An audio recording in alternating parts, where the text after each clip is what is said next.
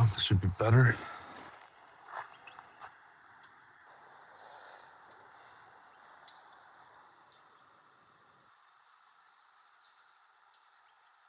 Let everybody come in. Let's give it a minute. There we go.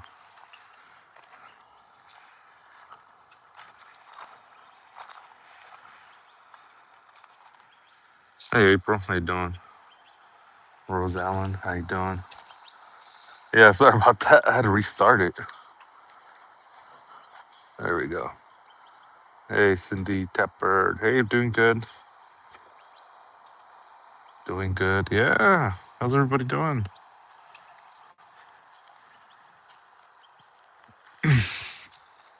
Yeah, I was in Texas. And then I was in New Mexico. And then I'm in Arizona now. You smell me? Traveling. Traveling. I wanted to stop by over here. Wanted to stop by the one of the memorials here for Nancy Guthrie.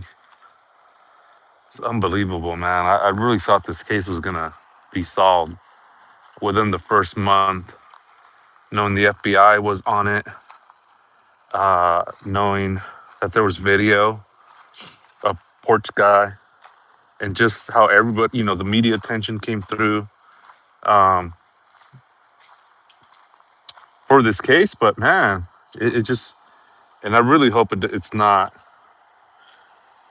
from our perspective, it seems like it's getting cold, but you never know what's going on behind the scenes with this case. Man, it is freaking dry hot over here. But we're here. I'm here at the memorial. Damn, it's freaking hot. It is dry hot.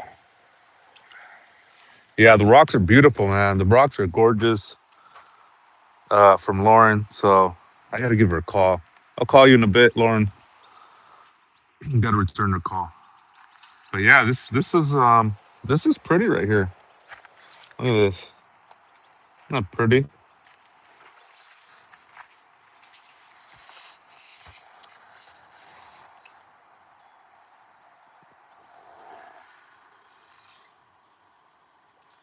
Look, there's our rock right there. Look, isn't that cool?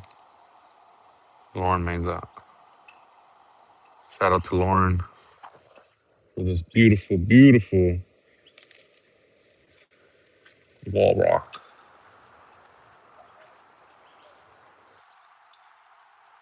That's gorgeous.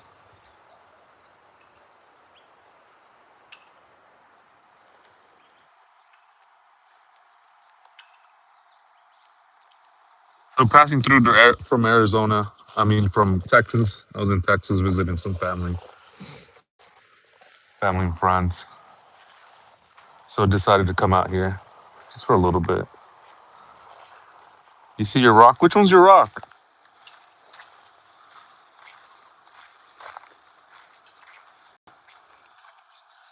Oh yeah, which one's yours? Yeah, they're gorgeous, man. These rocks. I don't know how they do it, but it is phenomenal the way these rocks are looking. So pretty. It gives it like this nice energy, this beautiful feeling here of hope and of remembrance and of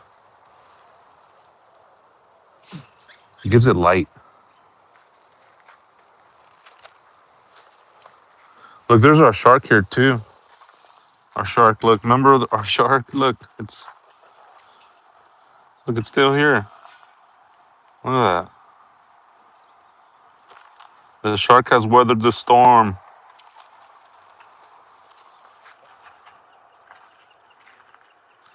Top left. All right, let's check it out. Top left. Top left. Hey, everybody. How's everybody doing? Good to see you. Man, this is pretty.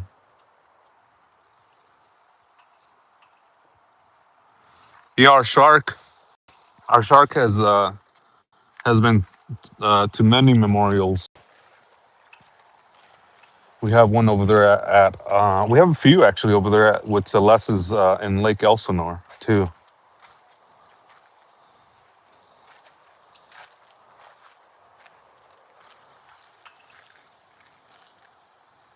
Dang, some of these roses are still here.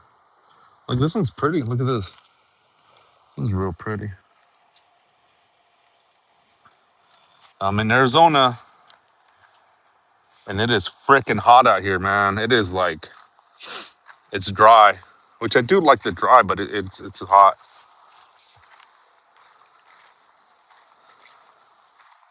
I came from a.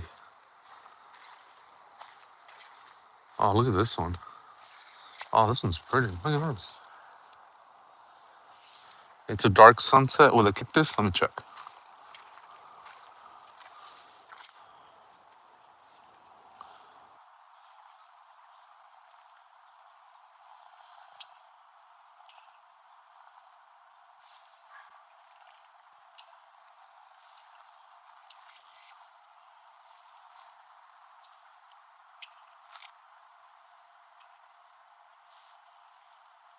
There's one with a cactus right there. Yeah, this would have definitely looked real pretty out there, in front of Nancy's house. Did you guys see the post that I Hey Kim, did you guys see the post on X? I was just at Nancy's for a little bit. I just was out there. Oh, look at that one. That one's cool. Look, rock cactuses. Top left. Oh, there it is. Is it that one? Oh, that's cool. Yeah, I was over there at Nancy's for a little bit, just updating everybody. That is pretty. Look at that, New Mexico. Yeah, I was out by Nancy's for a little bit, just updating everybody, seeing if seeing if the parking signs are still there, seeing if here, I gotta put this on here because it gets really hot. Seeing if the parking signs are still there, seeing if just seeing what's out there, seeing if there's any movement, seeing if there's any cars out there, anybody moving in, anybody moving stuff out. Um, but I didn't see any activity out there. The poop is still there. The memorial's not there, but the poop is still there. I thought for sure they were gonna clean that poop up. I thought for sure they were gonna clean it up. I'll post the pictures on my YouTube community page so you can see it for those that don't have X. Let's do a night watch. Yeah, I would love to do a night watch. You know me, night crew. Oh, look, this is from Juanita. Oh, that's cool. Piñata. That's pretty. Yeah, they really need to clean that up. Seriously, man. I mean, uh, they need to clean that up.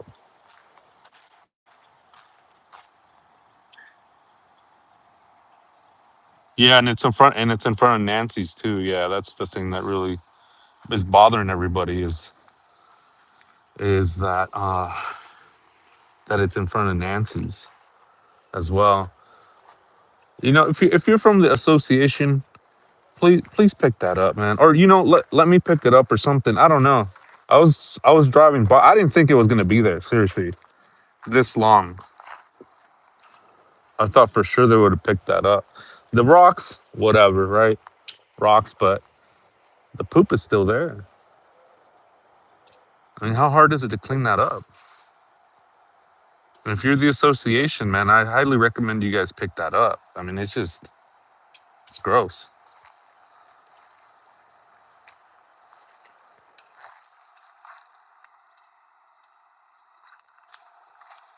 No, the cactus is still there.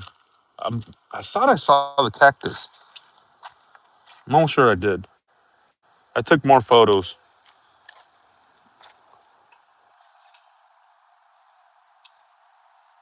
If I clean it up, Sue Yellen will put more. Probably. or somebody. Who knows?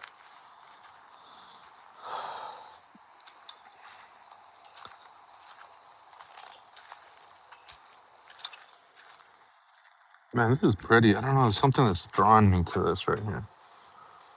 Something about this that's like giving me good vibes.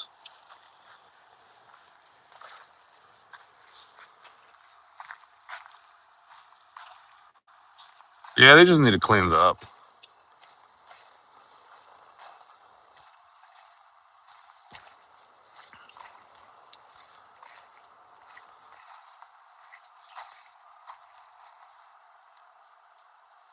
Man, this is really pretty.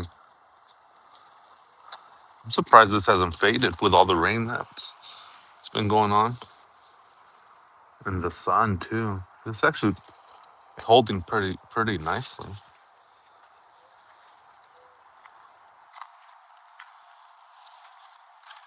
Trying to see where we rode on it. It's like somewhere over here. Let me see.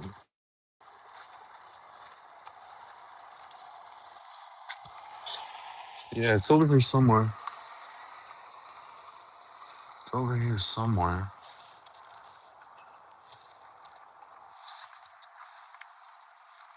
Trying to see where it.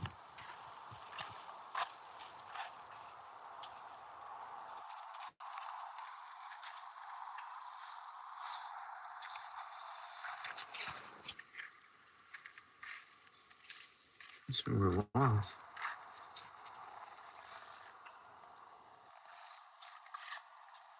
Remember, we put it like somewhere in the middle.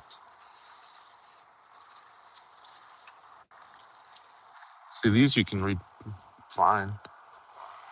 Texas, Kentucky. Look at that. People coming all over the state, all over the United States. I mean, I'm coming from California.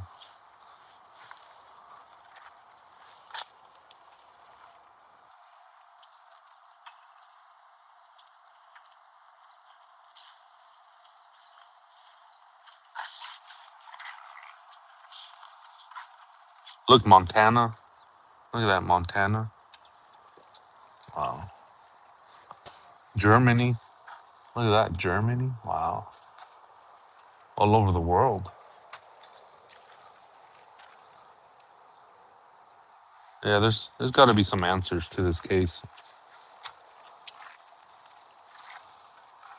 There's got to be some answers to this case.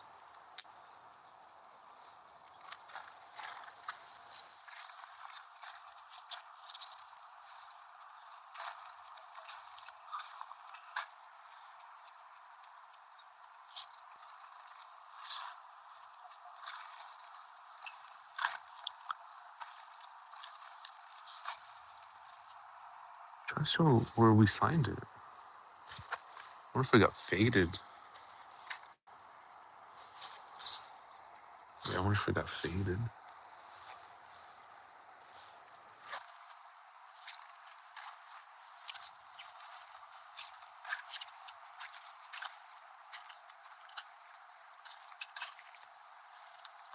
Yeah, a lot of love. Yeah, a lot of love, right? Look, Michigan. Look, Michigan. So pretty much from all over the United States and the world. We saw one earlier from Germany.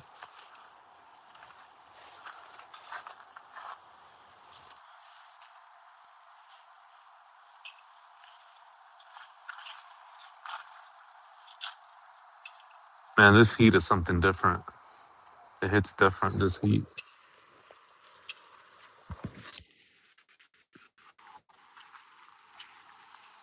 Ooh. Let me grab some water real quick. Hold on.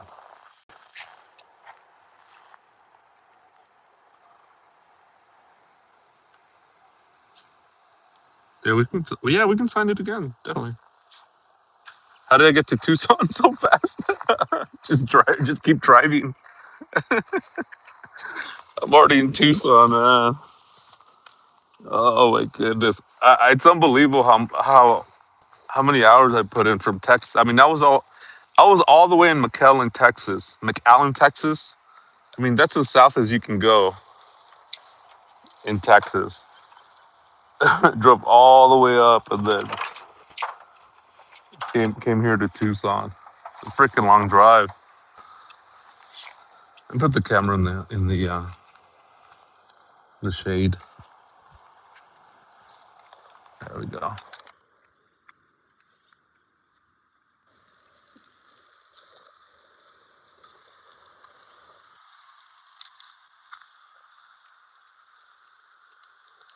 I'm almost home.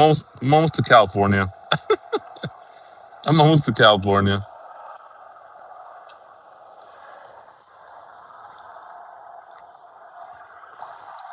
Almost to Cali.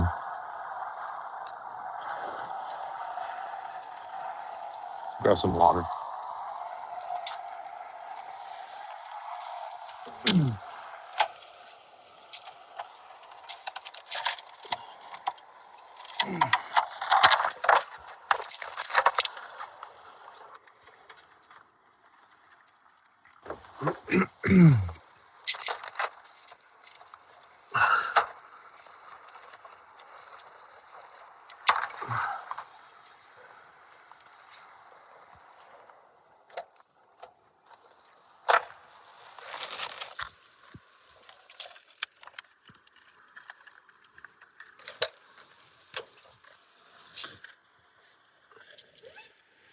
Grab some water. Warm water.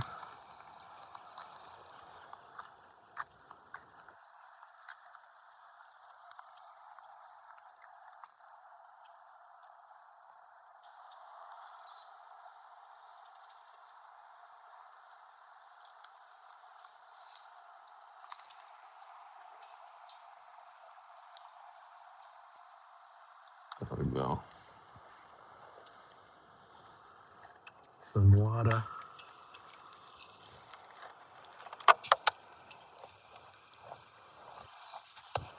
Oh man, that is some warm water.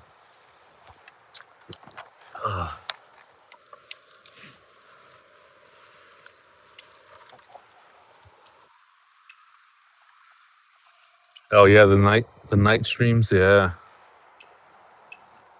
the night streams got a lot better when I got the Starlink. You can see everything a lot better. A lot of the earlier streams that I had, they were through my phone. It had Boost Mobile, so it was I didn't have the best service, but then I got the Starlink, and that was a game changer.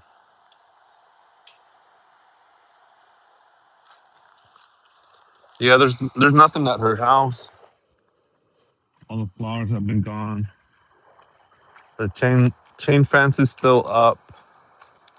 Cones are still there. No parking signs are still there.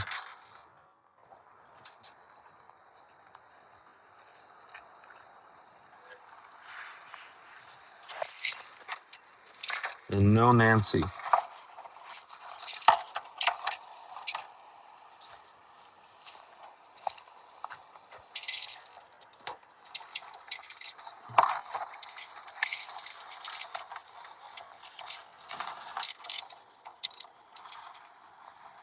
No Nancy.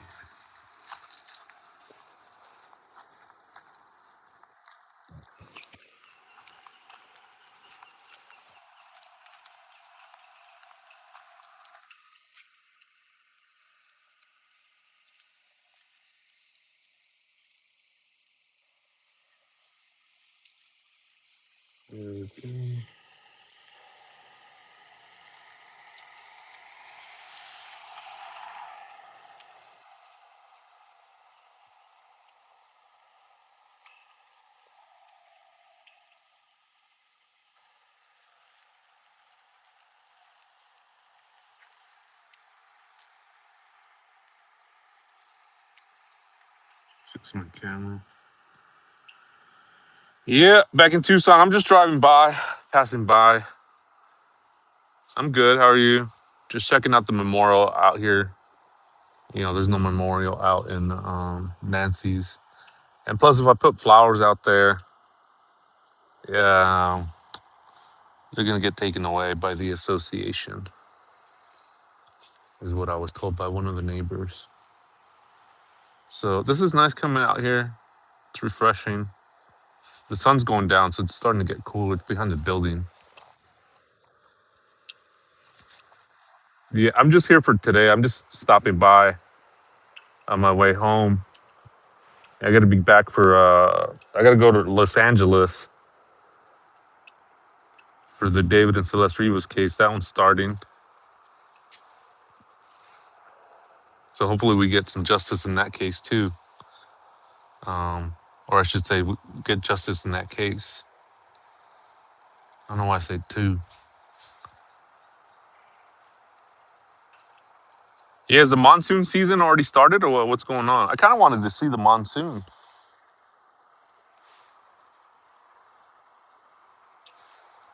Really wanted to see the monsoon.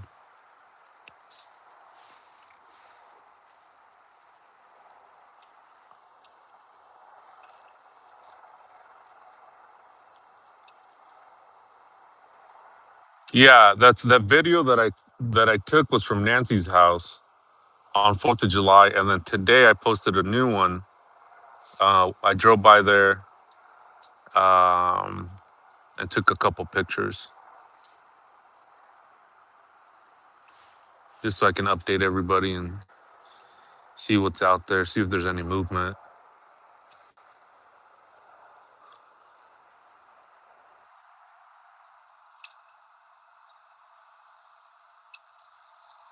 This is pretty, man. That's nice out here. Nice when the sun goes down.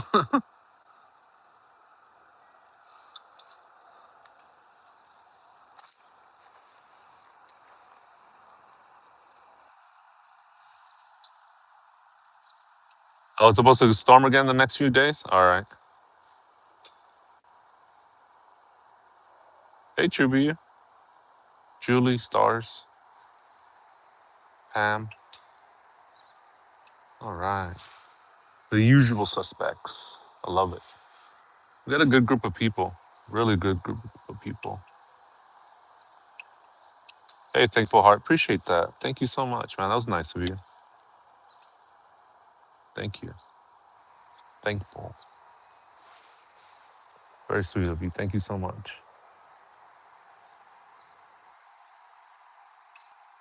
Yeah, I wanted to see, I was going to come out here for the monsoon season just to see the rain. But these drives, man, these drives are brutal, man. You know, the thing that when you're driving, the last thing you want to do, did I eat a charro? You know it, April. You know it. Yeah, I went to go grab a quick bite.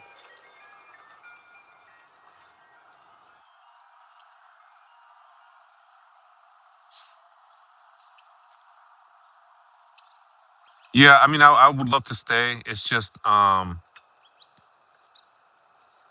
have to, I got to get ready for that trial. I mean, that trial's been a long time coming. You know, there was 7 months from when they found Celeste Rivas in the front trunk of David's car, and then it's kind of the same feeling now, where you don't think anything's happened, and then all of a sudden, 7 months later, they arrested David in that case. And now, fast forward to now, and they had continuances in court, and now they're going to trial, and they're going to see if there's enough probable cause. The judge is going to see if there's enough probable cause, which I believe there is, to move forward. And a few people are speculating that he might plead guilty, but I don't know. I think he's going to go all the way. He's too comfortable right now. He's young, and he thinks he's invincible. So I got to get ready for that. That's next week. So I got to head home for that, and then get everything in order, and then head up to Los Angeles to cover that, to be in trial. Yeah, I mean, I would seriously, right? Yeah, that guy needs to freaking plead guilty. So to save everybody the details. Yeah, he does. Hey, twins, how you doing?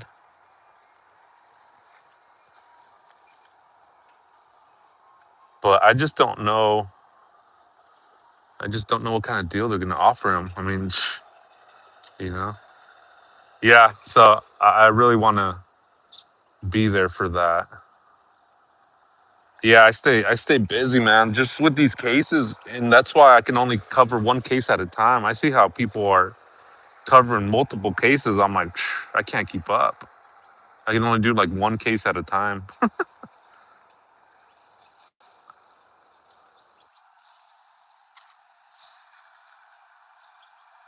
When I'm back, oh dang, this phone overheated. Holy moly!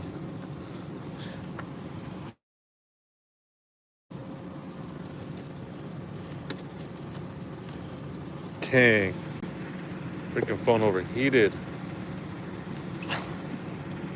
Yeah, no, this it is hot out here, man. It is freaking hot.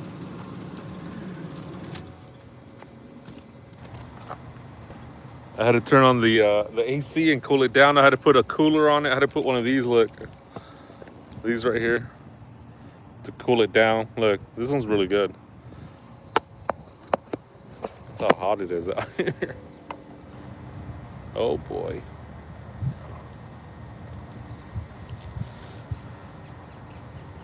Yeah, it was long overheat. Now I'm in the shade too.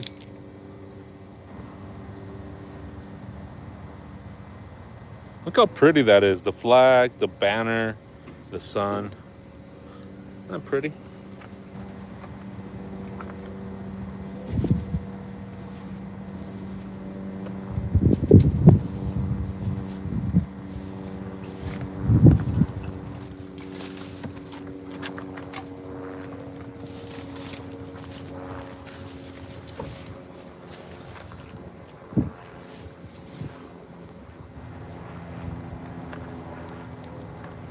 Yeah, we'll hang out for here for a little bit. I need my truck to rest a little bit. I've been working this truck. Yeah, the phone fan.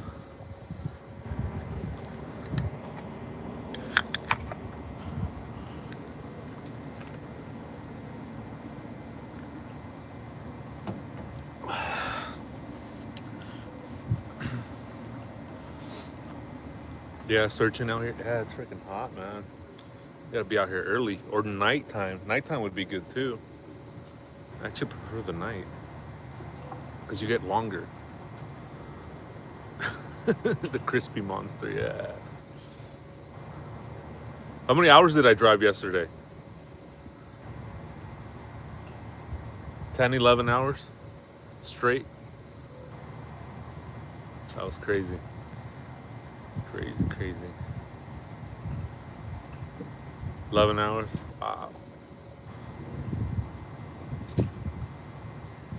If you guys look at the map where McAllen is in Texas, I mean that's at the very south of Texas. I mean that's as far as Texas as you can go till you get to the border. Like the border's like 30 minutes away from there. How many did you drive today so far? How many miles or hours? Yeah. Look it up. Look up McAllen. It's like super south. Monster mode. That's right. Hey Don, what's up? Yeah, I just need the truck to rest. It's hard, man. It's hard to keep up with me. It's hard to keep up. Don't do it. Don't do it. How many hours? Well, I think I slept what? When did I get to the rest stop? I slept for about 4 hours, and then I continued on the road, and then I stopped by New Mexico, and then New Mexico, I got McDonald's, and then I passed out for a few more hours, and then that's when I came back over here. Uh, Started to hit the road again.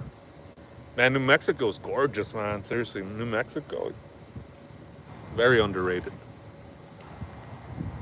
So yeah, so I kind of want my truck to kind of take a little breather, man. It's been hauling ass.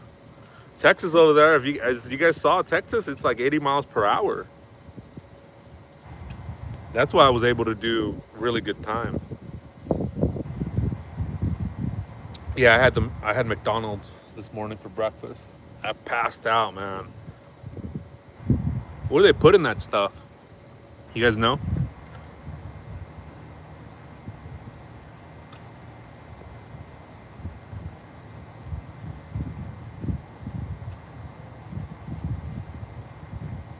Illinois to California. Dang. Deb Niner fan. It's still hot at night. Yeah, it is, huh?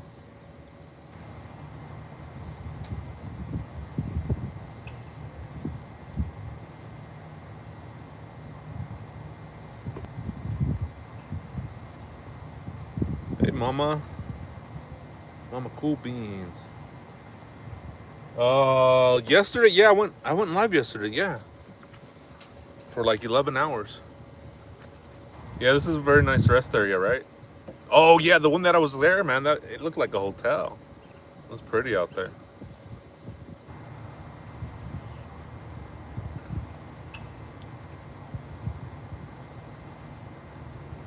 You guys are not getting notifications. Since this is a new channel, you guys got to hit the notification for this channel. Just keep that in mind.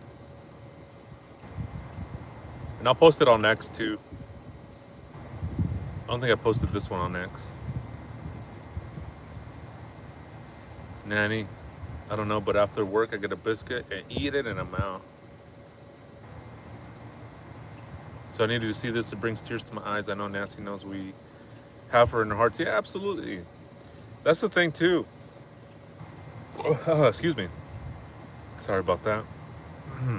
That monster's giving me a little bit of gas, but apologies. That's the thing too, man. We don't forget. I don't forget about these cases. Um, just one of my mods sent out a vase for Celeste Rivas's memorial. So once we head up there, we're gonna go visit her memorial, and we're gonna put something special there. Same with baby Manuelito. We went out there to another area where they had his memorial, and we got him a stuffed animal, some flowers, paid our respects. It's the least we can do. And it's crazy too because we don't even know what happened to him. Like we don't even know where he's at. And those guys got a deal, man. That's crazy. I think if you plead guilty, part of your plea has to be that you have to say where and what you did in that crime, or else there should be no deal. Oh, can you guys hear the cicadas? Yeah.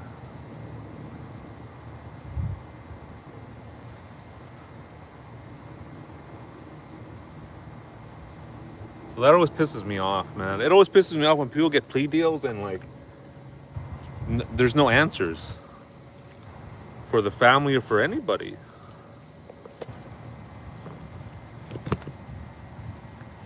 Feels empty. Hey Starfly, hey Julie. Oh, you did? Yeah, you did watch the live. Yeah, we're halfway there. We're halfway there. Yeah, they're loud right now. You know what I thought they were at first? I thought it was that noise. I thought it was the electrical here. I thought it was electrical, the wires. How many miles? Fuck, I don't know. But it said from where I was, McAllen, Texas, to San Diego is about 14. It's about 1,400 miles, 14 and some change, like 1,423 miles, 1,423 miles. I did half of those yesterday, last night.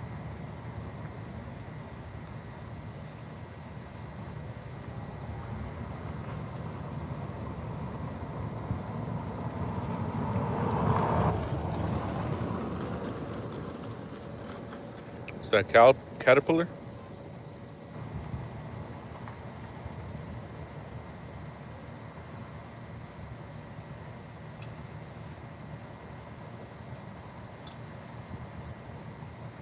We'll head out in a little bit while my truck cools down. Do a little rest. Almost home, so hop on the computer. I'm able to do more on the computer.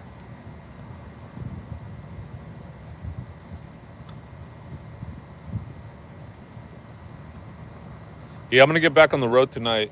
I'm gonna put some more hours in tonight. You guys are coming with me. We can go from here to San Diego, but I wanted to stop by here just for a little bit. See if there was any activity at Nancy's earlier.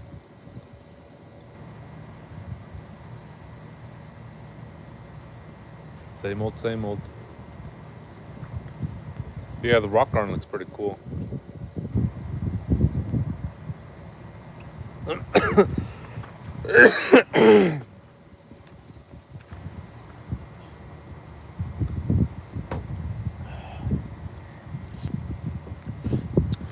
You know, last time I don't think I said this, but there was a detail too that when I was talking to one of the neighbors when I was out there last time, um, when I rented that Airbnb in Nancy's neighborhood, one of the neighbors was telling me that, and I don't know if this is public knowledge or not, but I wasn't too aware. I wasn't aware of it. I don't know if it kind of slipped my mind or forgot about it, or maybe I thought something different. But they were saying that that couple that lives there next to Nancy's house to the right, if you're coming out of her house, that they weren't home.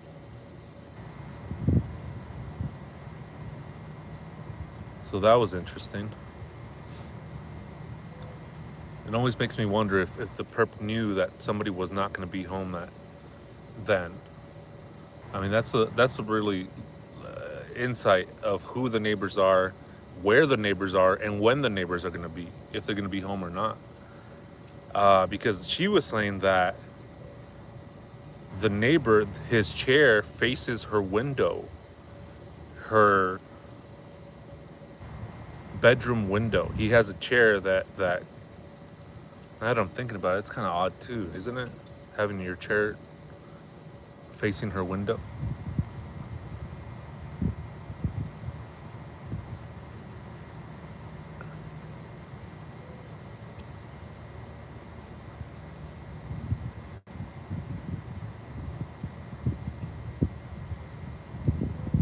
No, to the right. If you're coming out, well, if you're looking at her house, let me start over. If you're looking at Nancy's house, to the left.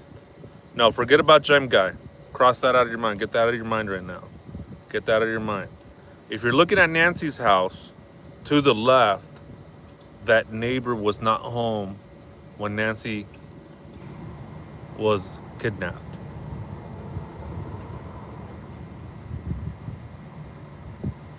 And the neighbor was saying that that guy has a chair facing her bedroom window.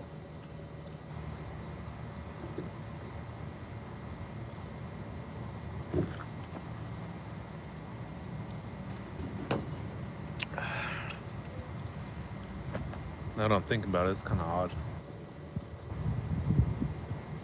Faces her window, faces the window. I don't know. What do you guys make of that?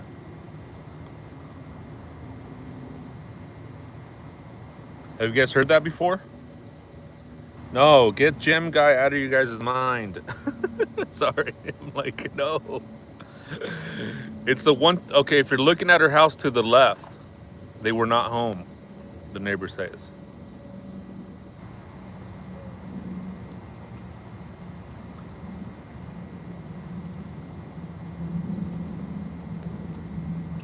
No, it's okay. I'm just like, no. Yeah, now that I'm thinking about it, at the time I didn't think of anything, but now that I'm thinking about it, now that I'm here, I'm just like, that's interesting.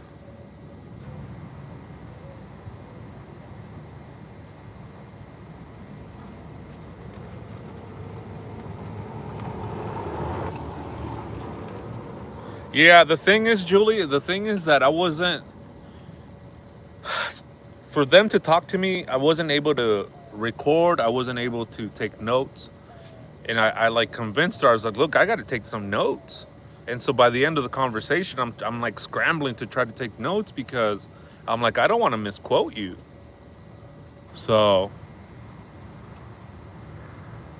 that was one detail that did come to my mind right now. Got to look back on my notes.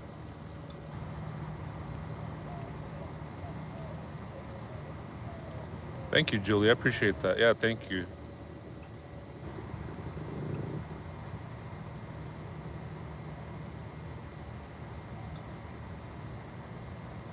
Didn't they come back later on? They spent angling into the driveway. Hmm. I was amazed the information you brought back as details from that. Yeah, it was a different perspective. I think it was a fresh perspective. Um, and it's just reporting on what one of the neighbors, a couple of the neighbors, was saying, and you guys make what you want to make of it. I think that's the beauty of it, is that you can come up with your own ideas and theories and thoughts on the case, and I just present it to you. Um, all of this is strange. I think we all can agree that this whole case is it's just strange. Honestly, I really thought that yeah. Well, from what she was telling me, I mean, again, I wish I would have taken some notes. I wish she would have allowed me to take notes so I wouldn't have misrepresented her or misquoted her. But she was saying that they weren't able to give them camera information because they weren't home at the time or something like that. So they weren't something that they weren't home at the time and they weren't able to give them camera information. Is from what I was told by one of the neighbors. Because the neighbors, as you guys heard in that first when I was out at Nancy's last video, I had said that the neighbors are all in communication. They know who's coming in and out, and they know who is looking suspicious there and who isn't. And so she was saying that this incident unfortunately brought them all closer together, and that they were close with Nancy. A lot of their kids went to school with her kids, her grandkids, et cetera, and um, that they were close with her. So,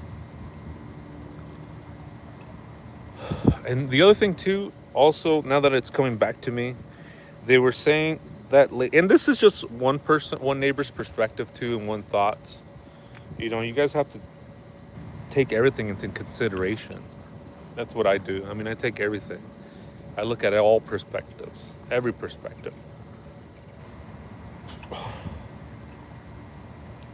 Yeah, that no one knew her in the neighborhood. Yeah.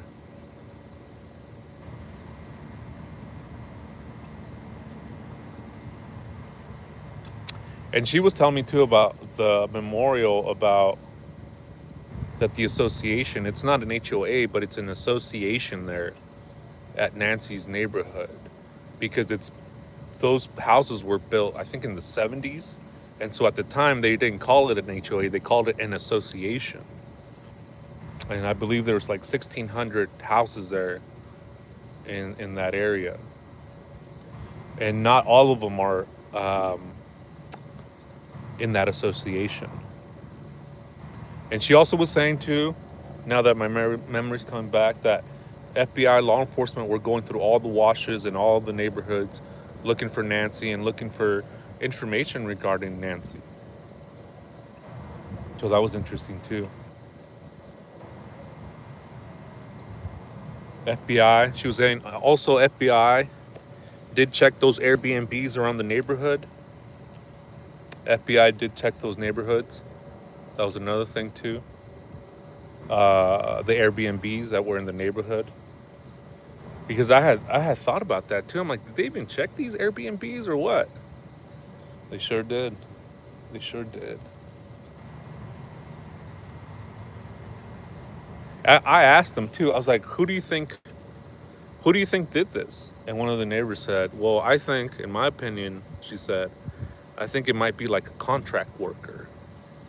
I think it might be somebody that was contracted, somebody, a plumber or somebody that um, came to work on the house. Is what she had opinionated. So I was like, oh, that's interesting. Makes sense, right? Makes sense. Somebody comes to your house. They they're trying to sell you something. They're scoping out the house. They want to sell you services, goods or services, and they're just checking out your house. They come back the next day, next week, see if you're around. Maybe they have a clipboard, and they're just in the area, and you don't really think too much of it because they're a salesman. So that was one theory that she was saying. I thought that was interesting.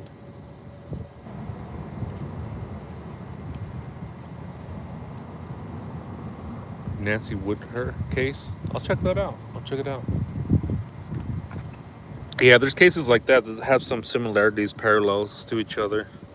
It's almost like these freaking perps have like the same playbook, huh? These pieces of shit.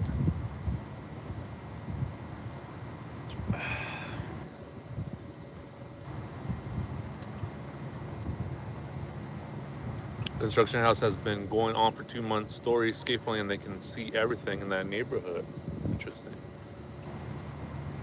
That's why I never answer my door to solicitor, says Angie. The smallest detail can change an entire investigation. I think so too, Stars. Yeah, absolutely. Absolutely.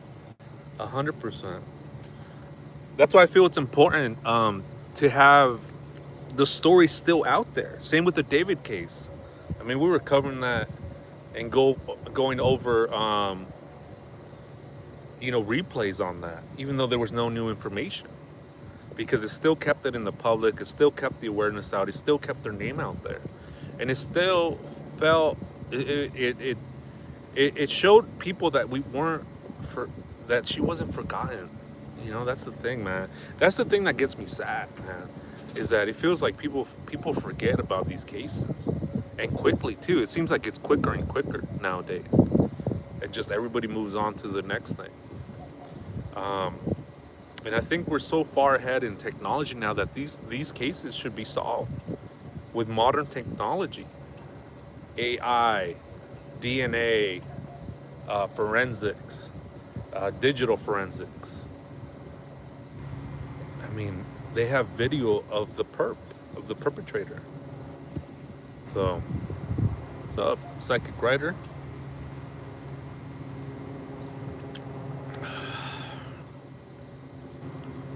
So it's gonna be interesting. I really do think this case is gonna get solved sooner or later. Sooner or later. Yeah, yeah, that's the thing too. Witness memories can change over time, so that's why you need to get it quick, hot, right then and then. Get everybody's statement when it's fresh in their mind, because it does change. Yeah, you're right. It does change. Statements change. Memory changes.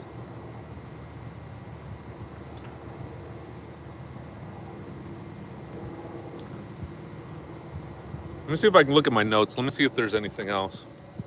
Nancy was my first case. Can't look at others. Too many details. Yeah. See if I can grab my notes. See if there's anything new or I missed that I can share with you guys.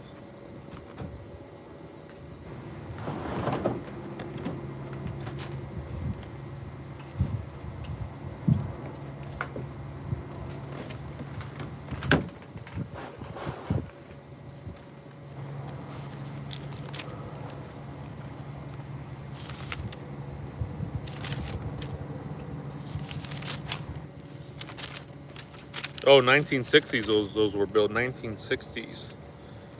And that's when Nancy moved in the 70s.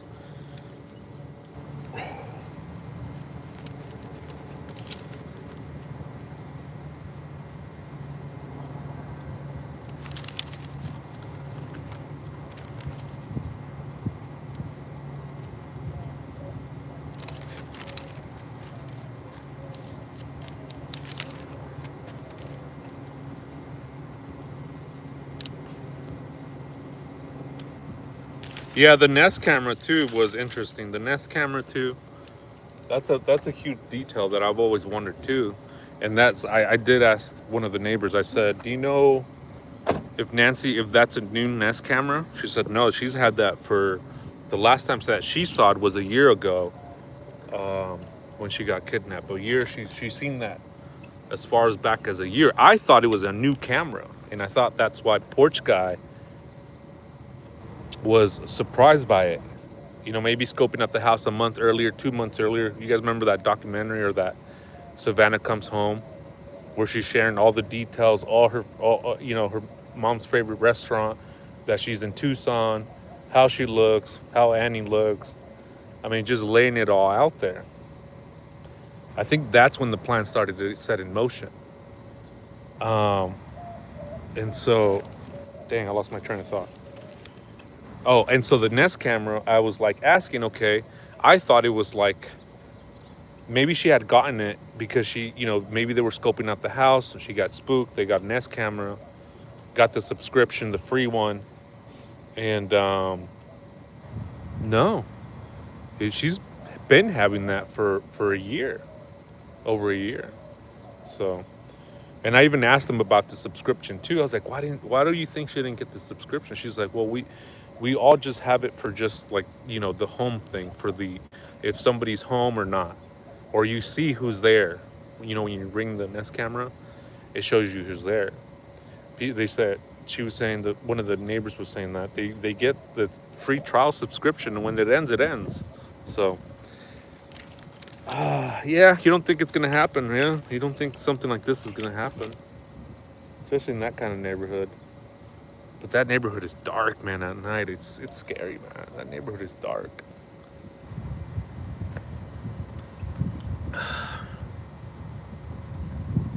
Oh, it's starting to cool off now. 35 grand, yeah. Which part of me has stayed, or anybody? Yeah, that's a good question. I think the Porch Guy. I think that is I mean, the mask. That's really terrifying. And knowing that that was her final moments, or her being there. The last place was her home. I mean, I know there's people that believe that she never made it home, but I think she did. I think she was home. The guy came in, took her out. Her pacemaker went off because she was, she probably had a heart attack or something. I mean, she's 84 years old, and you have somebody in a mask someone in a mask come in, and yeah, you're gonna get scared. So I think that's what stays with me, man, is that whole, like, just everything, man, of that somebody can do that to an 84-year-old woman in one of the sacred places, your home. You should be safe in your home.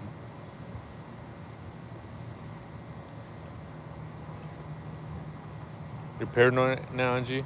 Yeah. Yeah, it's good to have cameras. I mean, cameras now. Savannah's speeches are FBI created. Yeah, I think so too, April. Yeah, I think so too. I think hers do sound like they are FBI scripted. Yes. Good point. Nowadays, cameras are pretty cheap. They're very affordable, and even the subscriptions are pretty affordable too. And you can get 2, 3, 4 cameras. Each $20 each. They have them on Amazon. Color, night vision, motion detection. Gets it you on your phone. I mean, they're very affordable nowadays. Being woke up like that must have been horrible. Yeah, twins. Yep, I agree.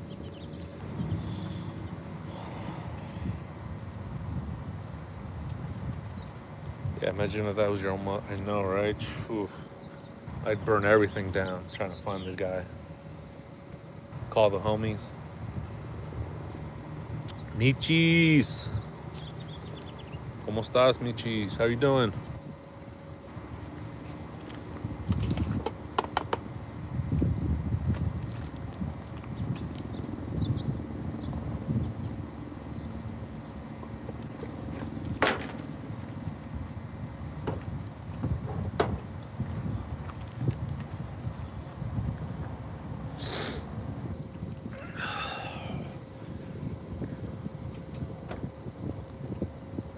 What lessons? Probably, yeah, the camera situations. I mean, imagine if we saw Portugal in color. I think we would have had more detail. That camera that she has, it's not different than a lot of the cameras that are out there, like the mass-produced ones. Um, Oliver, how are you and how was the drive? The drive was brutal. It was brutal. It was brutal. I drove like 11 hours yesterday, so now I'm in Tucson at KVOA just for a little bit. Let my truck rest a little bit. Going live, checking in. The huge.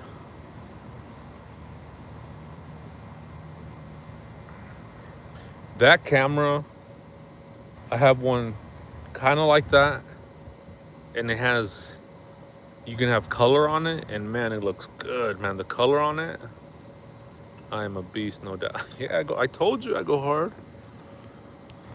Should I sleep? No, I'm not too far away from. Oh, I won't say too far, but it's not as crazy as drive like it is like crossing Texas. So it's just I have a lot of stuff to do when I get home. I got to go check my PO boxes and regroup and unload and clean the inside of the truck, and so that way I can get ready for next week, because it comes fast, man. It comes fast, and then that way I can catch up on the truck. Get a tune up, make sure everything's okay. Head up to LA. Then I got to look for places up there. So there's a lot of moving parts. How does it change my perspective compared to the research from home? It's way different. It's way different. If you guys are ever following a case, I recommend you guys go to a location from that case, just to get a feel for how different it is. Okay, how different it is. Out here, you can see the darkness, you can feel the darkness, you can hear the quietness.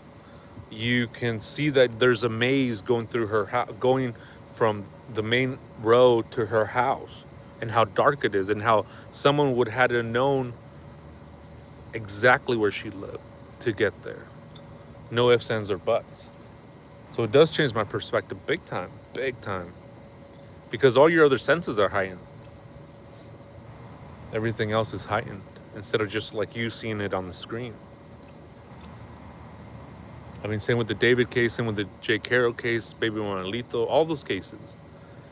Very different. LA is different than Tucson.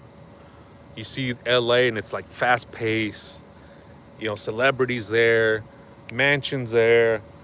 It's like a different vibe out there. It's quick, it's fast. And over here in Tucson, it seems like it's a little bit slower. It's hotter, obviously. It's dry. So the perspectives are very different, man. Very different. Yeah, very different. You really actually feel how it is to be in there, right? Like you're seeing it right here, right? But I'm here, and you can feel the heat. It's dry. You can feel the breeze. You can hear the birds a little bit better. So it's like a somber feeling here. So it's way different. It's way different. Do you think visiting locations connected to the case help tell a victim story? Yeah, it does. It really does. It really does. I agree. Yeah, 100%. It does tell a story. And visiting these locations, it really does. So that's why I try to describe exactly like kind of what, almost how I feel when I'm out here.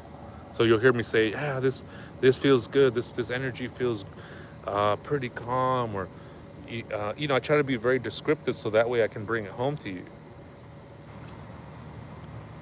Especially when I'm in court.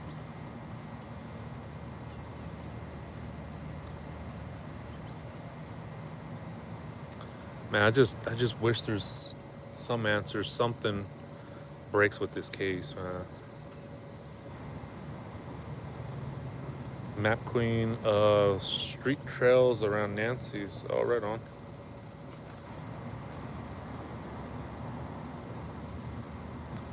Hey, Sharon. I slept till 3 p.m. today. Nice. Helps gives us a great perspective on the cases we cannot visit on our own. Yeah. Are there any other memorials or locations you hope to visit in the future? Again, I think right now it's like case by case. I take it case by case. It's just I can only handle one case at a time. Truck driver. How long am I staying in Tucson? Just for right now. I just stopped by to visit on my way home. Yeah, I wish something. Yeah, you're Courtney. Yes, I wish something. I wish something would break with this case to bring justice and to bring that piece of shit to justice, man. It's crazy, like thinking that that guy's still out there. And it doesn't help that Nanos is like, yeah, he could strike again. Thanks, Nanos.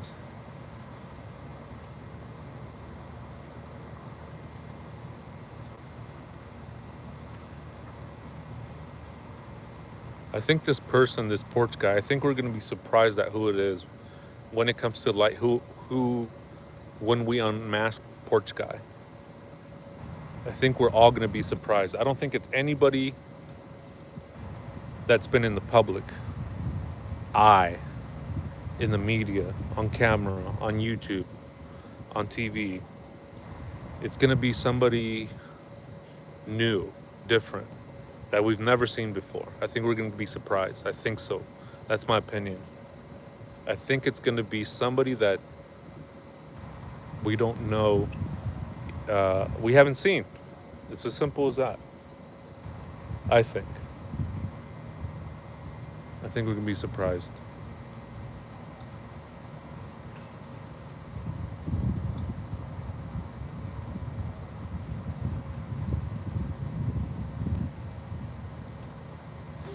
I agree, Stars. I agree. Those people never still have to be nervous, says Twins. Trisha Quadras. And she says, I agree.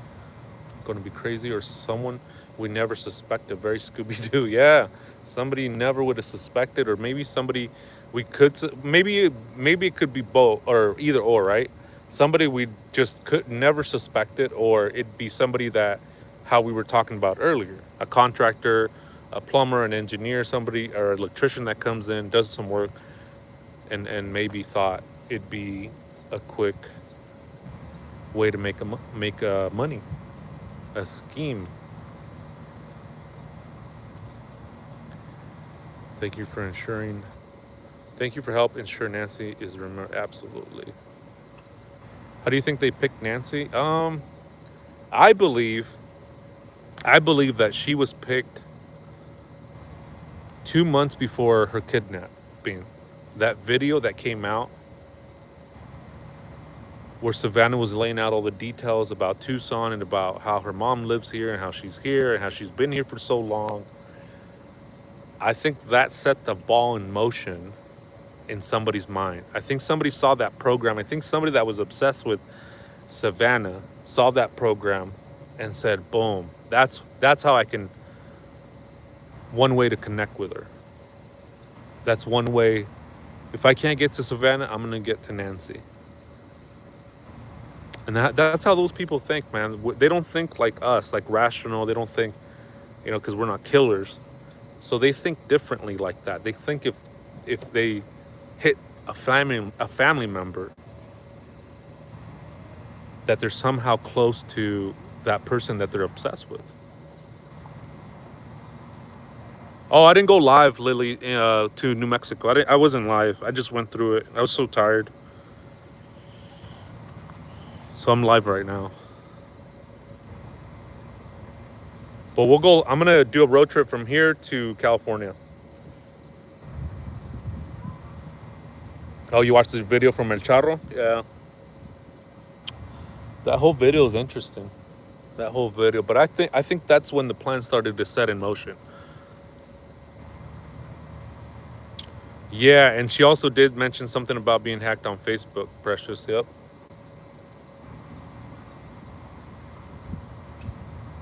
But I believe, in my opinion, that that's when the ball started to roll. Was those 2 months before that, and I think 2 months to do what to plan it, I think is enough time.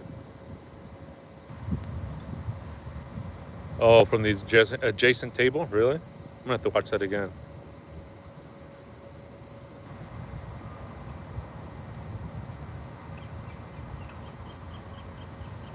What's up, Survivor? How you doing?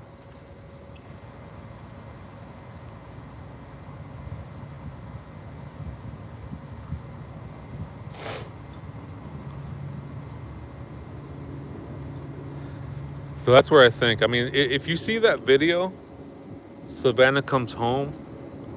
I think that's what it's called, something like that. If you see that video again, you'll see what I'm talking about. It has a lot of information about her mom.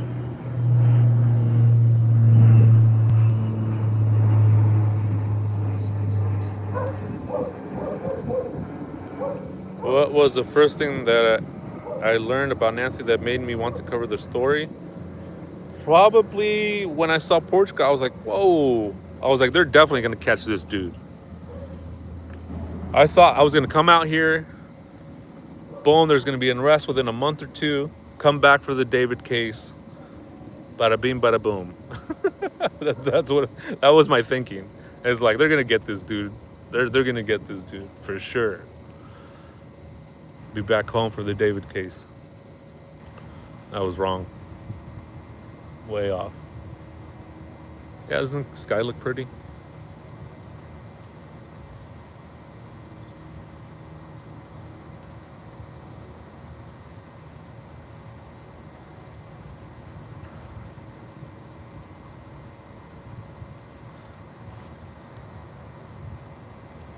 You had a tornado warning? Dang. You feel you can't even think. Can't even read. I still think it was someone she met on Facebook. Whoa, says Precious.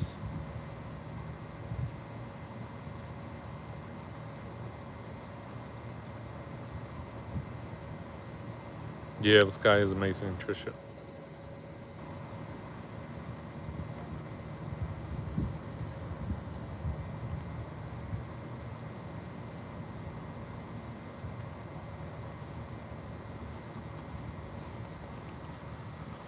Oh man, I have to get some cold water.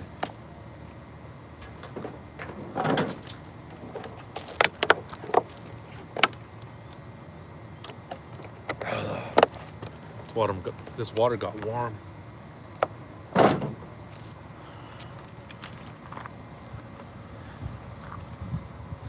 I'm just passing through.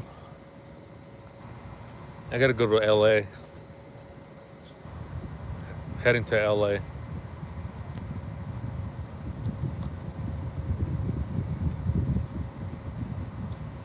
Just taking a little breather, visiting the memorial. Went to Nancy's earlier to see if there was anything new.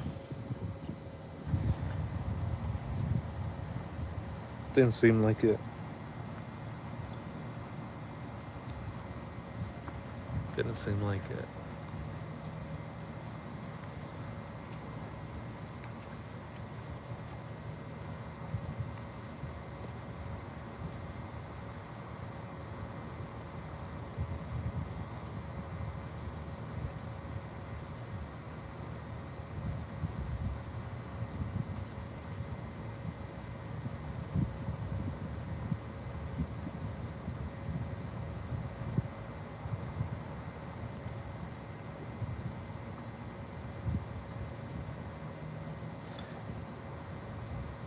It's come up 1 year and they still haven't found baby Manolito Hero. Yeah, that was sad. I was happy to see you at Nancy's house today. Thanks for posting those photos. Yeah, I'm gonna post those on my YouTube page because a few people were telling me they don't have X. So I'll post them up on I'll post them up on my community. Was A&T home? Did you drive by? I did not. I did not. And I will not.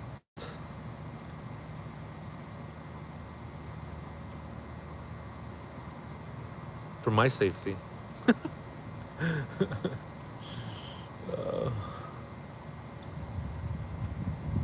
So peaceful now when the sun goes down over here. Yeah, I'll post them up on my I'll post them up on my community post on YouTube.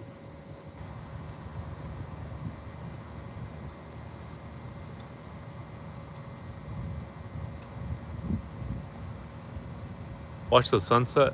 I don't want to drive around. I think I'm good right here. Maybe we can see it from here. Might get yelled at. Yeah, probably. What's my favorite thing about Arizona? The food, the gas, QT.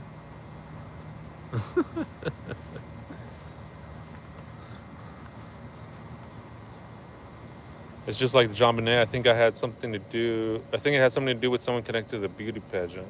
Whoa.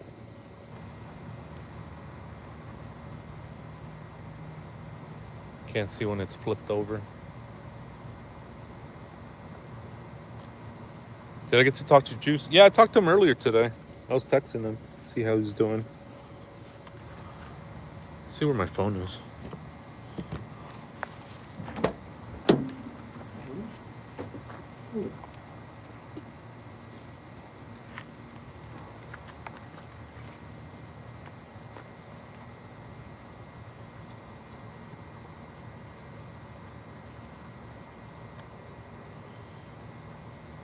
Yeah, he said he's good and that they continued his court. Continued.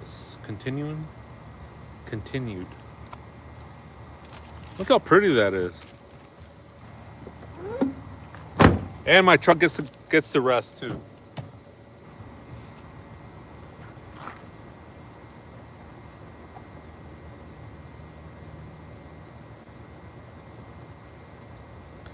Yeah, it's that house. It's that one. There's one. If you're looking at the house, Nancy's, it's the one to the left. You know what I'm talking about?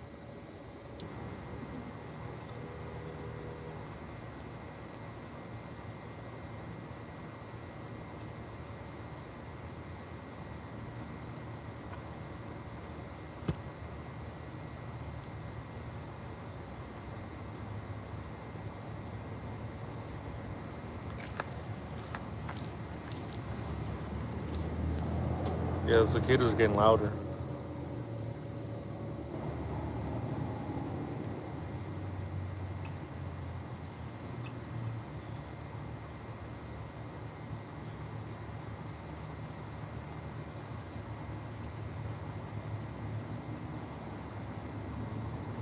Yeah, they are getting loud.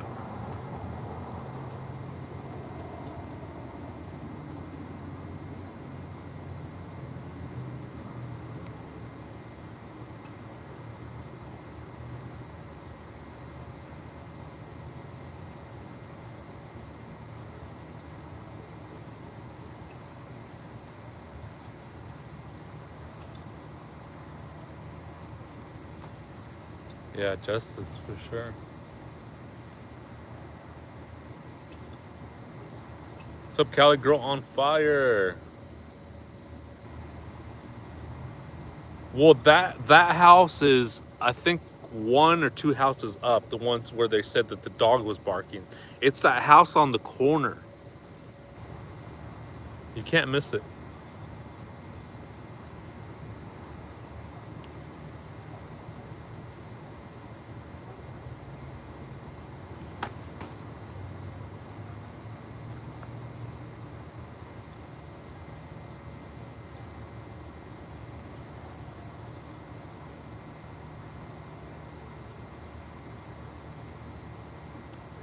Cannot miss it.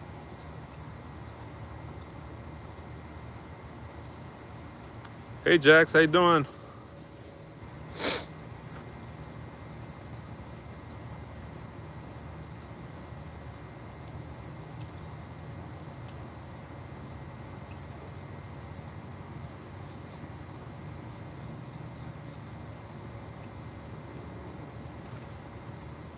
It's like there are bugs on your phone.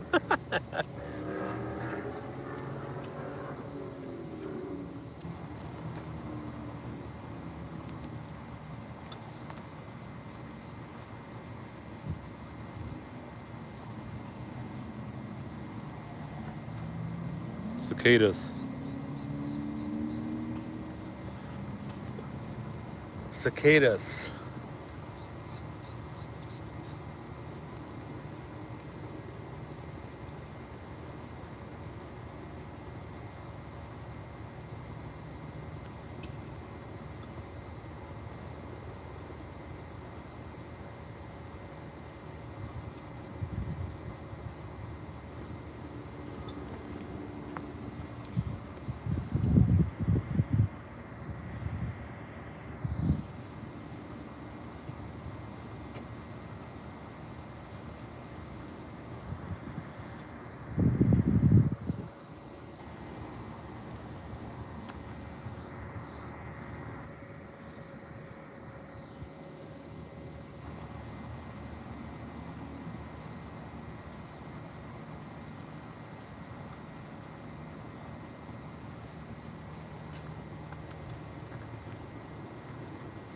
Mab's looking to buy a car from there? An old Chevy car?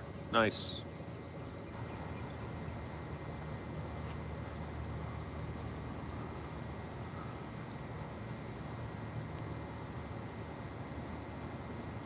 I'll probably be on his show on Saturday. Let's see if we're trying to get together for a show. Think it'd be cool. Nice show.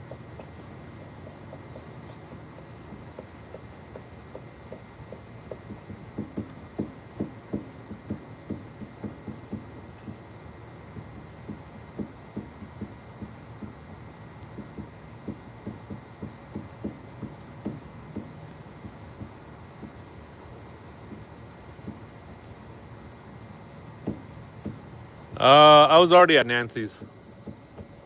I took a couple pictures, posted them on X, and now I'm here.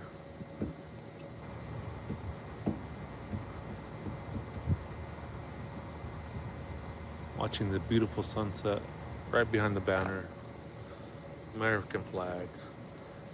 Waving in the wind. In the Arizona dry wind. Listening to these cicadas. It's like music to my ears, these cicadas. It's like a symphony.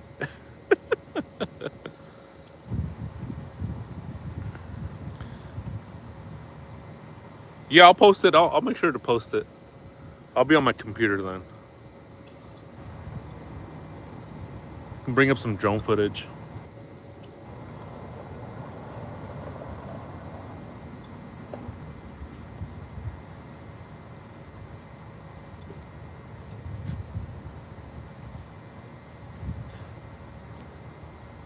The Cicada Symphony, yeah.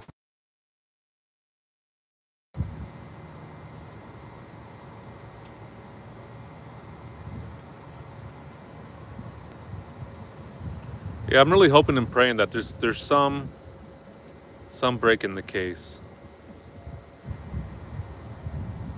Some tip, somebody that comes forward, an eyewitness, a car, make and model.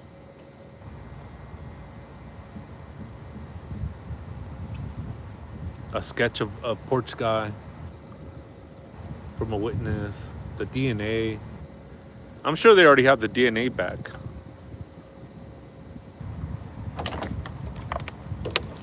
Sure they have the DNA back.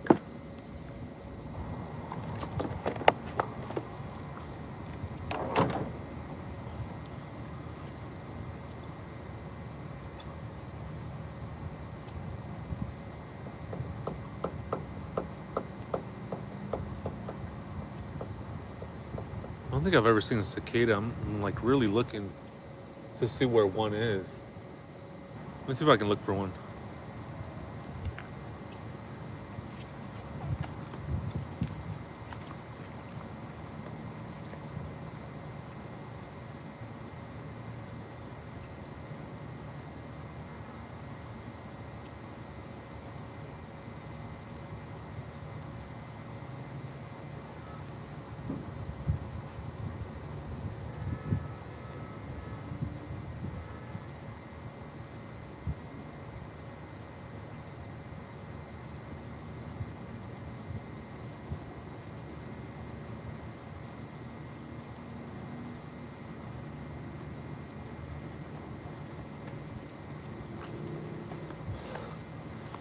crazy. I can't see one.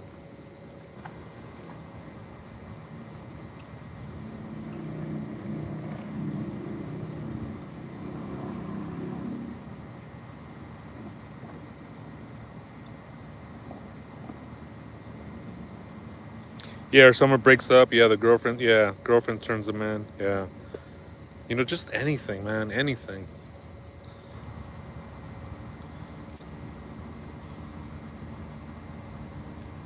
Yeah, they are still. Yeah, I just noticed that, Peggy. That's I just noticed that when you said that. That is so interesting. They don't move.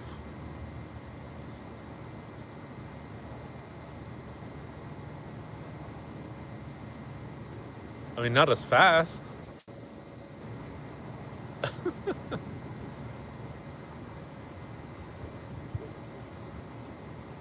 Vioca, a car built before 1989, wouldn't leave GPS coordinates, but no way it could miss all the cameras in my phone. Yeah, there's a ton of cameras out there. A ton of cameras.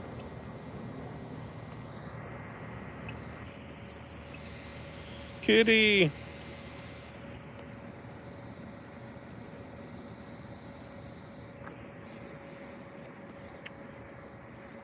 All right, we're gonna head out. We're gonna head out. You guys want to go on a road trip to Cali? We're gonna head to Cali. We gotta keep it moving. Keep it going like a shark. A shark, if it stays still, it dies. That's how I feel. I always gotta keep moving.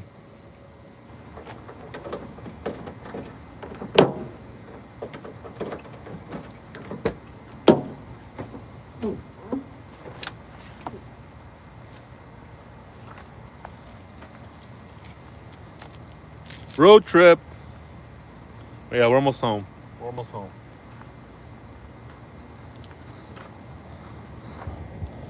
I'm going home.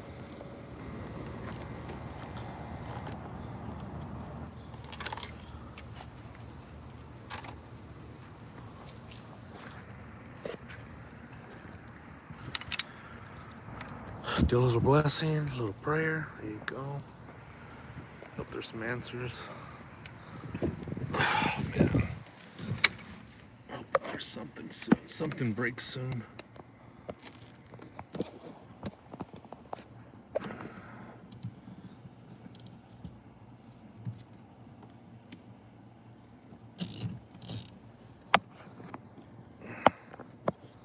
There we go.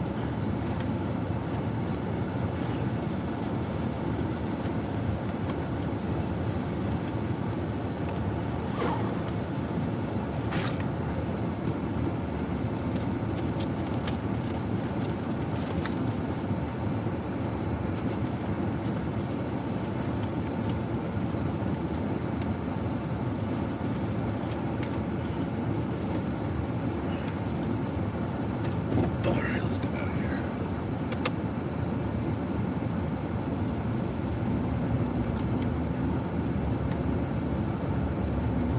Cicadas.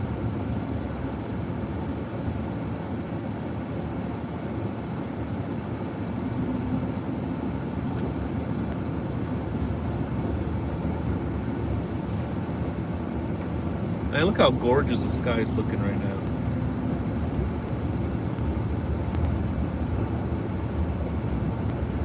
Beautiful Tucson, man. Look at this. Absolutely gorgeous.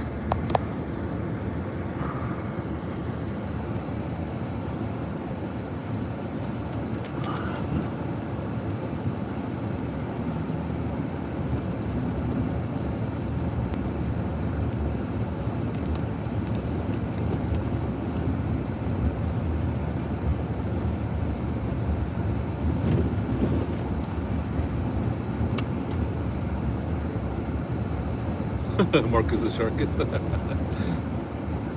funny. How you doing? Pretty little clues. We gotta do a show together.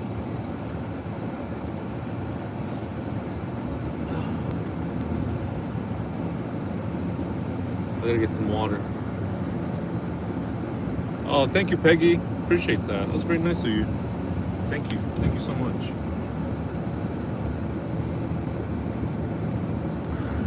Yeah, let's grab some water. Let's fill up.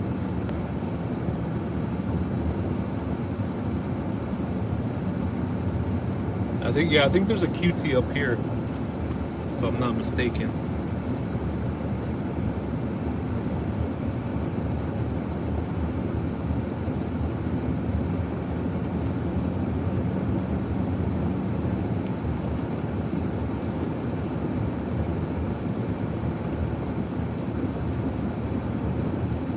Should be one coming up.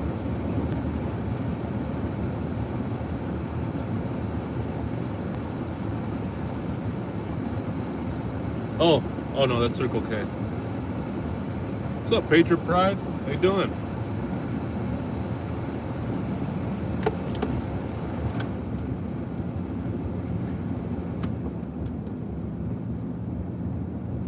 Nothing quite like the Tucson sky. Yeah. They're pretty. Every state has its uniqueness to it. And Tucson definitely has the sky vibe. The sunsets. Some of the prettiest sunsets I've seen. Like in Sedona. Sunrise, man, that was crazy. Alright, where's the QT? Patriot Pride, you know where the QT is?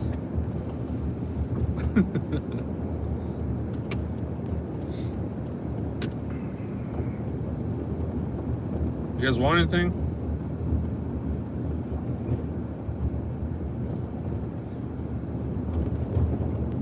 You guys want anything?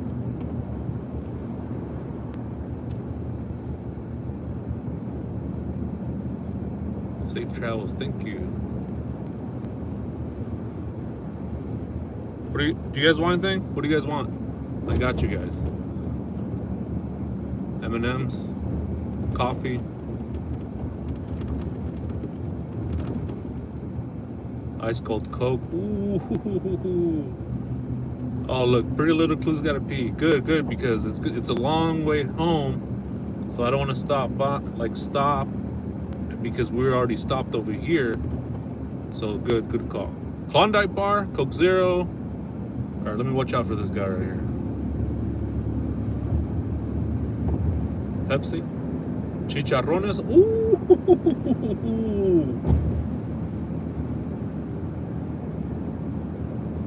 Shark smile. All day. Oh, there it is.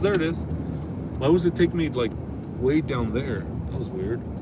There's one right here. I knew there was one right here. Not a hot dog? Dang, I forgot about that. That's funny. I forgot all about that. Patriot Pride, do you want anything? Want a beer or something?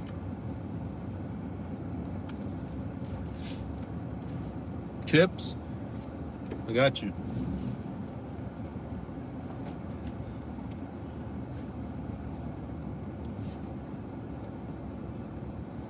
Soda? Fountain drink? Diet Coke? Coke Zero caffeine free? Coke Zero caffeine free? What the? Might as well drink water, man. I'm just kidding. I got it. I got you. Diet Coke, caffeine free. The portal. Patron. Might as well drink water, dude. No, I got you. I got you. Should we drop by Nancy's or too risky? Or you think it's safe to go? All right, I'll be right back. I gotta get some water. That water I have in the back is like super warm. So let me go grab it real quick.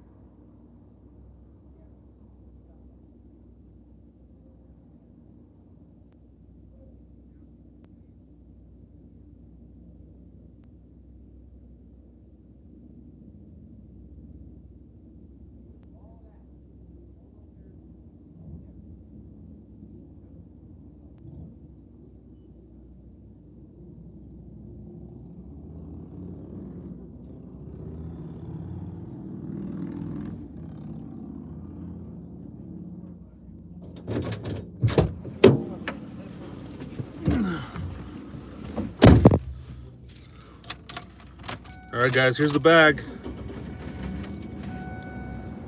Pass it around.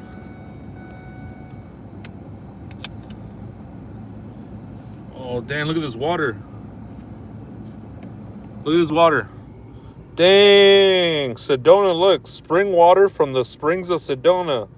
You believe that? I don't.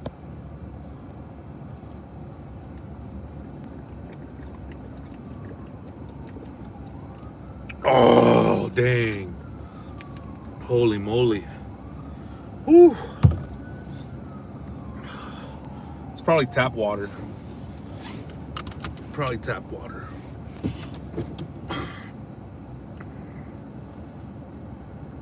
Oh, it was on sale.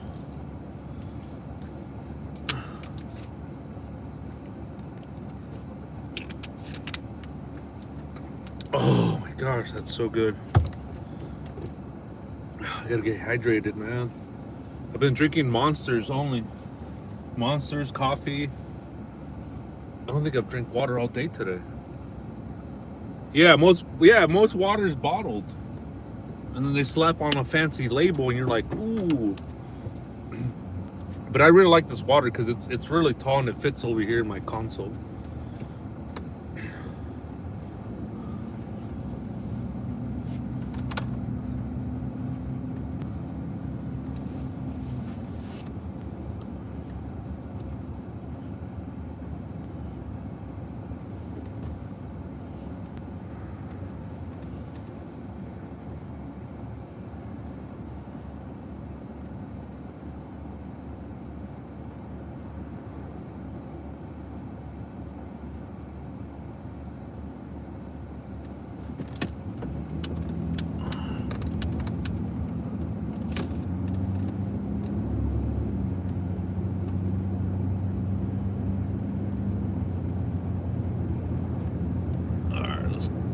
Yeah, it's a beautiful sunset, huh?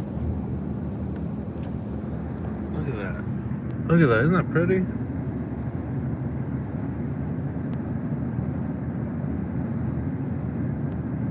Yeah, this is a new channel. Yeah, I got your beef jerky. And then I got your Snickers. Somebody wanted Snickers. Here you go. Watch your head. Slurpee. Does somebody want a Slurpee? M&M's. Coffee. I got coffee. I got M&M's. Beef jerky. Coke Zero caffeine free. I got Pepsi. I got regular Coke. I got... What else? What else did I get? Kit Kats right here. Boom. Ooh, I kind of like that. I kind of like that. I kind of want that Kit Kat, but here you go.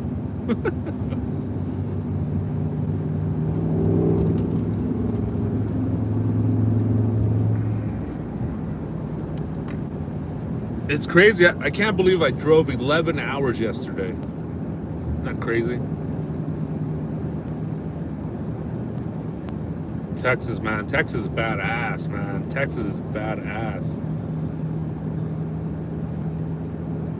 Love Texas, man. I love Texas. And the gas is cheaper there. That's why everybody drives a big old truck.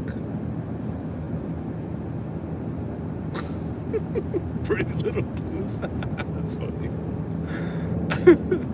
All right, buckle up. Buckle up, buckle up. Everybody got their snacks. Everybody peed. Everybody buckle up. Everybody's ready to go.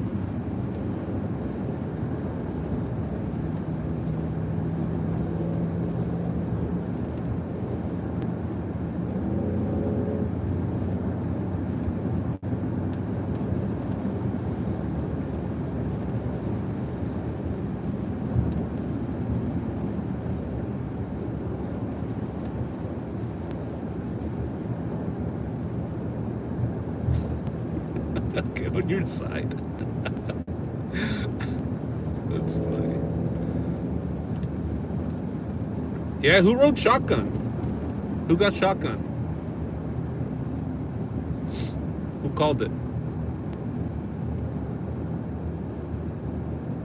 On the road again. Oh my gosh, I can't wait to take a freaking shower. Can't wait to take a shower and just pass out in my own bed.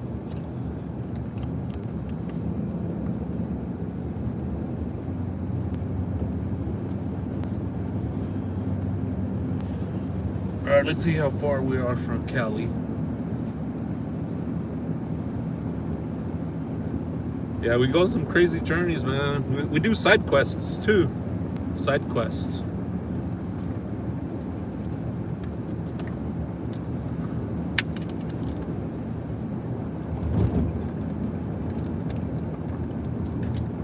The other reason I like these bottles too is because they're pretty sturdy, so I can reuse them again.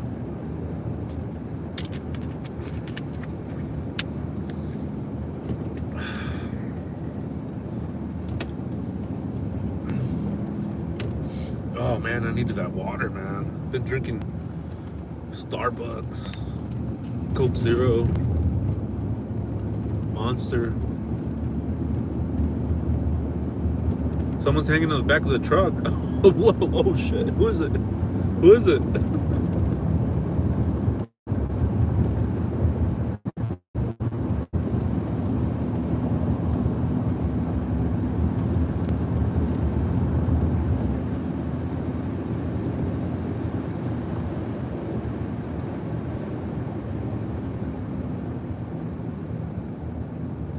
I feel like we forgot somebody. I feel like we forgot somebody back there. Maybe Lily? I think we forgot Lily.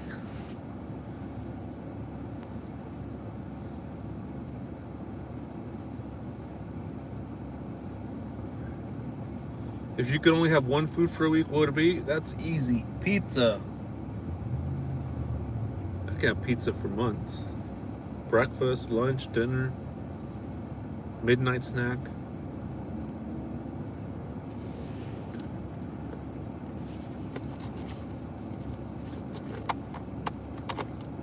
Oh yeah, my tiny hand. I don't know where my tiny hand is. It's gotta be around here somewhere. Yeah, pizza, yep.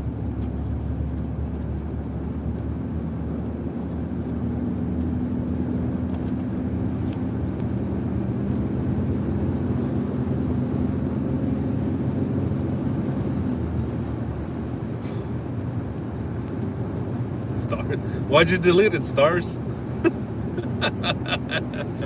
Why'd you delete it?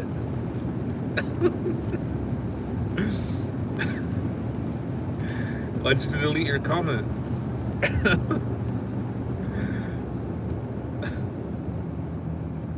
Oh, double down.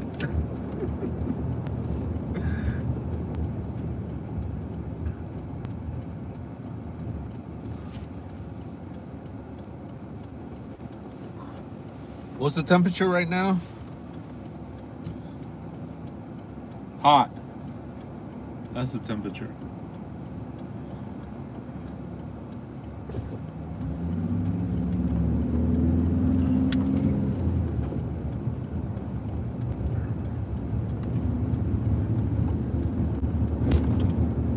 Dang, it looks like it's about to rain.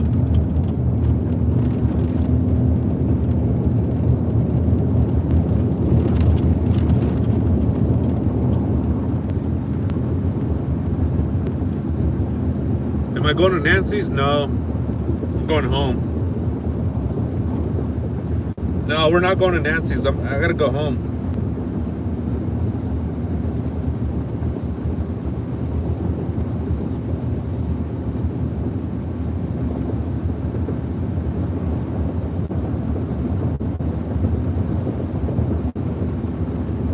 Look at the clouds, man. This looks crazy. Yeah, I think they already had monsoon, no? Or they are about to, or they had some. I have a few locals in here. I don't know if they're still around.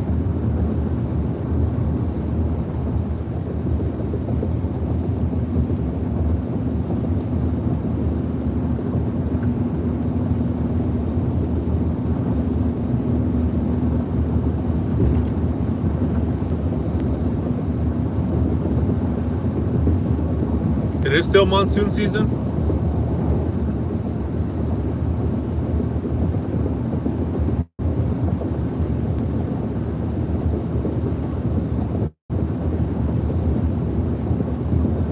Is it? I thought so.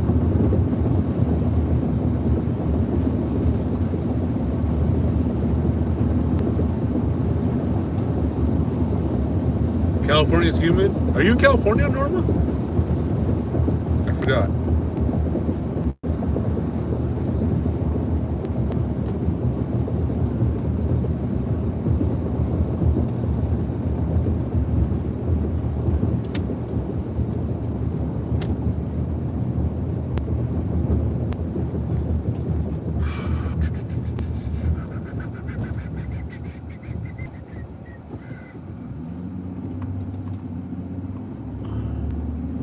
Dang, look at these clouds. Look at that. It looks all biblical. It's all dark over here.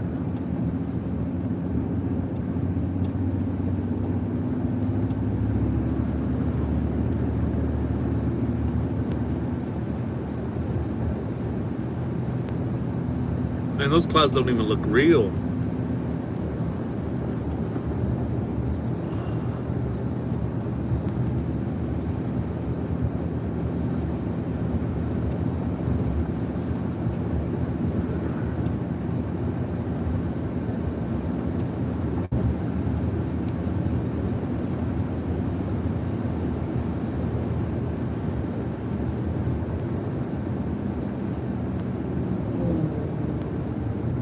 Oh, look, Jax. Jax knows.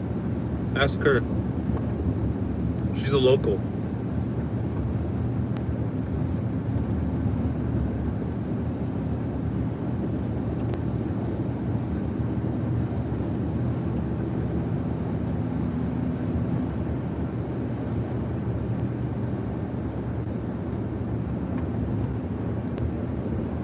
All right, so let me show you guys something. This right here, I think this is one of the entry points right here.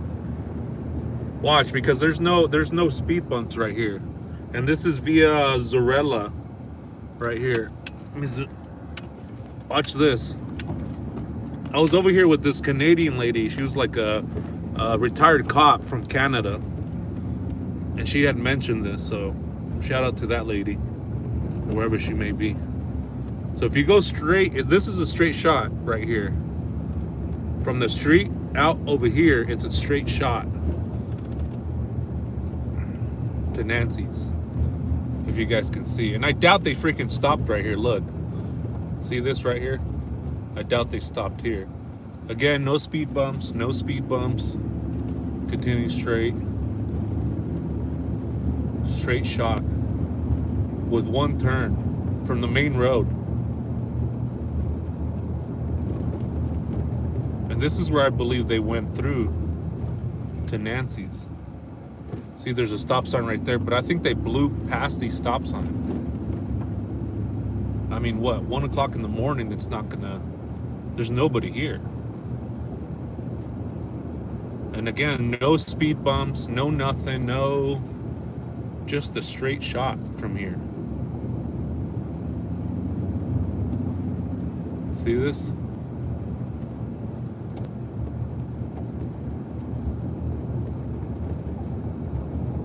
Yep, easy entrance and exit. I'm starting to believe, you know what I'm starting to believe? That they just parked right up in front, right up to the, see now this right here, this is the turn. No speed bump, straight shot from the street. Boom, made a turn, made a right turn, and now you're on Nancy Street. And I'm starting to believe that these guys took this street right here, the perpetrators. Straight shot from the street out, you make a right, and now you're on Nancy's street. And I think they went in the driveway, put her in, and then drove back the same way, this way. I mean, it's just easy access. I think out of all the streets, I think this one makes the most sense. This one right here.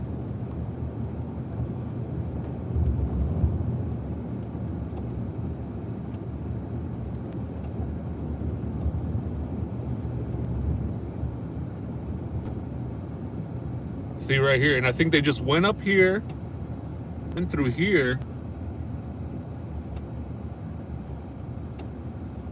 and then went up there, and then went back the other way. I mean, that's the easiest explanation, the easiest. I mean, I've gone through all these routes. And this one right here, right? And so pretend this is her driveway. So I just turned around. Yeah, sorry about the buffer. It always buffers right there, even with my T-Mobile plan.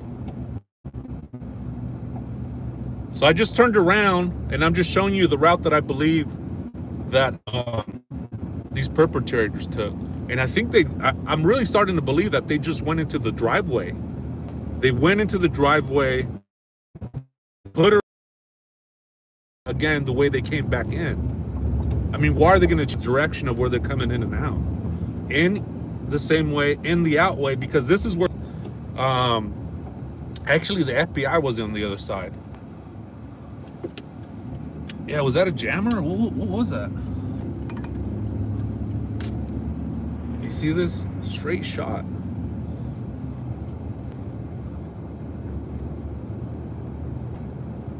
Right, behind the garage bushes.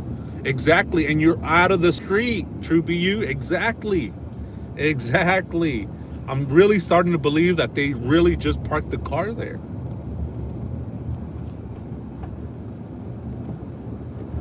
I mean, how are they going to load her up in the street? How are they going to load her? I mean, you're going to get noticed. The only way you're not going to get noticed is parking there by the garage. How many times have we seen that bush cover that garage? And I think they just came back around this way, the same way they came in, straight shot.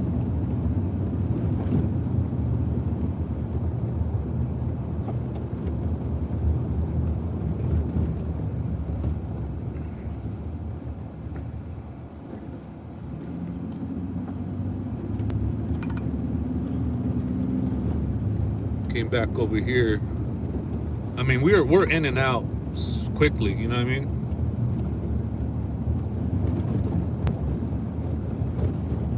That's so crazy how it always jams there, huh? The cell phone service. And then came back over here and that's it. Did they go left? Did they go right? This is where the mystery is, like, where do they go from here? Where from here? I mean, there's only so many entrances and exits. And I believe, in my opinion, I think this is it right here. Camino La Sorrela, via Camino La Sorrela, and then left or right, it's anybody's guess. But you see that? Boom, quick in and out. Look at that. That's it, gone. That's it. See, that is the best route that I've seen. Going straight to Nancy's house, one turn, and you're there. You go inside the driveway, how it loops, and then you come around the same place. That's it. Boom, and you're out. Literally riding off to the sunset. Literally, look at that. Crazy, man.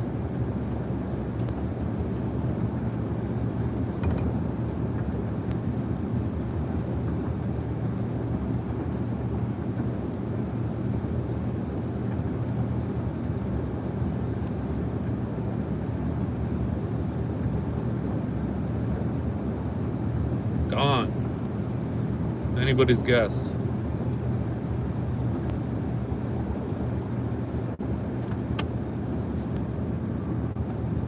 Isn't that crazy?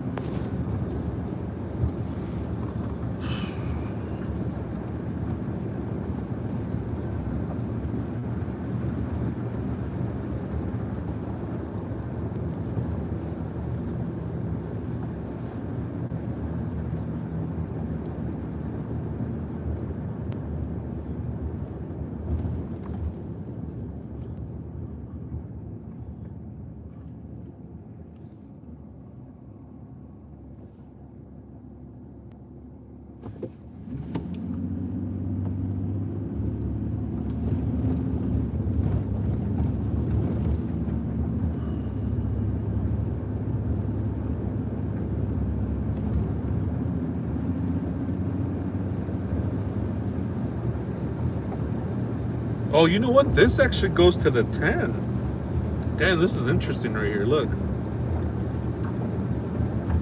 This is very interesting. This goes straight to the 10.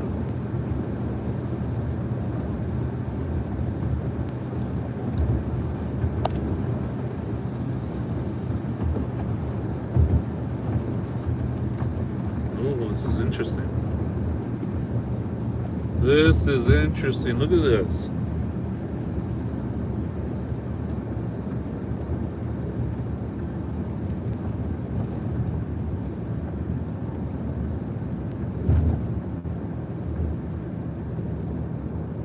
I mean, this camera's here.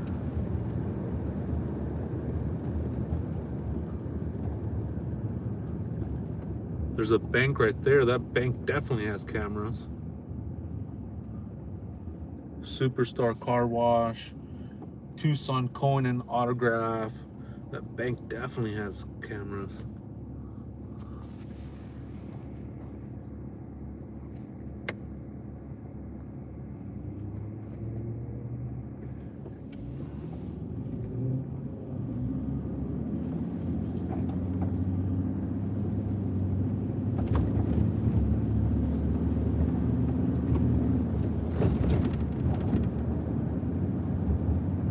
Man, that bank right there. Yeah, I wonder if they checked out that bank. Because that's one possible escape route.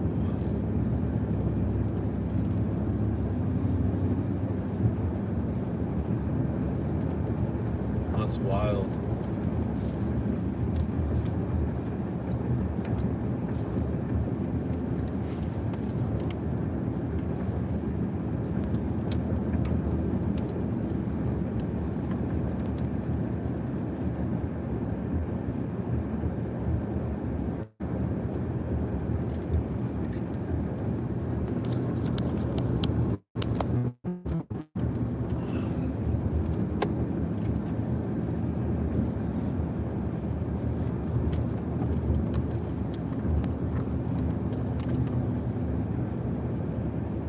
plug in my phone to the window.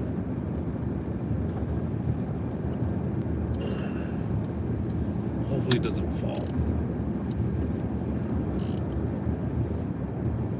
Oh, I can see the GPS.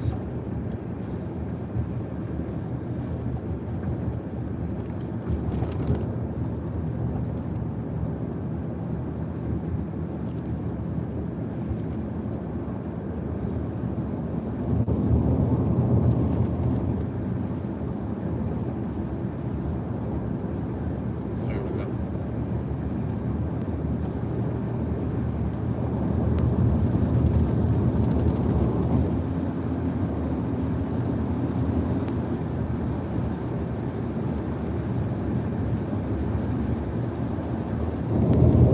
It's crazy how dark it gets fast out here.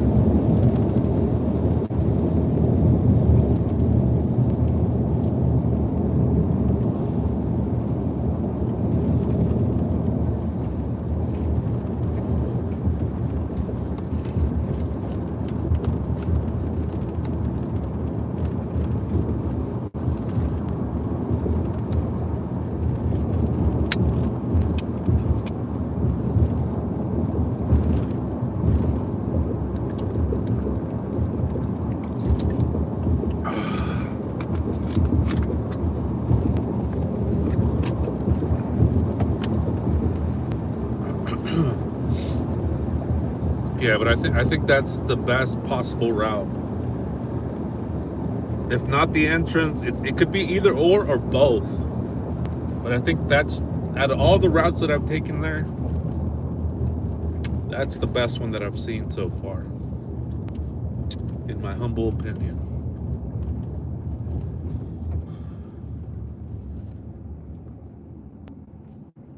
Yeah, how scared she was, right? Like, imagine her being in this truck right now, right?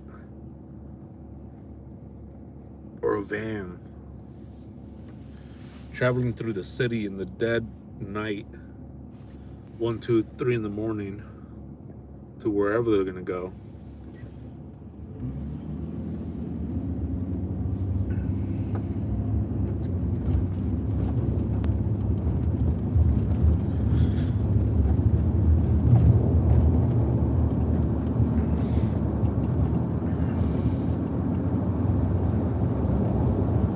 To catch an airplane to Mexico, I think that'd be tough. That'd be tough. To carry a body. I don't know. I think she's around here somewhere. I truly believe that. I truly believe that she's around here, like within a 5-mile radius of the house.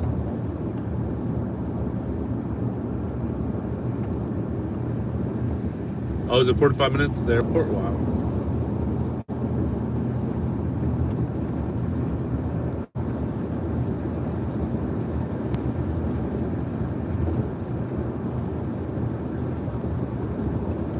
I mean, unless it's one of these houses out here where they took her. You know, one of these like trap houses, safe houses. You know what I'm talking about, right? Where they have these houses specifically for illegal activities. So it's not far-fetched to think that they could have taken her locally to one of these houses, safe houses.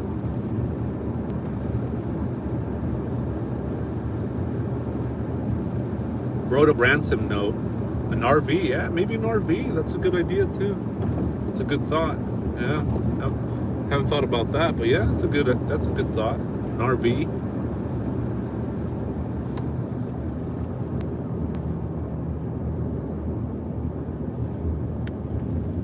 The route, yeah, I don't know, man. I don't know what to think of that route.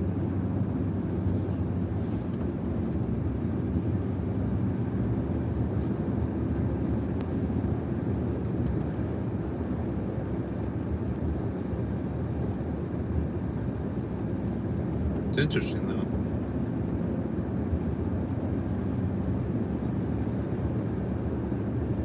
Yeah, I didn't think about an RV either. Yeah, that's a good thought. RV, holding her in an RV. And you can park that RV anywhere. Anywhere. Anywhere in the desert, too. You guys saw how vast the desert is out here during the day when I'm out here? I mean, miles and miles and miles of desert.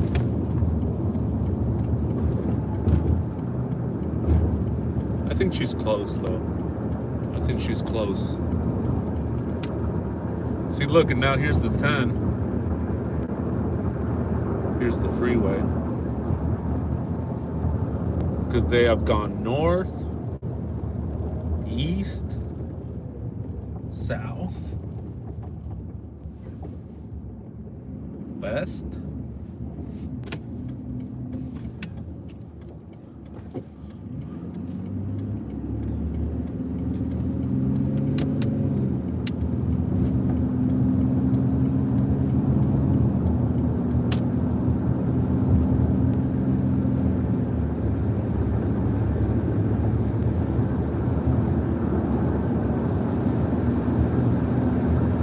All right, get cozy, everybody. We got 6 hours.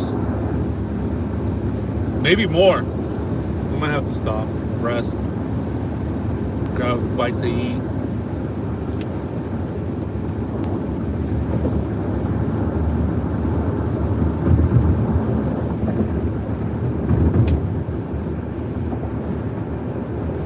We're almost to the finish line.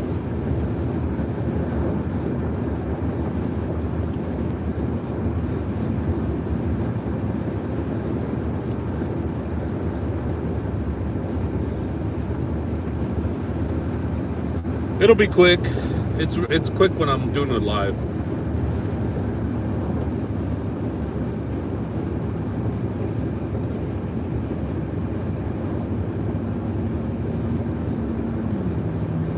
You're stuck in the glove compartment.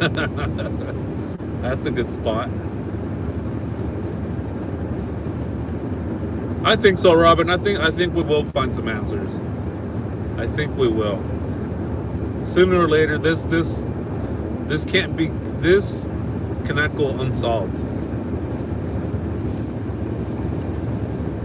There's no way. There's no way somebody gets away with this. There's just no way. Never.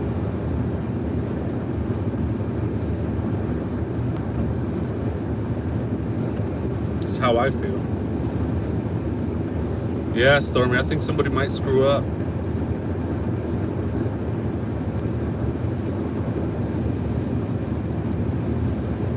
All right, Jax. Yeah, thanks for stopping by too. Appreciate it.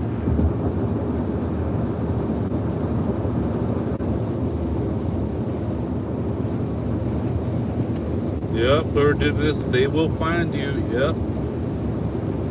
I mean, what do you guys think Porch Guy's doing right now? Right now. What do you think Porch Guy is doing right now?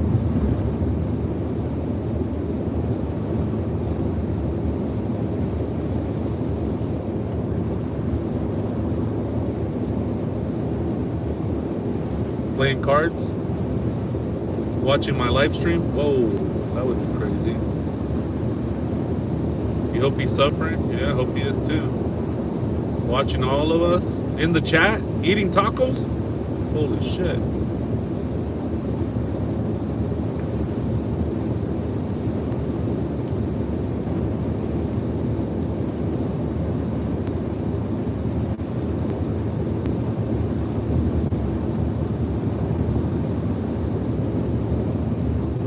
Listening to the live streams and laughing? Shit.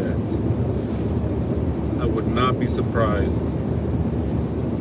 Yeah, you know he's watching. You know he's watching the news, right? He's got to be watching the news for updates. He's making ravioli? What the?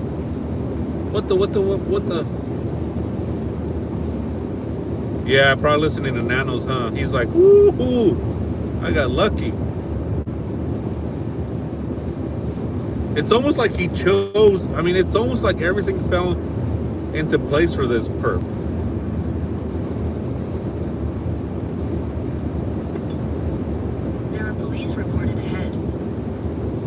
really? Well, we're going the speed limit, so I ain't worried. Is that the gym with nanos? Whoa, what? Porsche guy's at the gym with nanos, says Bama girl. What? Probably not sleeping at night without seeing Nancy's face everywhere he turns. I hope so, man. I hope he is haunted by what he did.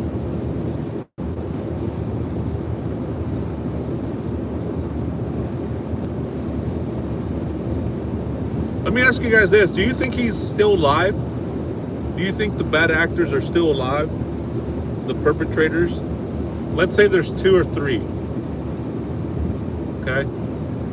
Do you think they're all dead? Do you think one's alive? Do you think none of them? What do you guys think? You think they're alive? Yeah, I think so too. You think at least one is alive? Yeah.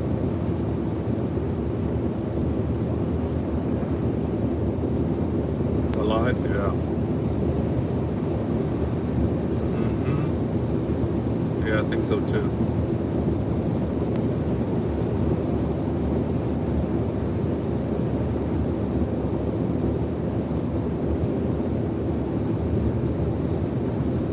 Yeah, they don't have a soul, you're right. Yeah, that's the thing is, you see how comfortable he was? Yeah, we're leaving Arizona, the beautiful state of Arizona. We'll be back. We'll be back. I gotta go to Los Angeles. We're heading to California. Oh, you weren't leaving, Jax? Oh, I thought you were leaving. Oh, you were saying bye, Tucson. Oh, gotcha. All right.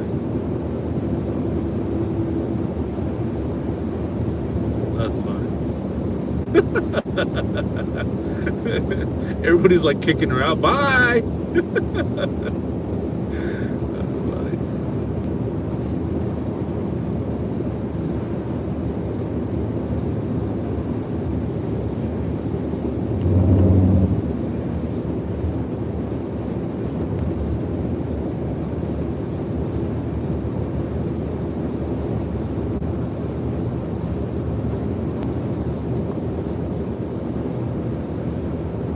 Yeah, see you soon. Bye, Jax.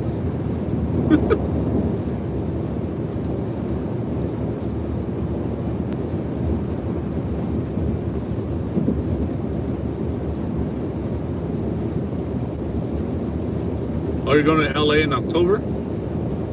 What are you gonna help him with? His taxes? His yard work?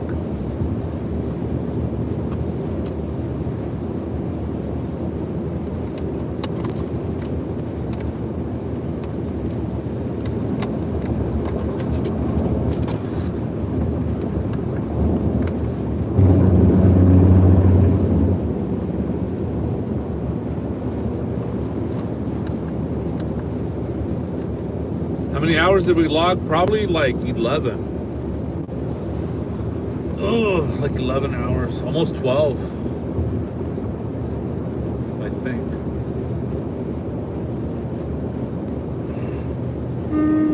We gotta do another 5 hours. 5.5 hours. No, it's not time for you to leave. Time for you to hit the like button. Guys, do me a favor, hit the like button. Hit the like button. We're starting all over.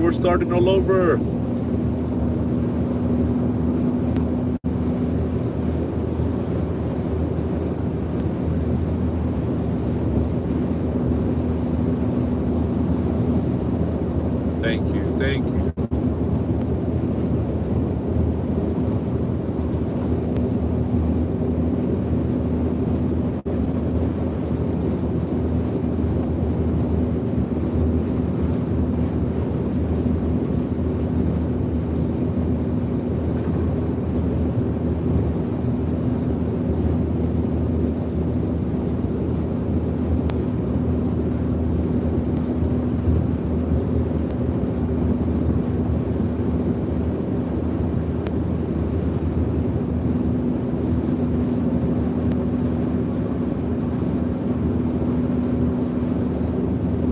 Hampshire? How far is that? How far is that from Texas?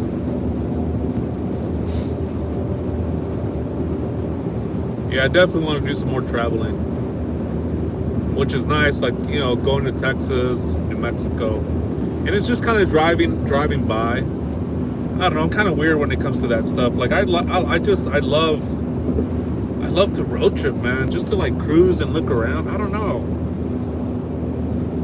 I like that. I like to just cruise and look at the scenery. There's something about it that I really enjoy.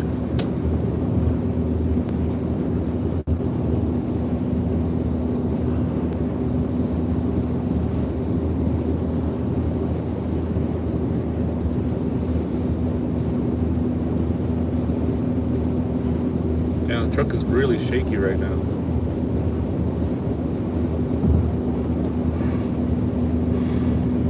Oh, what are you yawning? I should have left earlier.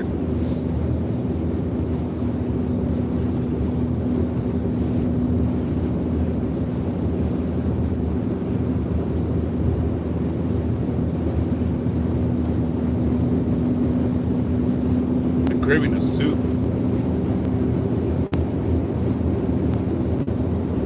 I need to get a soup.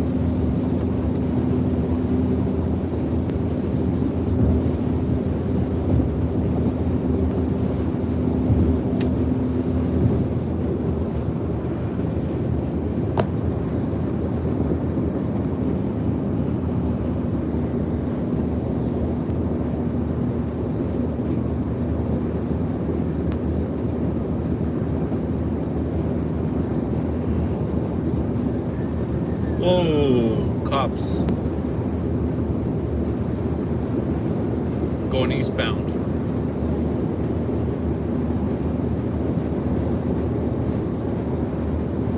With their lights on.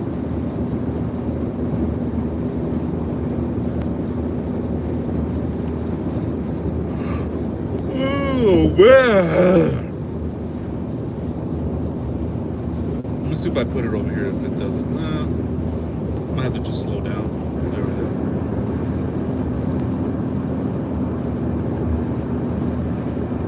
Hey Barbara, how you doing? Good to see you. We've actually been doing pretty good with the watch hours. It's 3,000 watch hours to get monetized for members, to get the members, the subscription. Was it members? And then it's 4,000 watch hours to get ad revenue. So we're halfway to, I think we're at 1,500 watch hours. So that's really good off of 2 videos. That's really good, I think. No, I got them right here.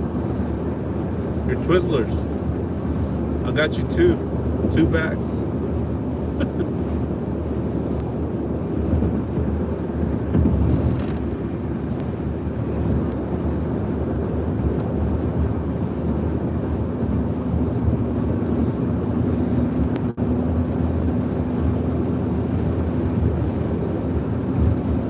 Tiny hand? Yeah, where's the tiny hand? Yeah, the memberships, I had to pause it for the other channel. So I'm moving everything to this new channel. And got to start over. Did I get your Sour Patch Kids? Yes. I almost ate them. So this is the new channel. We got to start fresh. We got to put in those watch hours. As soon as I get approved for the to be a member, I'll do that as soon as possible because everybody's been asking about it. So we'll get there pretty quickly, I think.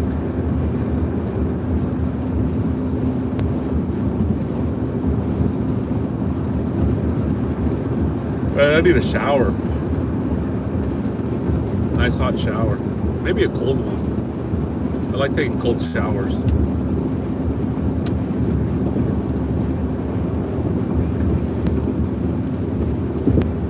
Yeah, those emojis. I know, all those emojis, man. I still have them saved, so the emojis, and then the for the Discord too. We're gonna be working on a new Discord with levels. That's gonna be cool. The emojis, the Discord, members only videos, members only lives. So it's gonna be nice.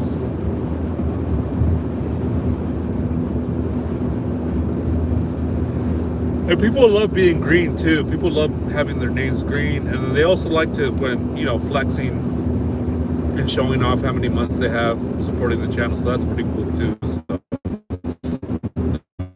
So I'm trying to put the hours in. I put the hours in for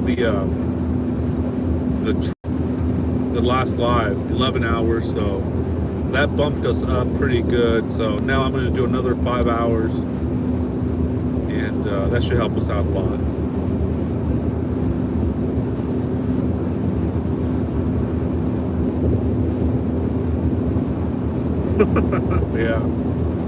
Yeah, we'll get there pretty quickly, I think. I mean, within 2 videos, I mean, we're halfway there, so that's such a good thing.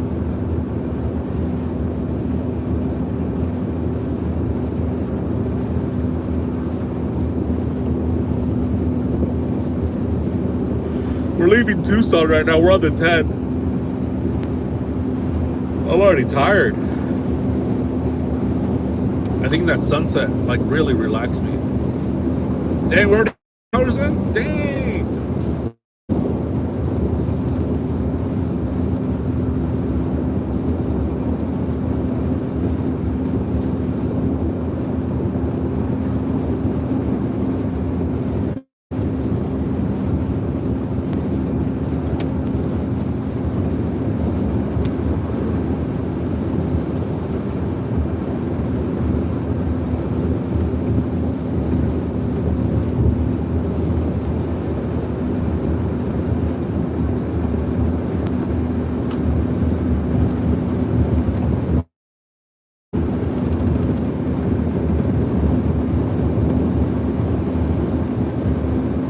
Damn, I'm craving a nice soup. You know what I've been craving? Menudo. I'm craving a nice freaking menudo.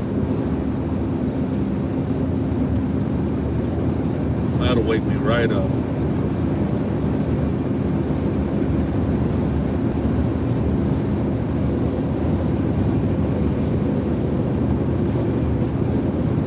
Night drives, evening vibes, yeah. Yeah.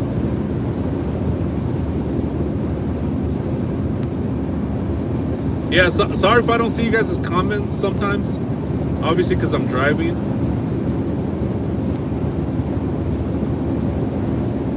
So I do apologize if I'm not seeing your comments. You're craving gas station food? Nice.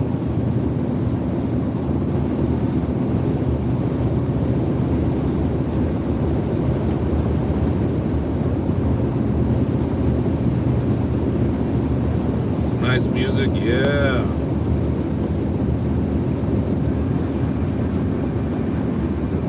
Hey, sweet Bree, how you doing? Good to see you.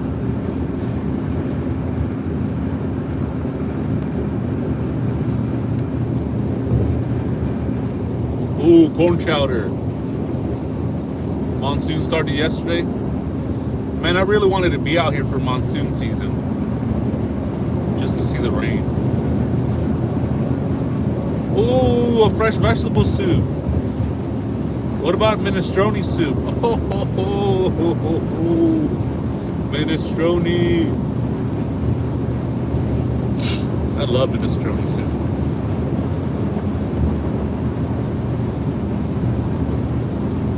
With sausage in it. Boom.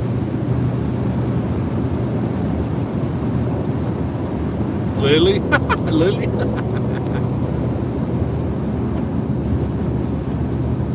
Ooh, making tacos? Nice. No sausage?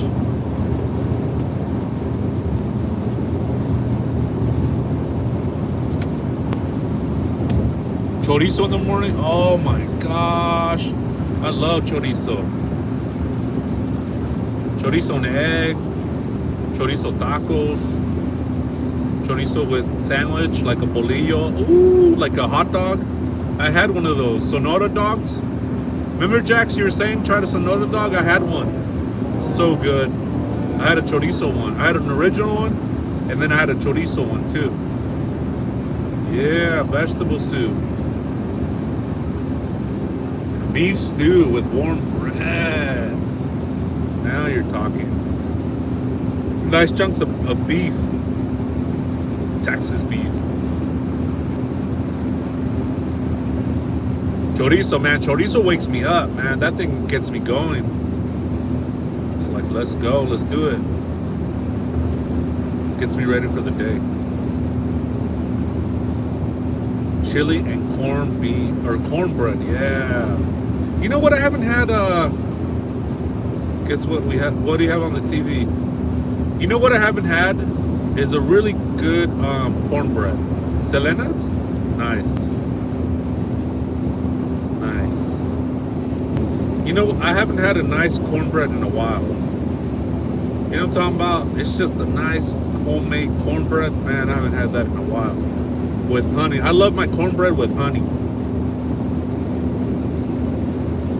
You make a great baked. What is that?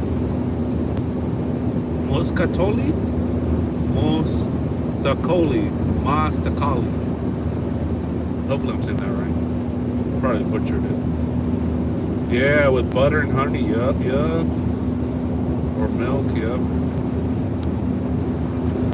Yeah, let's see if we can find a place that sells soup. I want a nice soup.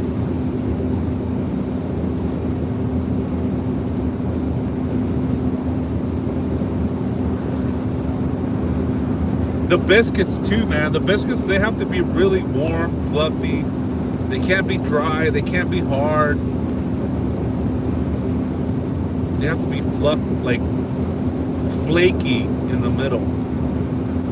Flaky.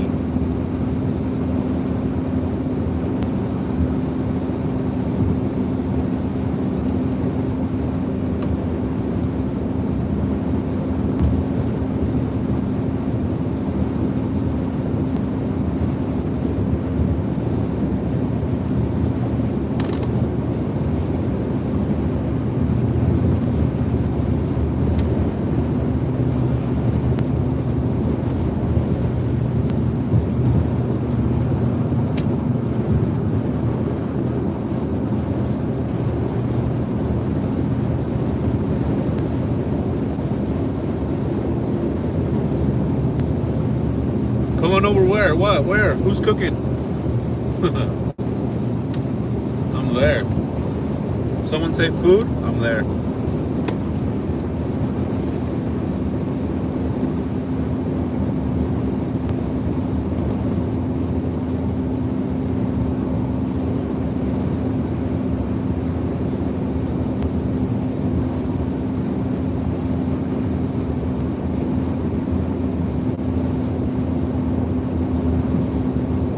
Chicken pot pie. Sounds good.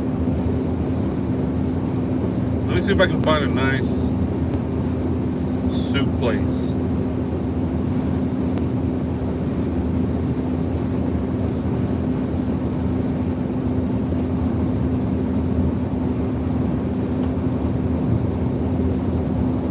Probably not. It's already 9:44. It's late.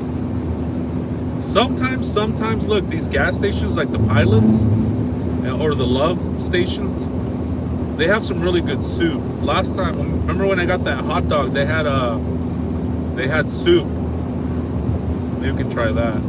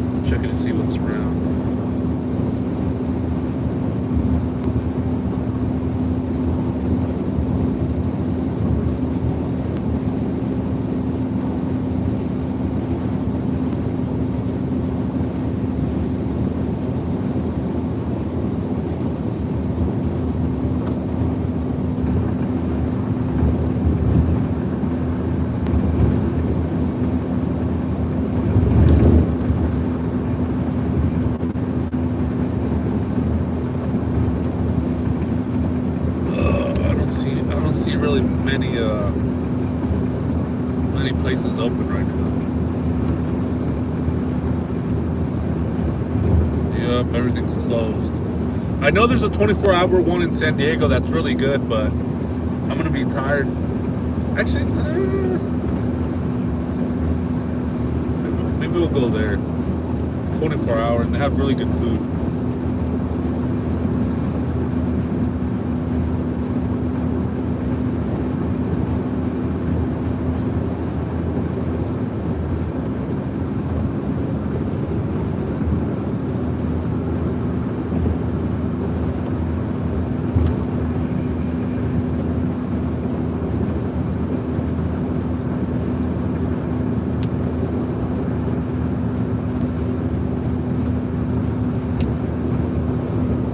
Pikachu Peak State Park.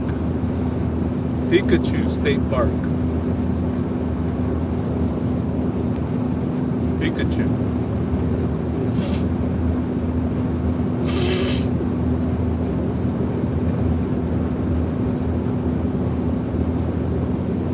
Been watching Breaking Bad lately. Such a good show.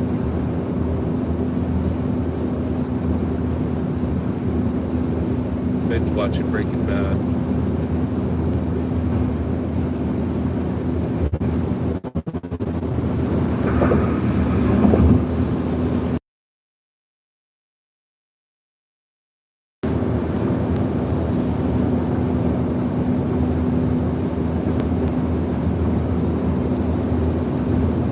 Whoa, is it raining? What the?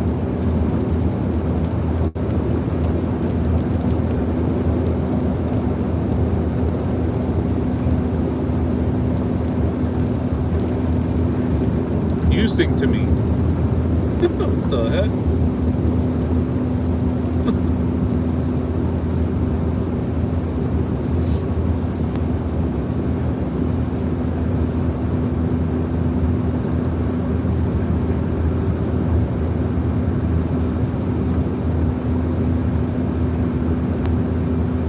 Panera? I'm not a big fan of Panera. Their portions are tiny, they're expensive, and it's not that great. It's not that good. They don't really have a good selection.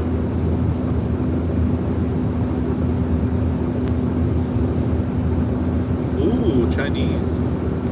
I know, you're just keeping me awake. Thank you. Lulu! Where you been, Lulu? Check in, Lulu. Come to my office.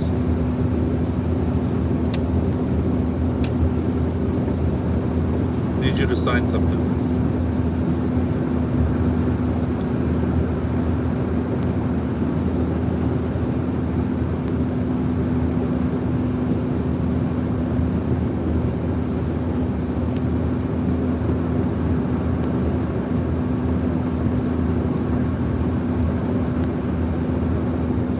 Chinese soups? Yeah. What about pho? Pho's really good too. I love pho.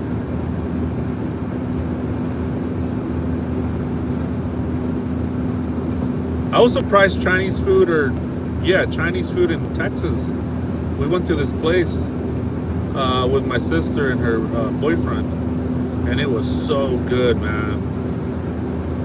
So freaking good. It was like it was a buffet, all you can eat, but it was to order.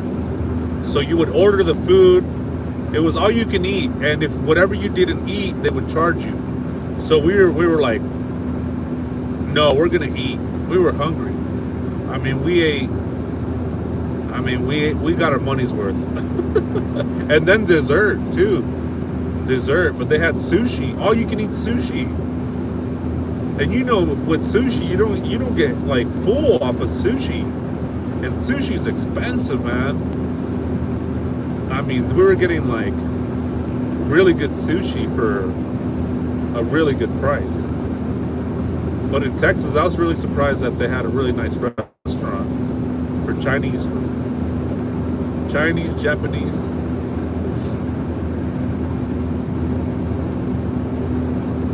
Lulu.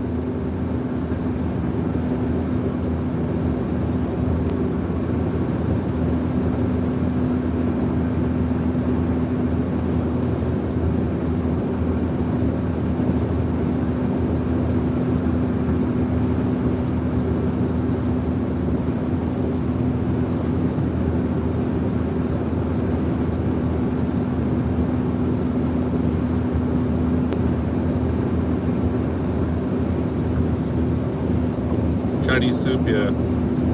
Sounds good. Oh, Houston? Yeah. Yeah, it is. Houston, yep. How's the drive, Zach? I am already tired. I'm so over driving right now. I'm so tired from driving. Egg drop wonton mixed delish.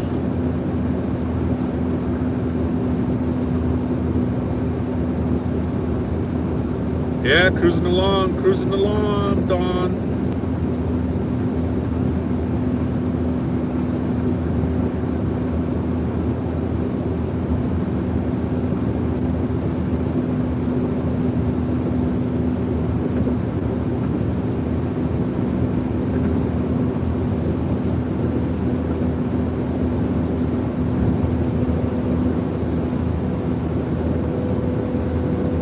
Cruising along.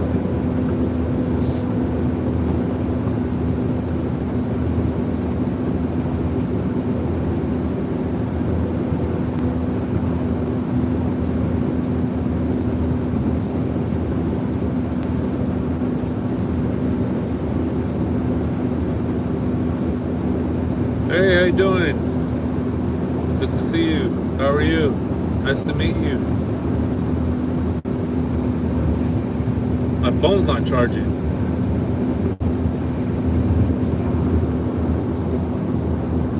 Why?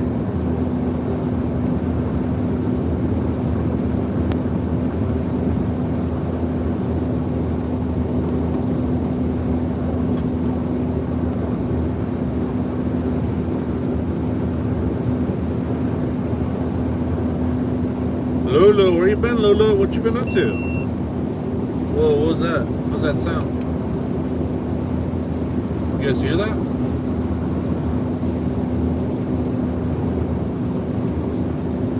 What the fudge was that?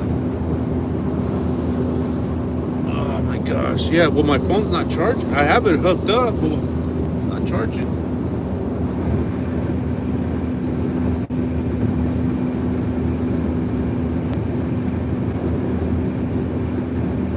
You heard it? Came from my power bank. Wonder why.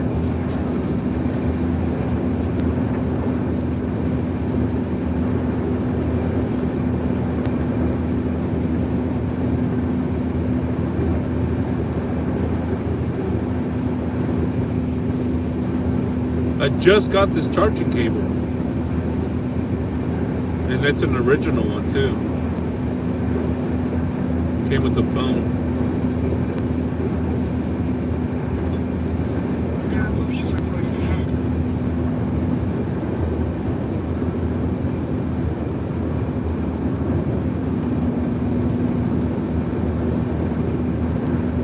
I'm gonna have to pull over.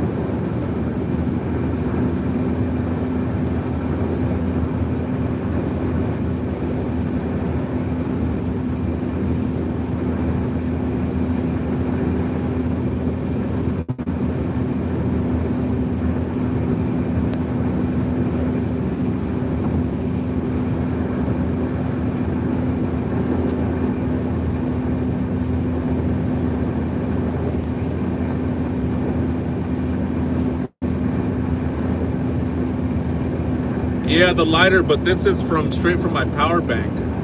So that was kind of weird. Maybe I was holding it too much, or I don't know. I'll check it right now. I'll see what's up. Because it's not, my phone's not charging, which is weird.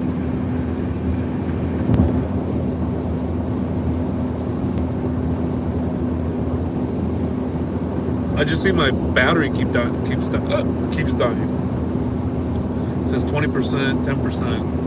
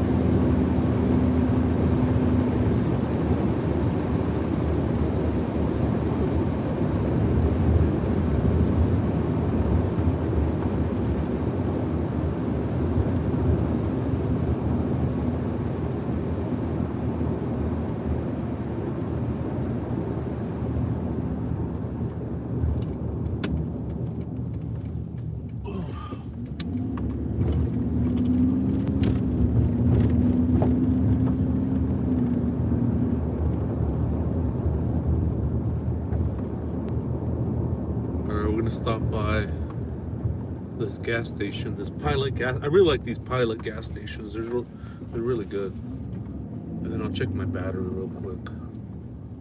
See what's going on. Oh, shit. Sorry. Damn, I didn't see that guy.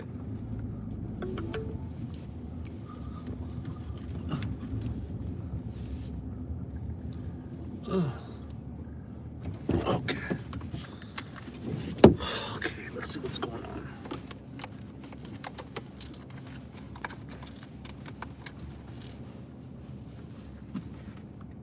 Oh, that's why. Hold on, I'll be back. I gotta use the restroom. I'll be right back.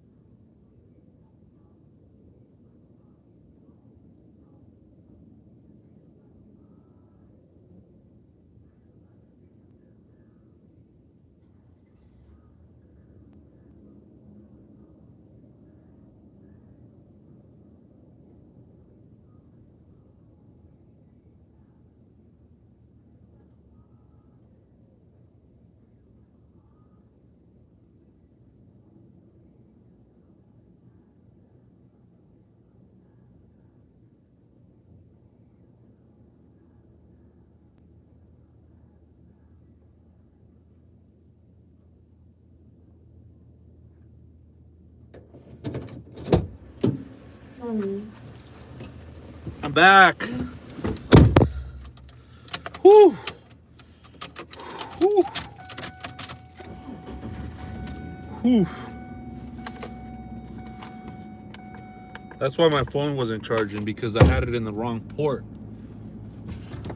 You saw Portal? And where's my tiny hand? Has made not one appearance on the new channel. Unacceptable. Unacceptable. What's this guy doing? What's this guy doing? Just go inside the store, man.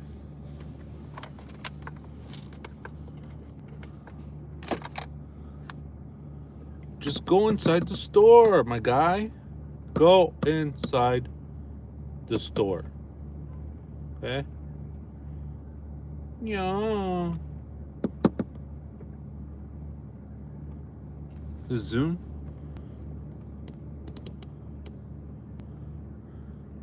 Look at the tiny hand. Look at that tiny hand. Majestic. Majestic. Look at that.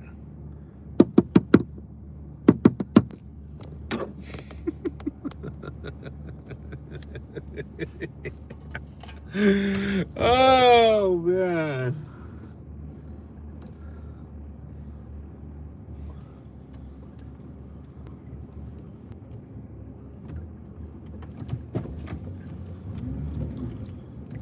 All right, let's get gas.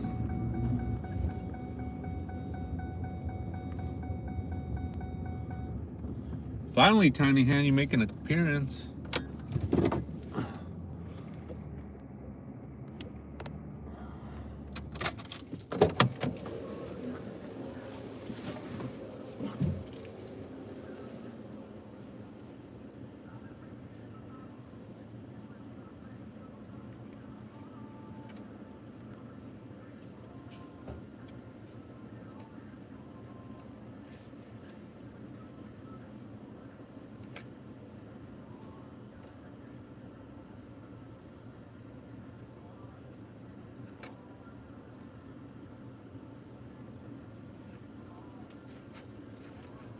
Oh man, I hate it when the pump doesn't work or the machine doesn't work. Now I gotta go to a new one. Should I get a hot dog? They have regular hot dogs here. I'm craving one. Should I get a hot dog? Yes or no? I don't want you guys to be like, sure, maybe, sure. I don't like it when you guys do that. Sure. Just say yes or no. Gosh. Yeah, like Robin, look, see? She says yes, exclamation mark. Or no, exclamation mark. Don't say sure. You know, have some convictions with your answers. Soups, I didn't see any soups, but I can double check. But they do have hot dogs. Let me get some gas.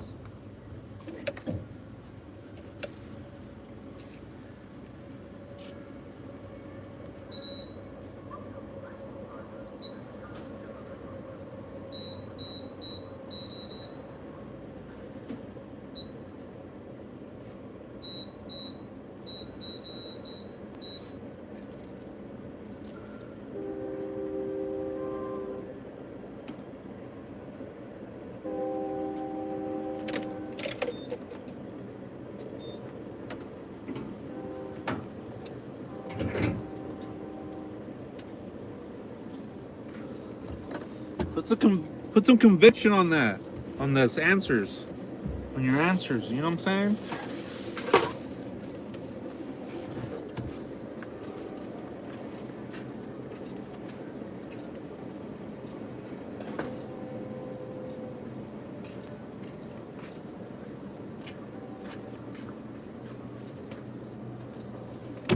I didn't see any soups though. There you go, Stormy. That's what I'm talking about. I like that. I like that a lot.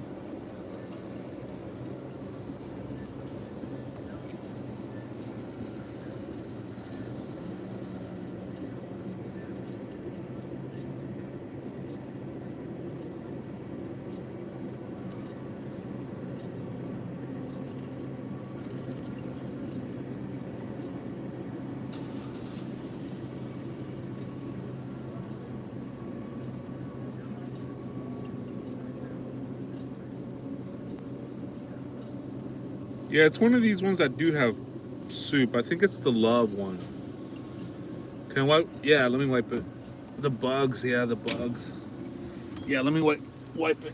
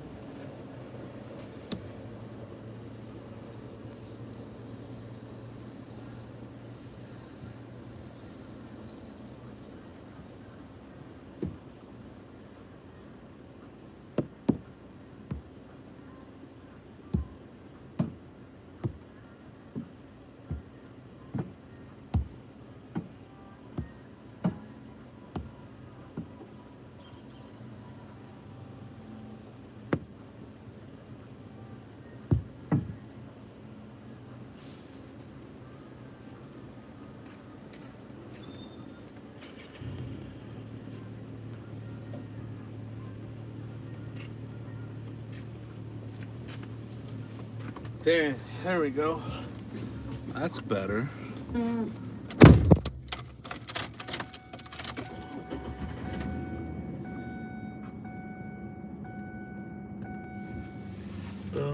What was I gonna do? What was I gonna do? Oops. I think I just messed it up.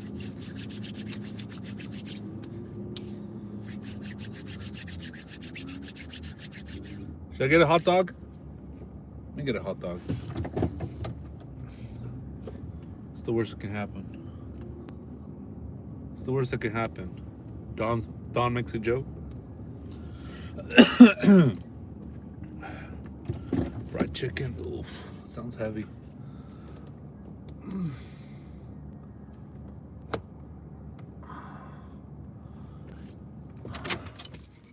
I'll go grab one real quick. Hold on, alright? You guys want anything? You guys don't want anything, huh? Nah, you guys are good.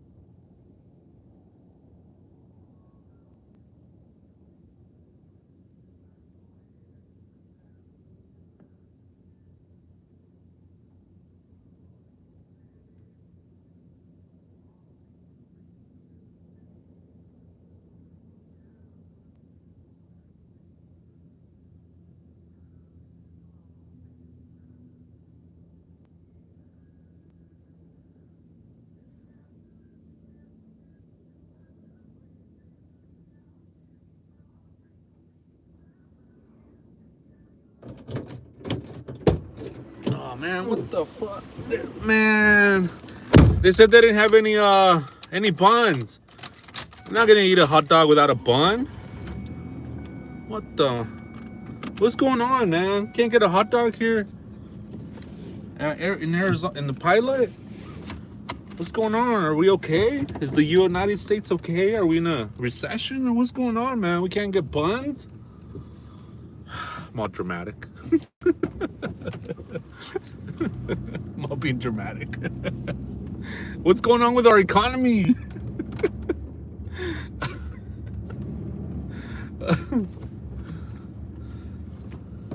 What's going on, man?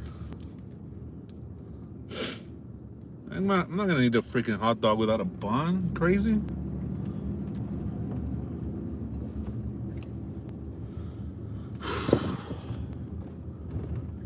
Unacceptable. Sourdough? No, they didn't have any. Yeah, that could have been good. Sourdough? Yeah. Actually, it's good.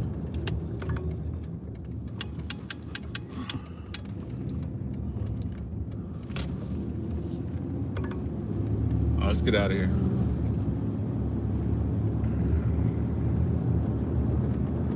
That is not American. Unacceptable. Do they have tortillas? That's funny. No, but I would have definitely done that. Whoa, what's going on there?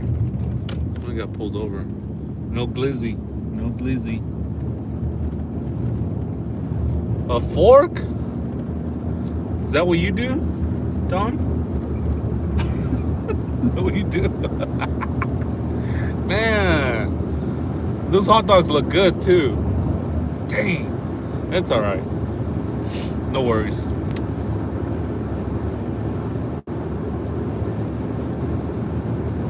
No problem.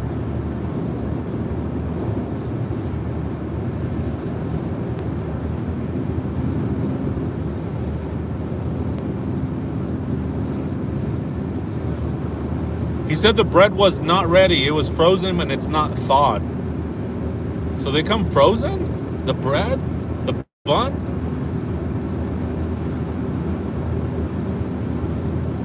Is anything fresh anymore? Firehouse subs. Ooh. Well, at least we got a full tank of gas. So I'm not worried about nothing right now.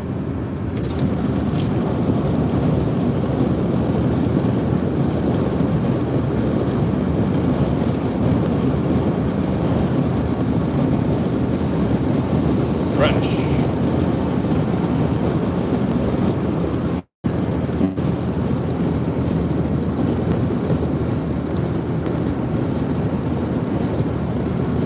Oh, thank you, Don.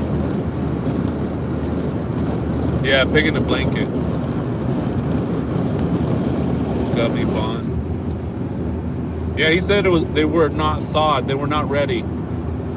They don't have any thawed ones. I should have said, so what are you waiting for, man? Go bust out the box. You know what I'm saying?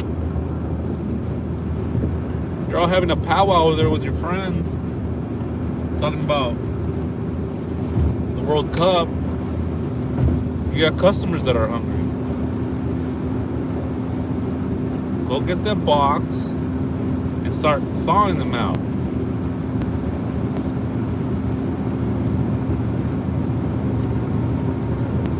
Okay? You guys can exchange numbers and talk about that after work.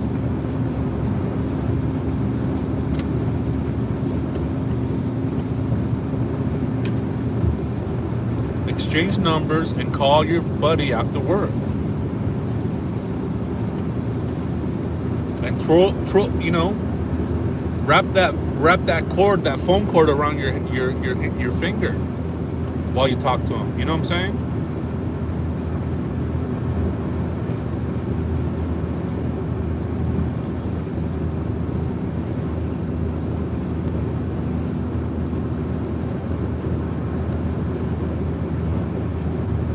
Am I hangry? Yeah, a little bit. A little bit. Can you tell? Grab the box from the freezer. I'll put some gloves on. You can talk to your buddies. Okay? And I'll thaw them out. I'll thaw them out. Real quick. Quickly. I'll do it quickly too.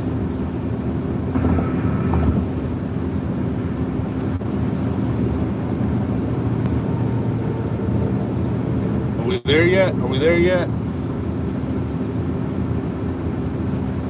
Grab the box. I got it. Oh, McDonald's, look.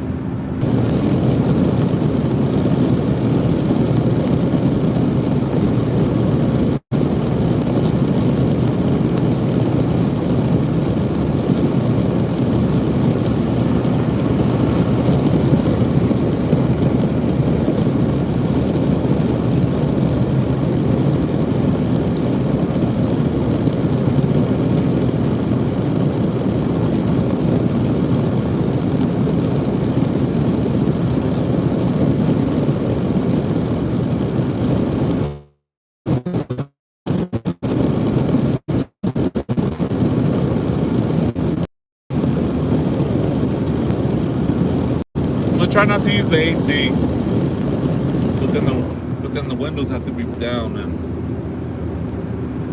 fresh new tint. I might put the AC on.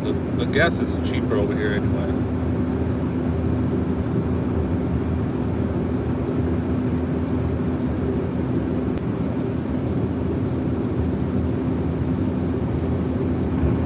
We buffering?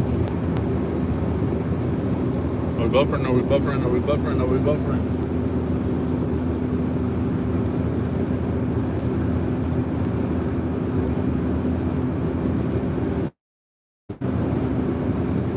No? Okay, good.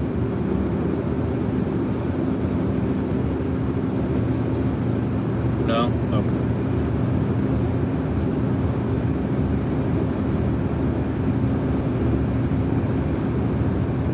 Not now? Okay.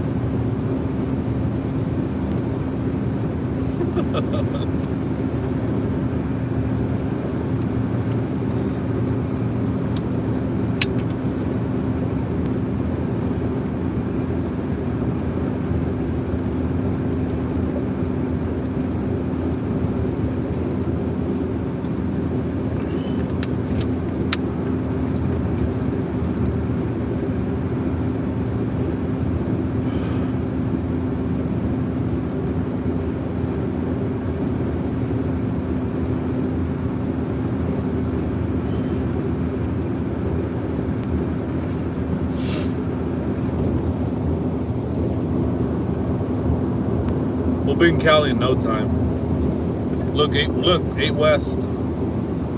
8 west. No problem.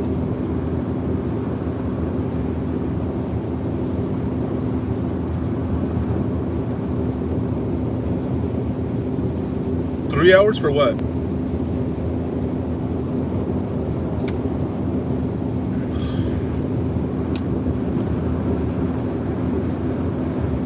Three hours for what? What do you mean? What you talking about? What you talking about, Willis?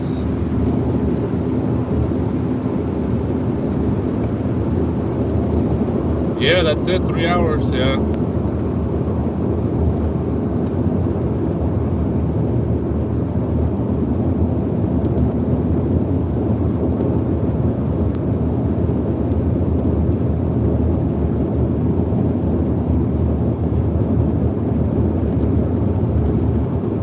Yeah, and I got five hours to get to Cali, so 5, 6, 7, 8. So we'll do about an 8-hour stream today. ¿Qué te parece? How you like that? ¿Qué te parece? ¿Qué te parece? Stars, estrella.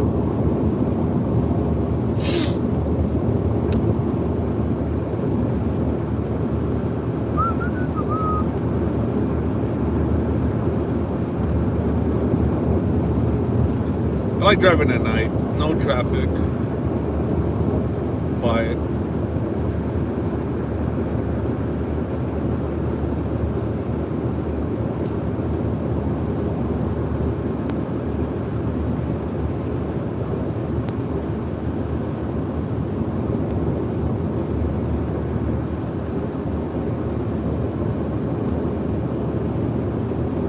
No, I drove through San Antonio.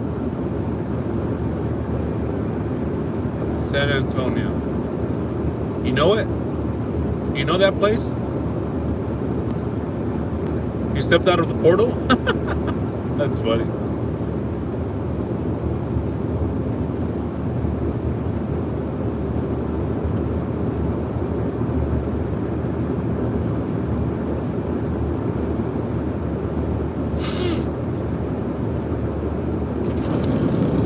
Let's get some fresh air.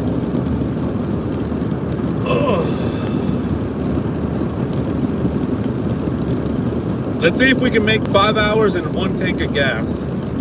So I'm not gonna turn on the AC because the AC does really kill my my gas.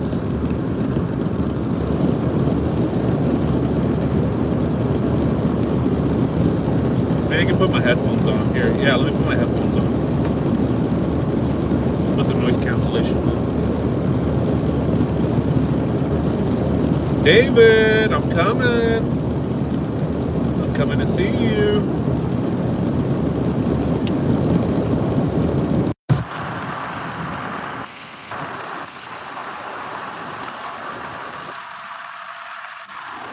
David, I'm coming to see you.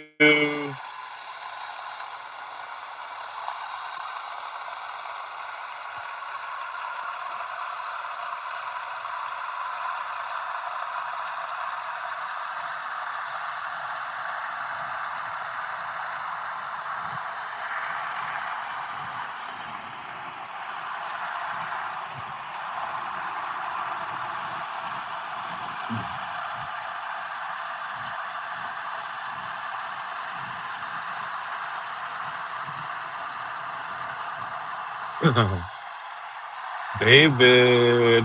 Gonna come see you.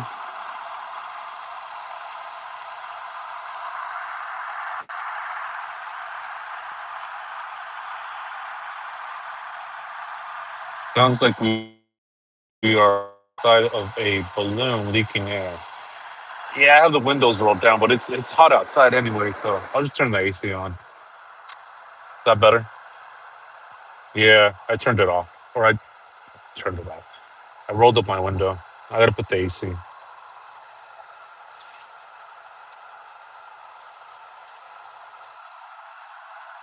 D long, D long.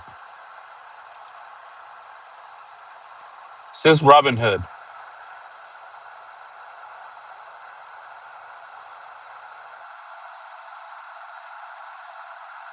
Better with the headphones on. Yeah.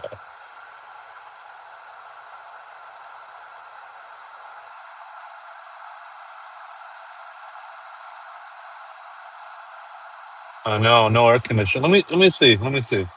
That way I can save on gas. Where are we? We are in. Where are we?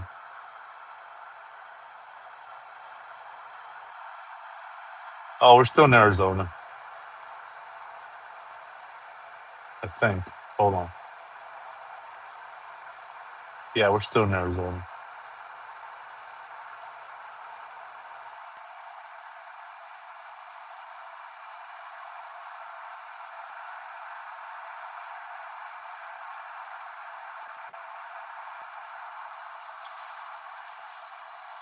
Jacamelin, Jacamelin.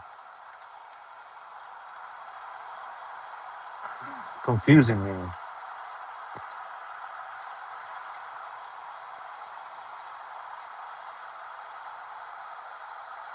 Good night, Sunflower. 89993456789. Why you got so many numbers at the end of your name?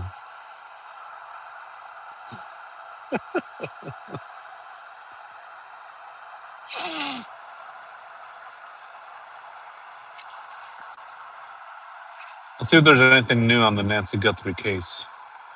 Maybe listen to some Brian Anton.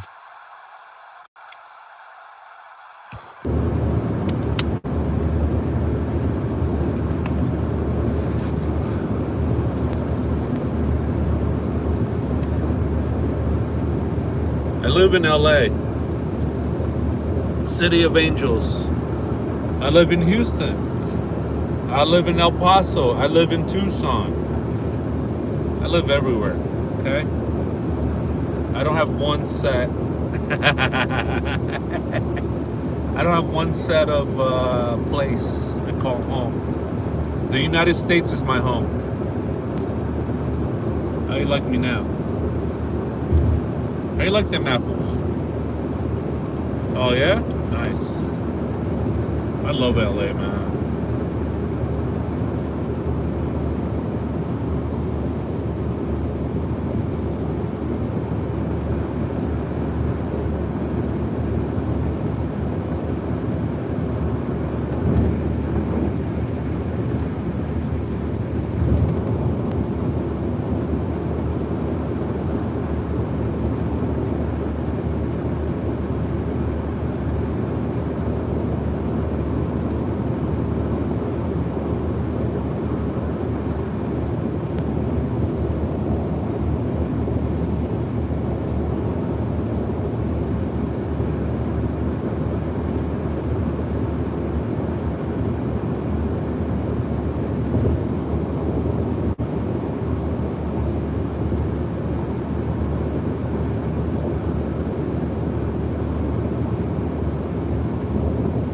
I have 6 cameras outside of my house. I'm not scared. I just want to know if I need to be scared. That's a good point.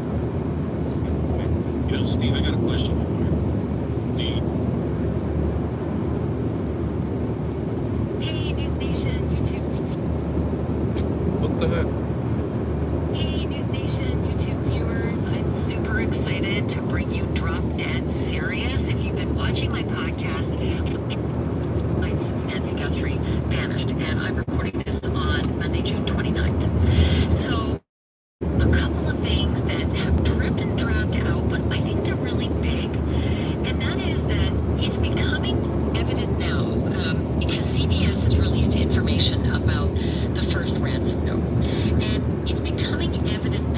guys hear that?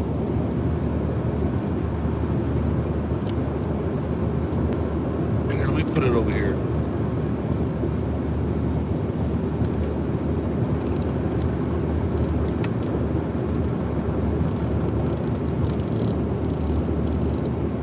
Oh, you can? Barely? Barely? Okay, let me move it closer.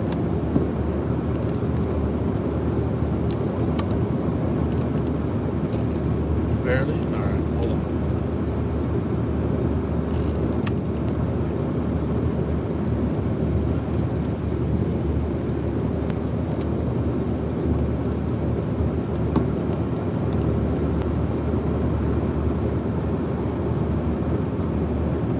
Are we there? Yeah.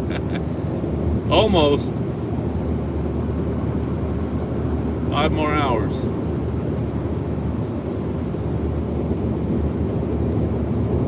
According to CBS, that first ransom note included a detail. You've heard this before about Nancy Guthrie's Apple Watch, but what you may not have heard before was what the details actually were about the watch. We all assumed, yeah, okay, of course, she's got an Apple Watch. We all had Apple Watches. Yeah, sure, it's in her bedroom. No, it's a lot more specific than that. It's, in fact, an Apple Watch with a white band. Whoa! That was on her floor. Whoa! On the floor of her bedroom. Now that's specific. That is specific. Yeah, let's do a show. Let's do it. You tell me. I'll be on the computer. Because I can't do shows on my phone, obviously, but... Or is there a way? No, I don't think so. But, yeah, let's shoot for this week. What's tomorrow? Wednesday, Thursday? Yeah, Friday, Thursday, Friday, Saturday, Sunday. So I'm going to be in court all week next week. That is very specific, very significant. First of all, I'm trying to wrap my head around why an Apple Watch would be on the floor. I don't think there's a whole bunch of us among us right now who would charge our Apple Watches on the floor. Mark the Shark 943 at outlook.com. I'll have one of my mods drop it. If one of my mods can drop my email. Yeah, let me put it back. Did you guys hear that? That the Apple Watch had a white band. Dang, that's crazy. Let me rewind it. Thank you, Sharon. And that is that it's becoming evident now, because CBS has released information about the first ransom note. And it's becoming evident now, according to CBS, that first ransom note included a detail. You've heard this before about Nancy Guthrie's Apple Watch, but what you may not have heard before was what the details actually were about the watch. We all assumed, yeah, okay, of course, she's got an Apple Watch. We all have Apple Watches. Yeah, sure, it's in her bedroom. No, it's a lot more specific than that. It's, in fact, an Apple Watch with a white band that was on her floor. An Apple Watch with a white band that was on her floor. That's pretty specific.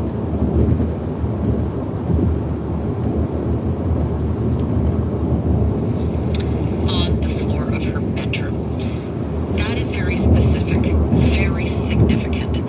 First of all, I'm trying to wrap my head around why an Apple Watch would be on the floor. I don't think there's a whole bunch of us among us right now who would charge our Apple Watches on the floor of our bedroom, let alone an 84 on our nightstand. Did it get knocked onto the floor? All right, I got your email. Cool, thank you. Watch onto the floor, and that's what the kidnappers wrote, and that may be why the FBI and the Guthrie family are taking the first two ransom notes seriously. The first two, of course, if you get confused, you're forgiven. It was a lot. The first two notes that came in, first one came to TMZ and two local Tucson T stations. The second note came into one of those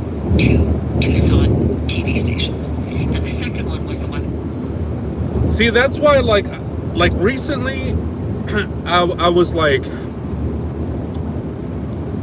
you know how people were going back and forth whether the notes were real or not. I was like, you know what? I think they are real. I think the ones that she got, the ones that she believed that there was something in there. She believed there was something because we only have bits and pieces of the email out of context. So they're reading the whole page. So what else was in that ransom letter that made Savannah believe that it was real? And I think there was more. I believe there's more details that we're not privy to the ransom letters. And I do believe that the one that Savannah was saying, where she says that we will pay, I do believe 2 of those letters are real. The ones that she got, the FBI were looking over, I think those are real. And in connection with the kidnappers. So what else is there that makes Savannah believe, yes, they do have my mom, we will pay, other than the watch? And I think there's something else in there that made got them scared. I think this is part of it, the watch. But yeah, they definitely will not tell us. Let me play this. Saying, sorry, something went sideways. We underestimated Nancy Guthrie's health and she died. And for that we are sorry, and she's buried with nature. So it's important now to look back at the details on that first note when they said, we have your mother, Savannah, we have your mother for $4 million, we'll give her back. If you miss a deadline, we go to a second deadline and we up the price to $6 million. And the wording is quite specific. The person who has the most specific wording, Brianna Whitney, who is a reporter for Crime Junkie, the podcast. She used to work for Arizona Family and owns 2 TV stations in Tucson, so she is directly connected. She also broke a lot of news on the Nancy Guthrie story. She is going to join me shortly to talk about all of the things that she knows. She has seen the wording of this second ransom note. What? The one that had the apology. And lest you wonder, here is what Brianna has actually reported about the wording. She said, the note said, quote, we never intended to hurt her in all of this, meaning they never intended to hurt Nancy Guthrie. Oh, what did they expect was going to happen if you take a 84-year-old woman out of her bed in the middle of the night, breaking into her home dressed like that? What do you expect? In any case, Brianna Whitney says this note went on to say, we never intended to hurt her in all of this. She perished shortly after she was taken. Perished. Weird wording. She was buried with nature. Also weird wording. I have said multiple times, I think this sounds like it's a translation. Someone who doesn't speak English as a first language. It went on to say, according to Brianna, nothing you could have done could have changed the outcome. And the last thing that Brianna said, Yeah, that's a good point. What did you intend, right? So strange. Oh, man. But I wonder what the other note is. These notes, man, this is wild. Of the second ransom note had in it was, we are truly sorry. Brianna's did amazing reporting. She was out. We are truly sorry. Truly, we're sorry. The fudge? Front and ahead, all the way through those first unbelievable 2 months of the Nancy Guthrie investigation. Been a couple of other things that have broken as well here on day 149. I want to catch up to speed on some of them. It should be noted that CBS has done some really good reporting on this story, and just in the last couple of days broke the story of how the ransom note actually started off, how it was written. And right off the top, the chilling words, hello, Savannah. We have your mother, Nancy. Whoa, hello, Savannah. We have your mother. Damn, this is crazy. I haven't heard this. This is crazy. I've been out of the loop. Speed on some of them. It should be noted that CBS has done some really good reporting on this story, and just in the last couple of days broke the story of how the ransom note actually started off, how it was written. And right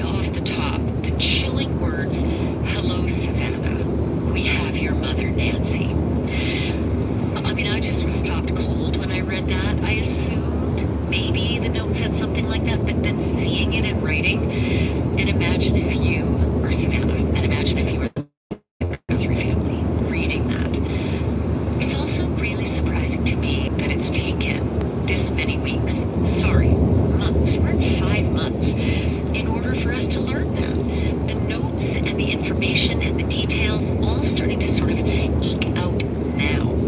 And some other details as well. I feel like I almost missed this detail, and it's worth repeating, because Howard Bloom from Airmail, he's got a publication called Airmail, he also reported something last week that was pretty interesting about the first ransom letter that was sent to the TV stations and to TMZ. And Howard Bloom says that that letter, that email, that correspondence, it actually detailed the terms for an exchange. So I don't know if that just means said the amount of money, or actually laid out the logistics of how this is going to go down. Because if that's the case, we have not heard this. Like, you know, X amount of money, or put this in the Bitcoin. That's what meant by the terms of the exchange, or if he just meant how much money, you know, if that's what the kidnappers actually just wrote, was just how much money it was going to cost without the detail of what would come next, how they would return Nancy Guthrie to the family. But upon reading it a second time, I even questioned it myself, wondering, hold it, did they actually list out how to get Nancy back? Whoa. I feel like no. I feel like that would have come out by now, or the FBI or the Guthrie family would have acted faster. I mean, that's very specific, right? In any case, I just thought it was worth noting again, and it just, again, was followed up by she is safe but scared. Well, that would change in a couple of days, because just a few days later, a second ransom note from the same sender with the same Bitcoin wallet address, so you know it's the same people, right? How else is anyone going to know the Bitcoin address? Those folks listed the I'm sorry, you know, missive. News Nation's also reporting something, and I'm curious and suspect, and I'm not sure if it's a mistake or just a sort of a syntax error, but I'll tell you what they've said. They're quoting the Howard Blum Airmail report.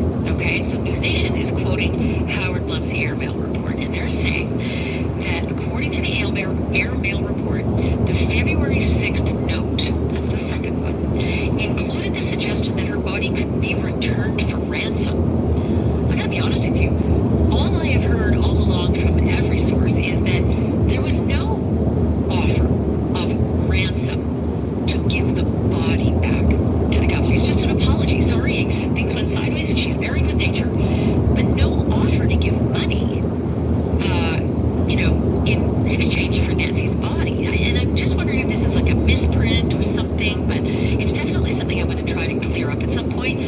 Then other really big news today, Harvey Levin at TMZ has been receiving a lot of the communications, right? He received the very first ransom note that the FBI says is real, apparently, according to the FBI sources who have spoken to multiple media outlets. And then another round of ransom notes came to TMZ. This one's harder to believe, and it's weird. It's somebody who says that they're not involved with this, they didn't do it, they didn't take Nancy, they weren't responsible, but they know who did. And they're willing to cough up the details of who did this for the price of one Bitcoin, somewhere around, depending on the day, $70,000, $80,000. And these people have reached out to Harvey and TMZ multiple times. Angry that they're being ignored, angry that no one's paying, and the last time, just last week, they reached out again saying, we have video of the players, of the multiple people involved. And the video is of the main guy and Nancy, likely on the last day she was alive. So very, very specific. And whoever this jackweed is, has said that it's on a phone and it's in a secure location, and for the price of the Bitcoin, you'll get the location and the password to open the phone. It's all very sus, I'm not gonna lie, and Harvey feels the same way. He even said, okay, fella, first of all, back when, you know, the notes just got a little testy, he said, look, just claim the $1 million reward and give that info up. And that jackweed said, well, I'm afraid of law enforcement. So Harvey, playing chess, not checkers, said, fine, we'll get the $1 million for you. We'll pay you the $1 million. You tell the FBI, you tell us, we'll pass it to the FBI. Like, you know, no harm, no foul. And the guy went silent. So, but then he came back. And what the heck? Harvey was gonna pay the $1 million ransom? Holy shit. Or the reward? Dang. Dude's got some deep pockets. He was mad. And now he's saying he's got video, or she. Some are suggesting in the FBI, according to sources, that the tone sounds like a woman writing these notes to Harvey. I can't weigh in either way. However, I will say this. Harvey has gotten another piece of information on all of this. Harvey suggested to the FBI, I'll do a documentary on this, and I will pay that Bitcoin to get this information. But I'm not going to do it unless I got your blessing, right? I don't want to mess with this investigation in any way. So he checked with his FBI, because the FBI is working with TMZ, right? TMZ got the original note. The FBI is working with TMZ. So Harvey spoke with the FBI contacts that they have and said, I'd like to do this documentary, pay the Bitcoin, and call this guy out. Because what's the worst thing? We'll be out the money, but we might get the information. So the newest reporting from Harvey, and this is fascinating, is that the FBI is not ghosting Harvey anymore. The FBI is responding. And interestingly, the FBI is saying to Harvey, stand down, don't do the documentary. And then this. And I'm going to read specifically from Harvey. He gave an interview to CBS, and this is what he said. This is Harvey. I was told that they feel like they're making progress in terms of identifying this person, and they think they can do that. I mean, stand down. Why? Right? So we have Harvey saying the FBI's told him, I think we're making progress in terms of identifying this person. And I'm taking that to mean Jackweed, who's pestering Harvey, saying, I've got the goods, I've got the info, I'll serve these kidnappers up on a silver platter. I'm assuming that that's what the FBI is telling Harvey, that they're making progress in terms of identifying this person. But then Maureen O'Connell, who is a former FBI agent and was speaking with another former FBI agent, said that that source told her that they're close to finding Porch Guy.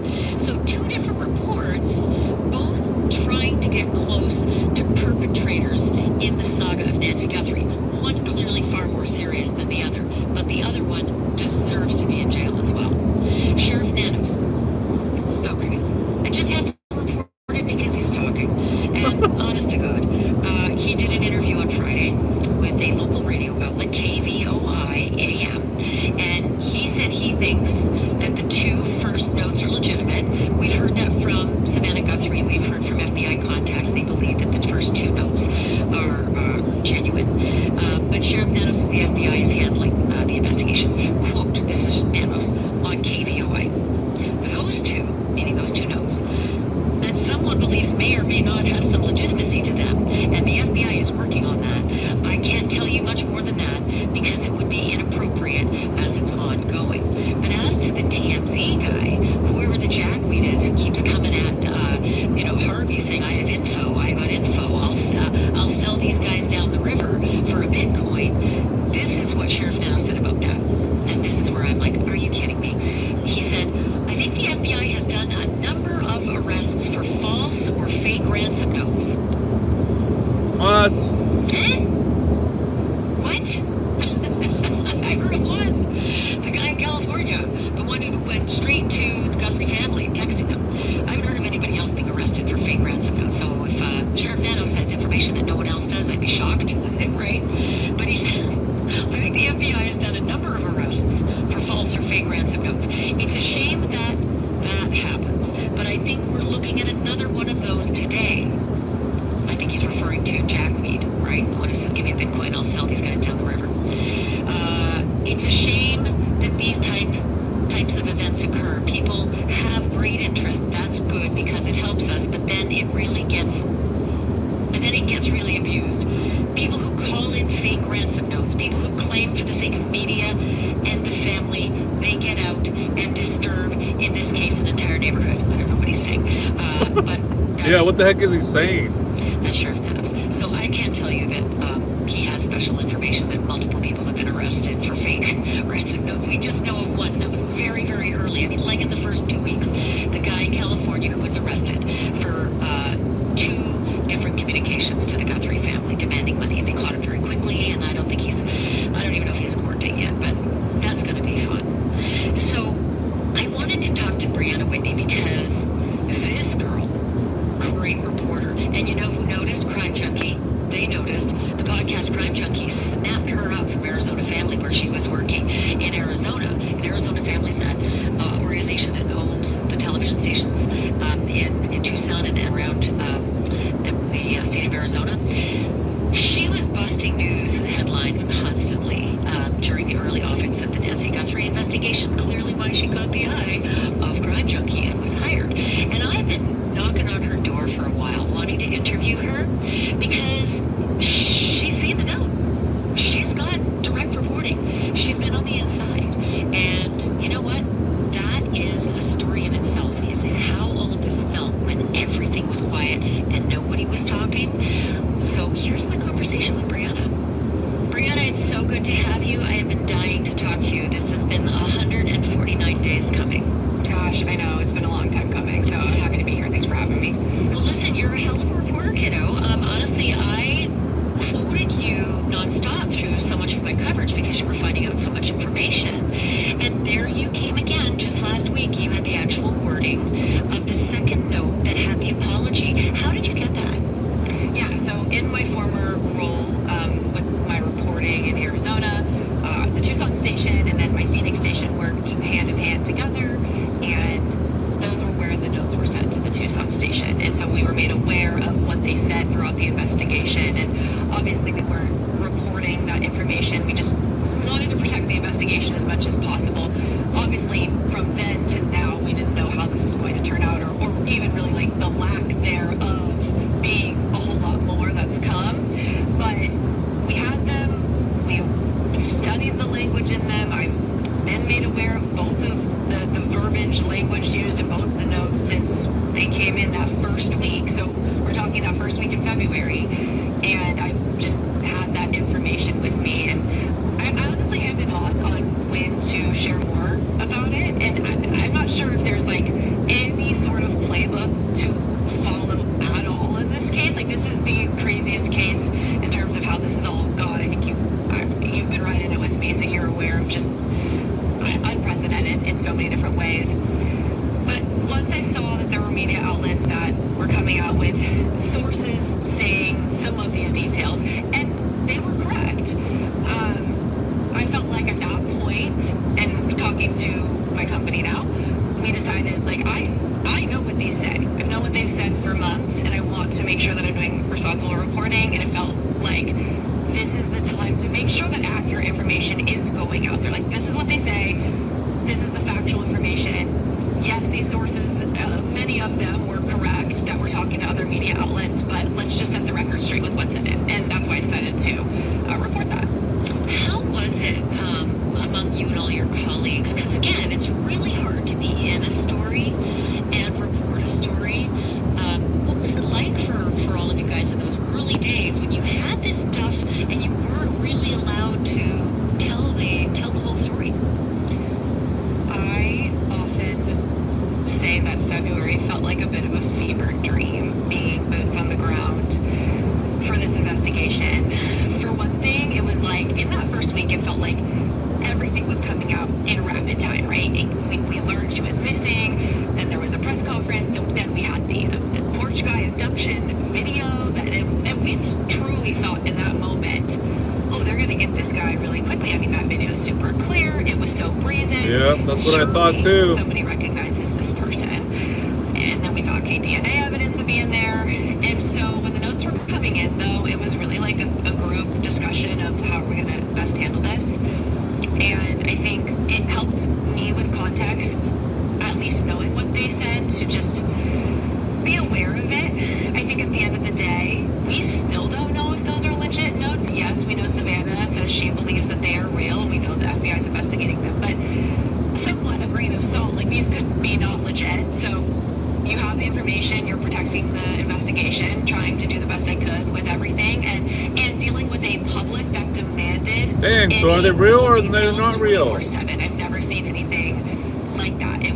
was hard. It was extremely challenging. It was emotionally taxing. Every time though that I would get to a point where I was like, oh my gosh, like this is overwhelming, and we're working a bajillion hours a day, driving from Tucson to Phoenix back and forth every single day, I would stop and think, put yourself in Savannah Guthrie's shoes, because oh my god, I feel so much for her, what they're going through, this being so public, and the fact that she is one of us. She's a journalist, she reports on these things. I cannot imagine, and that kind of helped keep me afloat during those times. Yeah, and you're right. I mean, in the work that we do, the reason that we... You know, I was looking at videos earlier about the case, and there's a lot of videos of Nancy and Savannah together in the show. I didn't know there was like more segments of her mom and Savannah on the Today Show.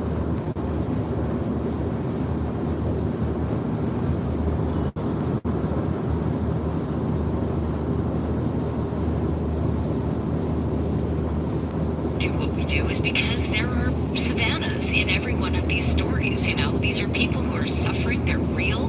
These stories are horrible. They may be fascinating, and they may be mystifying, and they may be puzzles to solve. But at the same time, there's someone at home desperate for an answer or for a resolution for justice. And I won't even say closure, because they never get that.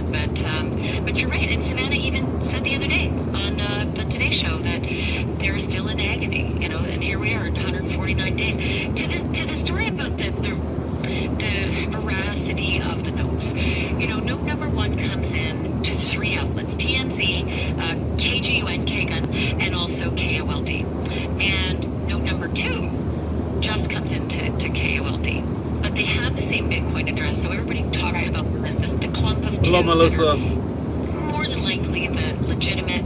Savannah says she feels they're legitimate. FBI seems to indicate to her and sources that they're legitimate. But then CBS came out with this just this week or last week, a detail about the Apple Watch with a white band that was on the floor of her bedroom. The floor. Had you ever heard anything about the Apple Watch being on the floor? Yes, that is in the first ransom note. Well, to me, that's a game changer. And I only say that because an 84-year-old woman doesn't charge her Apple Watch on the floor. She would put it on her nightstand. Right. And it would probably end up on the floor after a struggle of some kind. You get caught in the wire and it comes flying off. And so that detail is just too weird to make up. Or to just sort of cross your fingers and say, I'm going to throw out a crazy idea. Let's just say the Apple Watch is on the floor and hope it was. That would be impossible. So for that reason, it almost feels like the one deep porch light, you can see that was broken. You know what? When it comes to details and ransom letters, I don't know, man. I think you could do better than that. Hey, have a good night, Zach. 207, how you doing?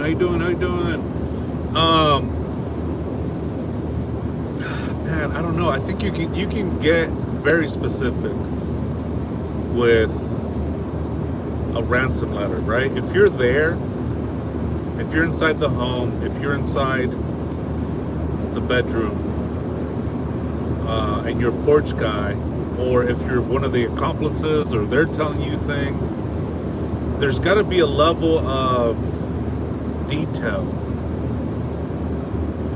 that you're able to say, look, I was in that house and the kitchen, this, that, and the other, the dishes were stacked yay high, or the dishes were on the left side instead of the right side, or I mean, you can go so detailed with a ransom letter to say, look, this is real. You know what I mean? And for them to just say an Apple Watch with a white band and it's on the floor, it seems now that I'm thinking about it, it seems vague. To be honest, it seems a little vague. I mean, you could say what she was wearing. You could say what medications were there on the dresser. You can say, I mean, you can say all kinds of things. What she was wearing. I mean, you can get really detailed when it comes to ransom notes. So that's where I have hesitation, because if you want somebody to believe that the ransom letter is real, you're gonna have to add, let's say they're fake, right? And you need them to believe that they're real. So you come up with, okay, Apple Watch. She was on the Today Show.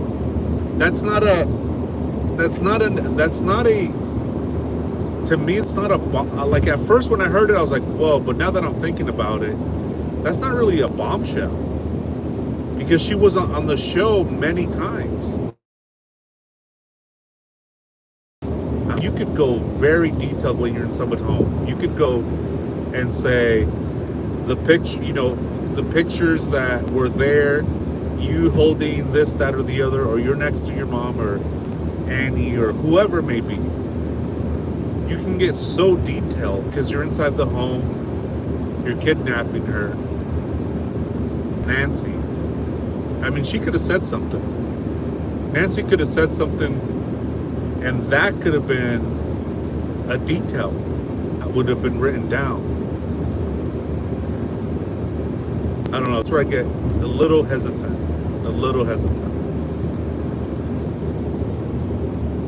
Sure, easily.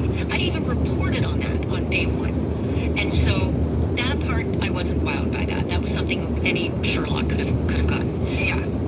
But that watch, do you think there was anything else in any of the note that was as significant as that detail? It's a good question. Not in the first note, no. I think obviously that is what investigators looked at and thought, and they said this from day one, in the first notes, that there was potentially something that only the abductor or abductors would know, right? I mean, we knew that. So Let me. There's a good book. I always mention this book. It's by John Douglas, Criminal Mindhunter. Sorry, Mindhunter. That's a really good book. And in one of the stories that he tells in is that girl. There's details that only the perp would know and the victim would know, right? So this guy, not the perp, but John Douglas was saying that when they went to the scene, they saw clothes folded with the cross or a bracelet on top of the clothes. I mean, that's very specific, right? Like, how would anybody come up with that? How would anybody know that the clothes at a crime scene was folded and then a necklace or a pendant or something on top of the clothes? I mean, there's no way. You wouldn't, in a million years, you would never guess that. So this guy, the perpetrator, he said that he did that. He folded the clothes and put that bracelet or the necklace on top of the clothes. The folded clothes, boom, right there. That's what I'm looking for on these notes. Something where it says it's very specific to where you're there, and it's like, okay, this is without a doubt 100% real. And I'm not really seeing that right now. I don't know, maybe I'm a little I'm zoned in right now, and I think but folding your clothes like next to a body with a necklace on top, it's very specific. So that's what I was looking for. That's what I'm looking for in this case. And I'm not seeing that right now. I'm not seeing it. in terms of are these legit or credible, yeah, that detail in the first one seems to be extra important. I think the details in the second note are super telling. Maybe, I mean, that one might, the Apple Watch detail might solidify the credibility of the notes themselves if the FBI believes that these are legit. The second note, though, to me, signifies where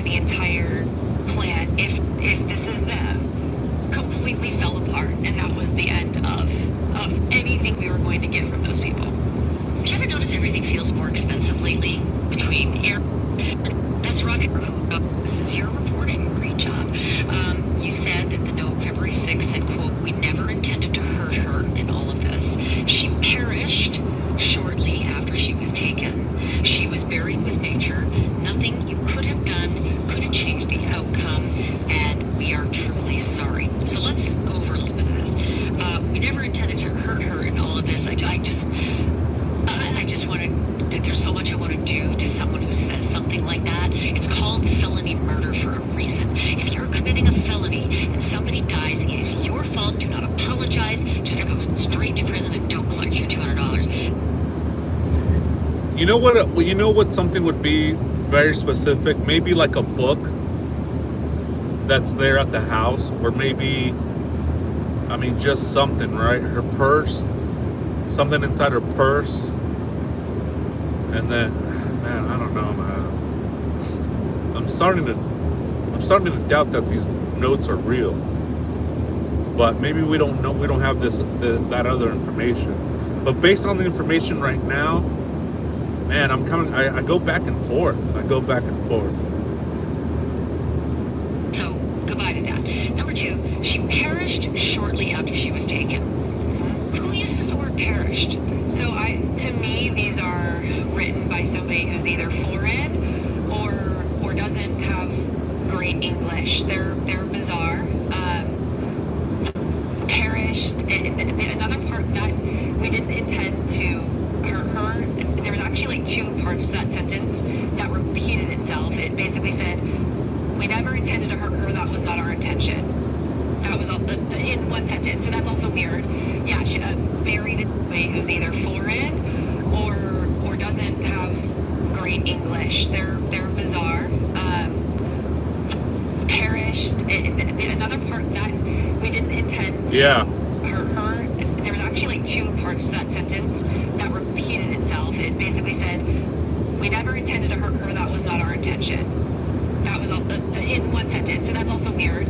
Yeah, she, buried in nature or buried with nature. That's another odd thing to say, right? It's just all a little bit off to where you look at that and think, this is an odd note. And I've seen some people surmise that maybe AI wrote that. Maybe somebody looked up ChatGPT, but it's even more odd than that. It's almost like somebody who was trying to put together as best they could what they thought would be the best option there. But the one thing that I absolutely am 1000% certain of is that it said, "We are truly sorry." And I have seen conflicting reports. You're the one who actually saw it, so I believe what you're saying. The other thing is that the sorry. Listen, in the business of kidnapping, and I've covered lots of them, it's real. They're heartless, horrifying criminals. They mean business. They're all about the money.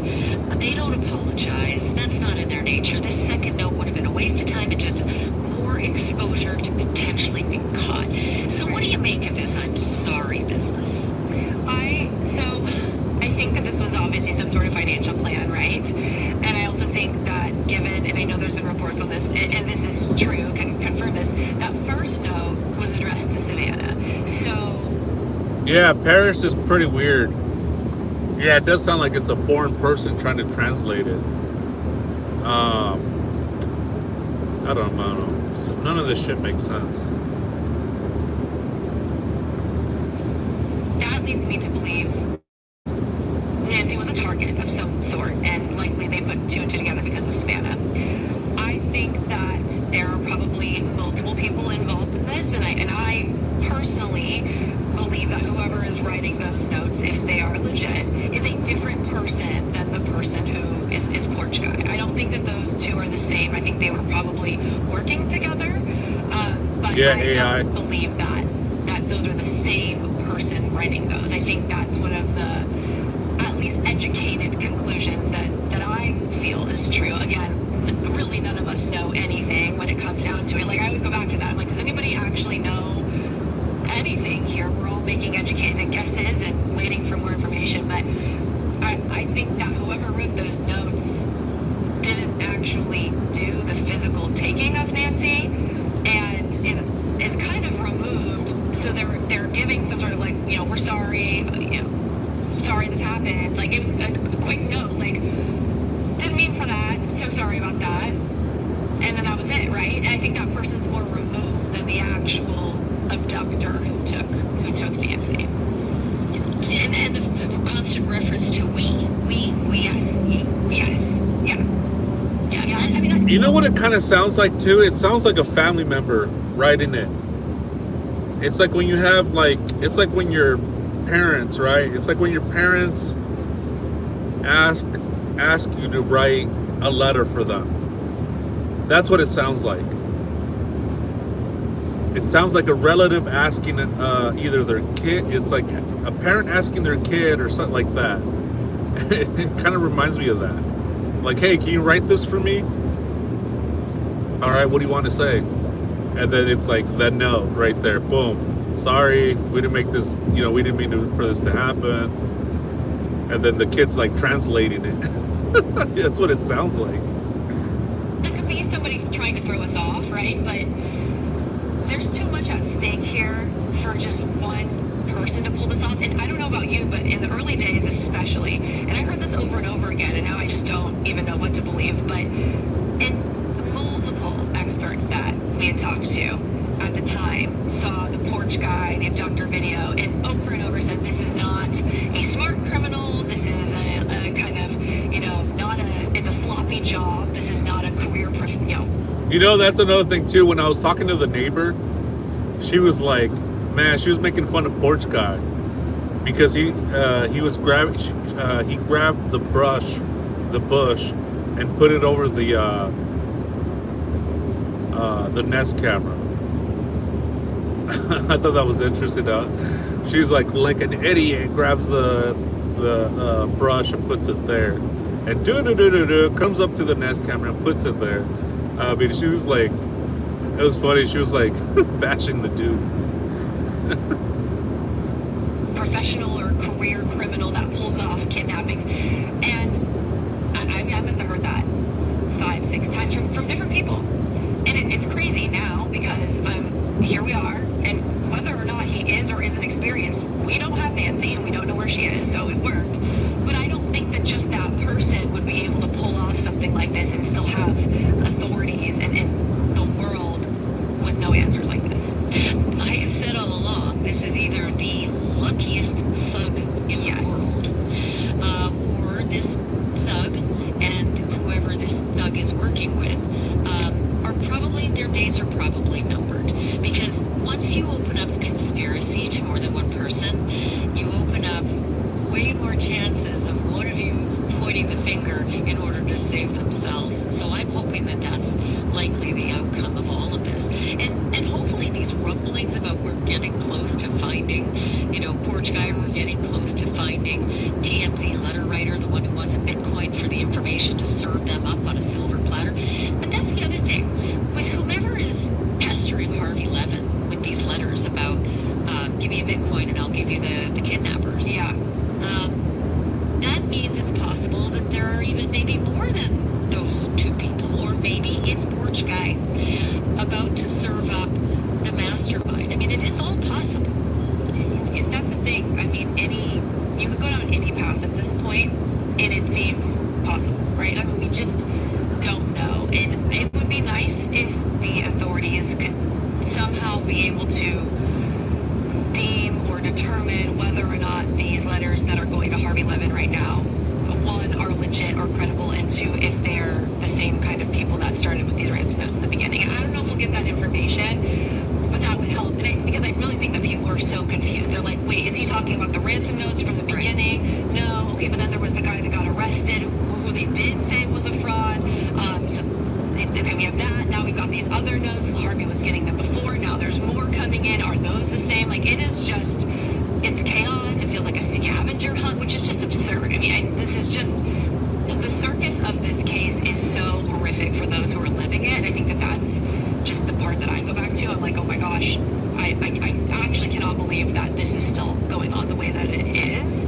But yeah, it's odd. And I think something too, I mean, I don't know how you feel about this, but I am and continue to be shocked that we have had no official press conference since the first week of this investigation. And I think that if there were these, people out there, these fraudsters that wanted to try to get in on this for whatever reason, whether it's financial or try to make fake notes, any of that, I think a lot of that could be quelled if we actually had official information coming out every once in a while, or even just like a couple more times would have been really nice, because otherwise now you have everybody in the middle here trying to, we're speculating, we're coming up with theories, we're all relying on sources, trying to figure out who, I don't think that that's the best way to go about an investigation. I think as media, we're all doing our best, and obviously the goal here is to find Nancy.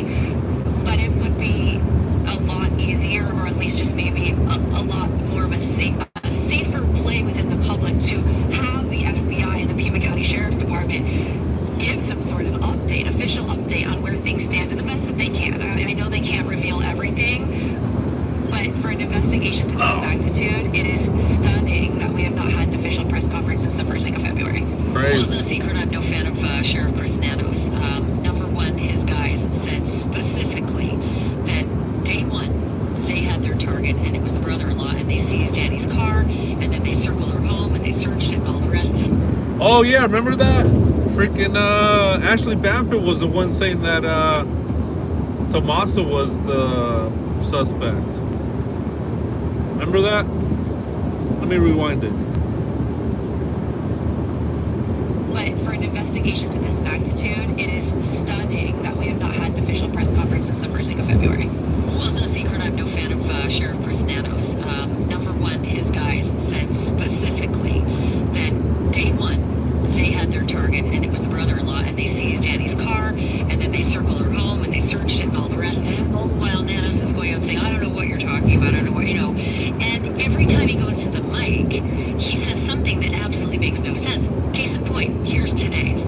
He is, actually, it's from Friday. He says on KVOI radio, he admitted that the two notes that came out first were likely genuine, but then he said about the TMZ note, this is where he's gone right off the rails. I think the FBI has done a number of arrests for false or fake ransom notes. It's a shame that has happened, but I think we're looking at another one of those today. Have you heard of any other arrests other than that one in the first week? No.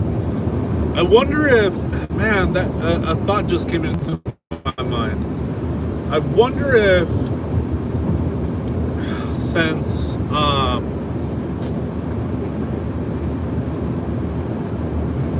since Nano and his department don't see eye to eye, I wonder if Nanos is saying, okay, look, we cleared the family, they don't have anything to do with it, this, that, and the third. But the department is saying, no, we want to go in this direction with the brother-in-law. I wonder if there's that disconnect there and that budding of ideas. I never thought about it like that, because I think at the time we didn't know the status of the department, and that they weren't really jiving with Nanos. They weren't feeling him. So I wonder what the consensus is, if they still feel that way, that the brother-in-law has anything to do with it.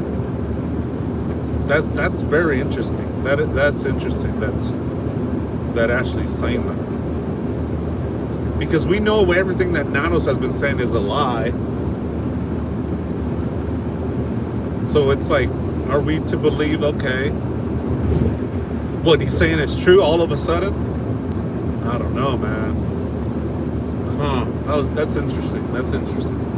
No, I haven't. And I think that guy's name's Derek Kalea. That's right. Kalea, yeah.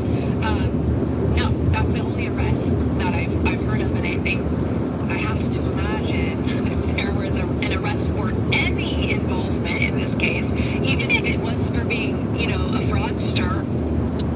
Man, that's interesting. Isn't that interesting? Because do you guys remember when 857 Tucson was arrested? And they're like, well, we got orders from the top. They didn't want to do it. They knew it was bullshit. But Nanos is wanting to arrest 857 or the streamers, right? So I wonder if the situation is the same with the investigation. Just the opposite. Man, interesting. Or deemed not legit. That's why you're arrested. We'd hear about it. Yep.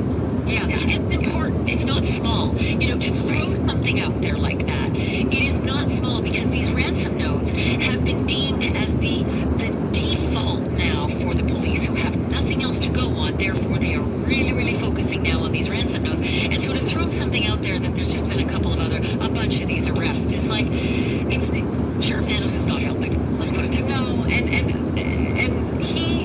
he is aware of the criticism that has come. I think one thing that stood out to me in the investigation when it came to Sheriff Nanos in that press conference was that he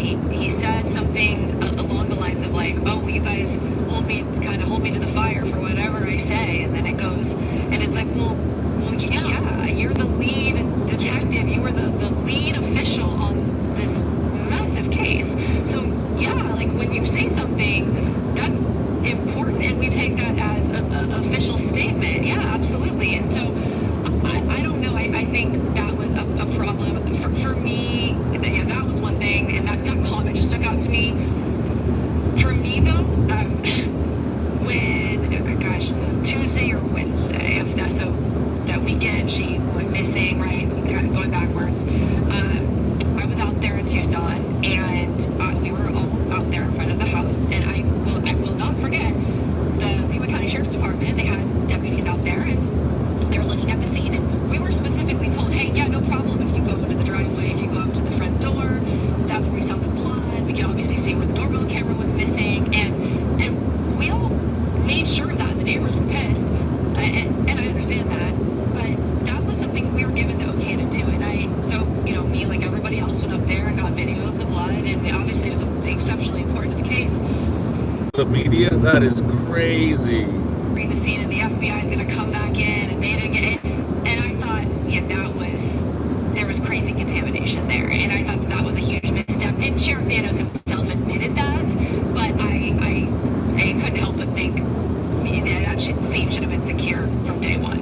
Well, I mean, I'll go further. I think it was a day and a half, maybe not even, since Nancy had vanished. And he said there's no cause for alarm, no concern, nothing out there to be worried about. And we're releasing the scene and calling off the search. And, here we are, 149 days later, with a lot of folks who know a lot about murder investigations saying that there were things that were done early on that may have cost them dearly in finding Nancy and solving this crime. And one of them may have been the fact that they had just decided on that day, according to the sources I have inside Sheriff Nano's department, they figured they had their guy. It's got to be the brother-in-law. We're done. Nothing left to see here. No cause for alarm for anyone else. Now, why else would he say no cause for alarm for anyone else other than they had tunnel vision somewhere else?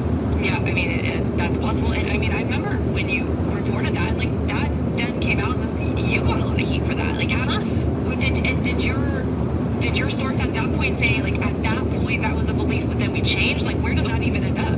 That didn't even change for weeks. In fact, he said, no, it's not different. That's where their thinking is. And if you think about it, when they seized the brother-in-law in Annie's car and kept it for almost 2 months, well past what reasonable search and seizure warrants will allow you under the Fourth Amendment, that's cause for, asking some questions. You got about 10 days till you got to return someone's stuff, unless you say it has evidentiary value. You got to go back to a judge and say, Judge, I want to keep this stuff because it has evidentiary value. And they kept it over 54 days. I lost track of the day they finally gave the car back. Yeah, it was a couple months later, yeah. Yeah, but, I mean, it just sort of says, well, it does look like the department had a focus.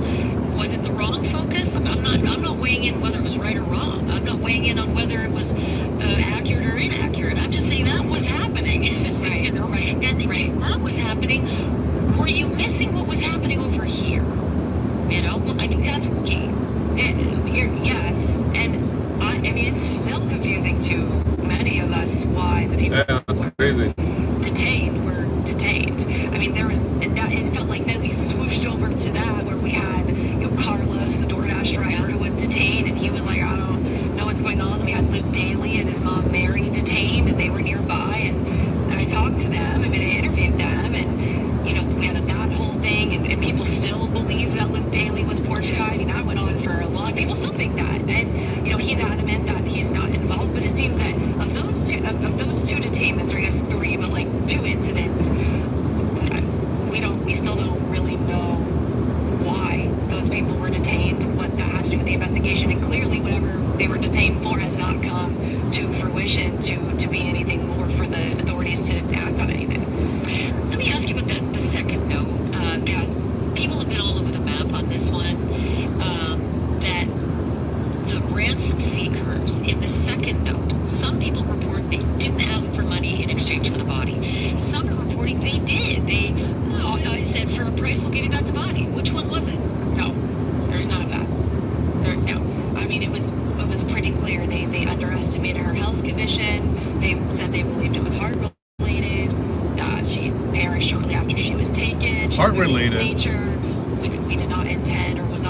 connection. Hold on a minute. Heart related. I didn't hear that part. That it was heart related. That's interesting. Let me rewind it. By, and I talked to them. I mean, I interviewed. The day they finally gave the car back. It was a couple months later, yeah. Yeah, but I mean, it just sort of says, well, it does look like the department had a focus. Was it the wrong focus? I'm not weighing in whether it was right or wrong. I'm not weighing in on whether it was accurate or inaccurate. I'm just saying that was happening. Right, You know? right, And right. if that was happening, were you missing what was happening over here? You know, I think that's what's key.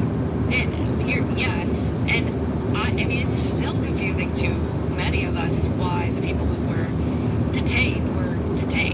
I mean, it felt like then we swooshed over to that where we had, Carlos, the DoorDash driver, who was detained, and he was like, I don't know what's going on. We had Luke Daly and his mom Mary detained, and they were nearby, and I talked to them. I mean, I interviewed them, and we had that whole thing, and people still believe that Luke Daly was Porch Guy. I mean, that went on for a long. People still think that, and he's adamant that he's not involved. But it seems that of those two detainments, or I guess three, but like two incidents, we still don't really know why those people were detained, what that had to do with the investigation, and clearly whatever they were detained for has not come to fruition to be anything more for the authorities to act on anything. Let me ask you about the second note, because people have been all over the map on this one, that the ransom seekers in the second note, some people report they didn't ask for money in exchange for the body. Some are reporting they did. They said, for a price, we'll give you back the body. Which one was it? No, there's none of that. Wow. No. I mean, it was pretty clear. They underestimated her health condition. They said they believed it was heart related. She perished shortly after she was taken. She's buried with nature.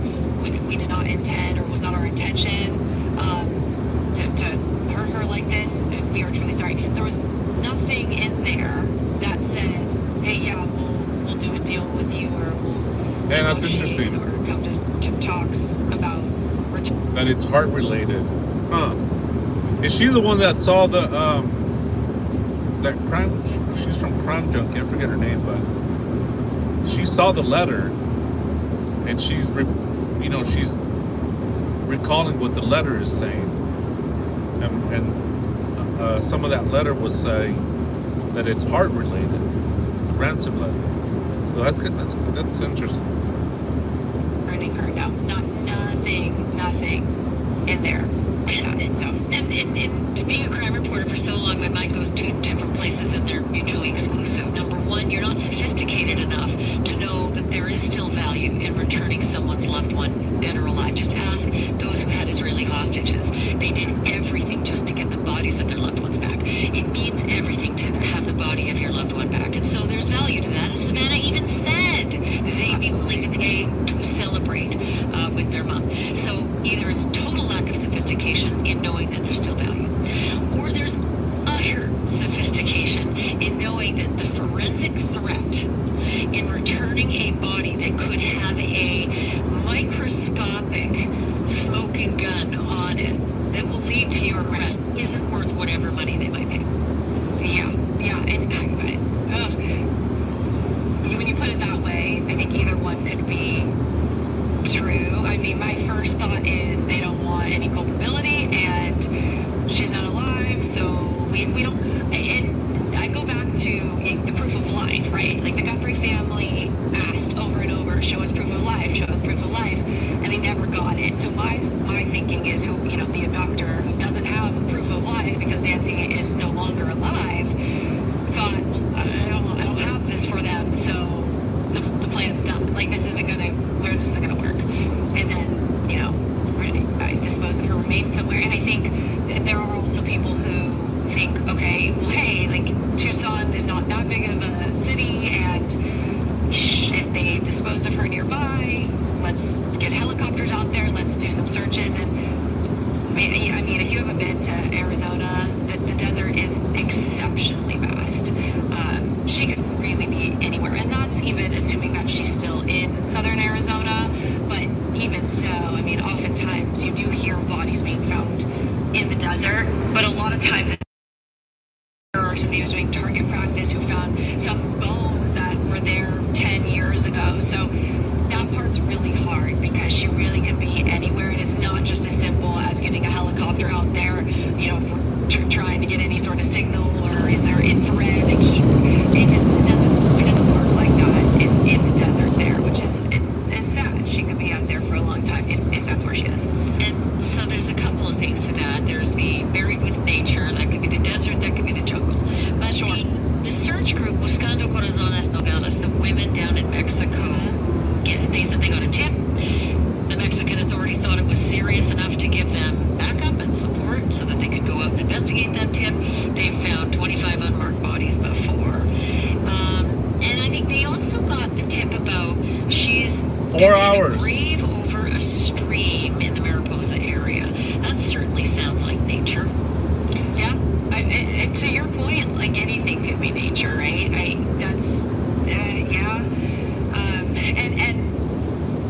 I often think and put this in the box of like southern Arizona, and then you've got Mexico right there, so that all makes a lot of sense in terms of geographic possibilities. But really, we don't know. I mean, they could have gone to northern Arizona, where there's woods, there's other type of canyons. I mean, nature can literally mean anything. So yeah, it's fair, and I think the Mexican authorities and everything, I mean, they did go and look and see, like, is she there? And they, haven't found anything, right, to this date at least, that would suggest that she's there. But I mean, that's, and you bringing that up just, it's just like, all these things happen one after another that feels just so chaotic. Because we got ransom notes, we got emails about, hey, we got a phone and like a safe, and if you give me the Bitcoin, I'll tell you where the phone is. And we've got the Mexico tip. I mean, it's just, it's crazy. It's crazy. And it's hard to keep up with, to be honest. And it's hard because it's like, well, some of it feels like, the little boy that cried wolf. Like, how many times are we just going to get these things come in where it's like, oh, well, here's another one, here's another one. Like,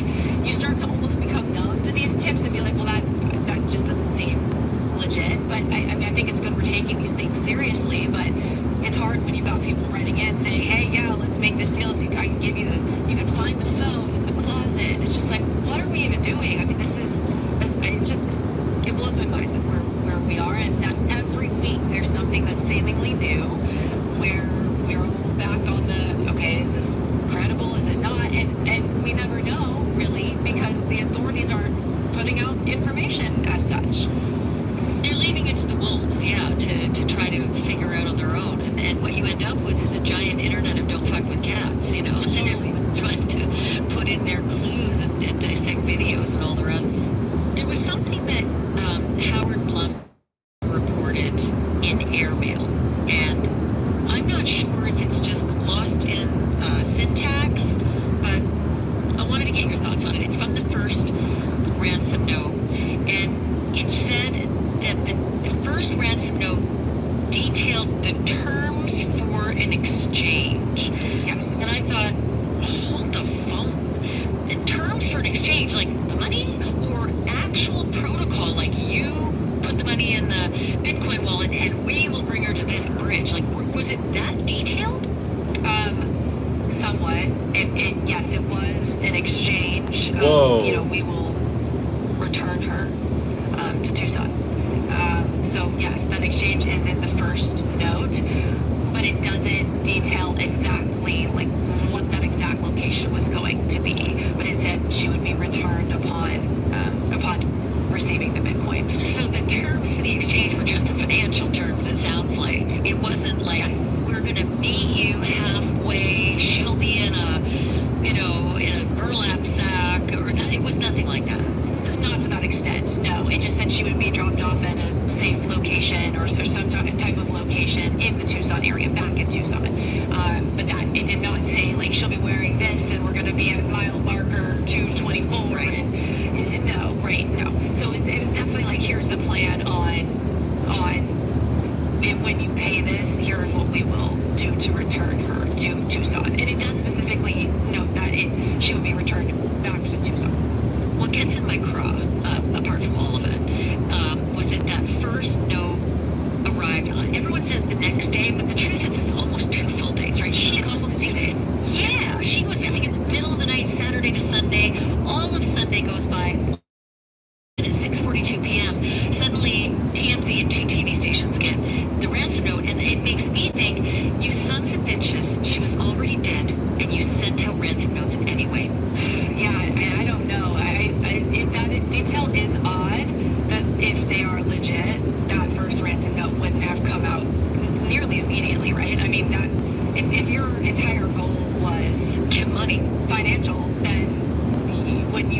to get that going ASAP.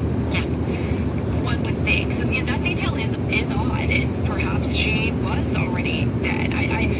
What's odd though is clearly there's obviously differing in language between ransom note 1 and then that second one that came in between we will drop her off, pay the ransom, and then the 2 deadlines, right? We reported that long ago. There was the 2 deadlines versus that second note that came in saying she's passed. We underestimated the health condition. We're sorry.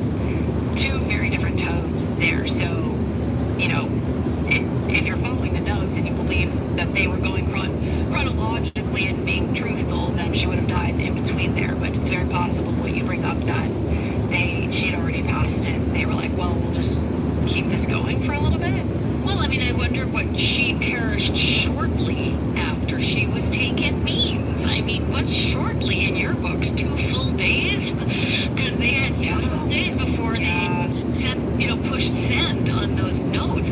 So it does make me wonder if these folks are at odds with each other.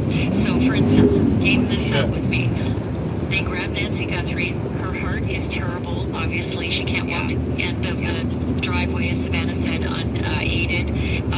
She needs her medication every 24 hours. So, Right. by Monday morning, we're in trouble. And if she dies, and the hard ass among them said, too bad, we're going ahead with the plan, send out the ransom note. How did it change so that 4 days later, somebody with the we're so sorry, gene decided to prevail and get that second note out? It makes me wonder if there's maybe not a whole lot of, harmony. That could be my other, just to throw another possibility in there is, did they want the coverage, the notoriety of it before they then put their plan into motion so that there was possibly more likely a reason to pay? I don't know. Could that be a reason that they held off on sending it and they're like, we're going to drum up? What's crazy about that is that real ransom seekers, the ones who make business and do this for a living and make a lot of money at it, they don't get the media involved. They don't want the notoriety. They want to go to the family, and they say to the family, you say anything to anybody, even your Uncle Steve, and she loses a finger. I mean, they are so serious about keeping it quiet because the more people who know, the more eyeballs are out there, the more difficult this is. You can't move around with her. So that's why all of it just sounds like it's a bunch of Abbott and Costello's trying to pull off a heist. And here we are. They have. Right. I mean, it by all accounts, it worked. I mean, they did it. Obviously, this didn't end. We don't believe in Nancy being returned home safely and alive and the money being paid. It just didn't. Obviously, that's not how it panned out. But the fact that we have no answers here is pretty frustrating. And I personally don't believe that Porch Guy, the abductor, was the mastermind of this plan. So even if you catch him, which would be a great development based on where we're at now, I don't know if you'll get the why. You might get the, hey, yeah, this person was involved, but you may never get the why. And I feel like, or the where Nancy is. I mean, there's answers there that people want. And I feel like we see this time and time again in investigations, and the one that just comes to mind is Brian Koberger. I feel like we got to the end of that, and everyone was like, okay, but why? Why them? So unsatisfying. It's so unsatisfying. And with the public following this case as much as they are, it is possible we will never learn the why, even if there is an arrest made for that person, because whoever is actually masterminding the plan, they may not be in this country, they may not be in a place where the FBI can get them, and that person may never come forward. So that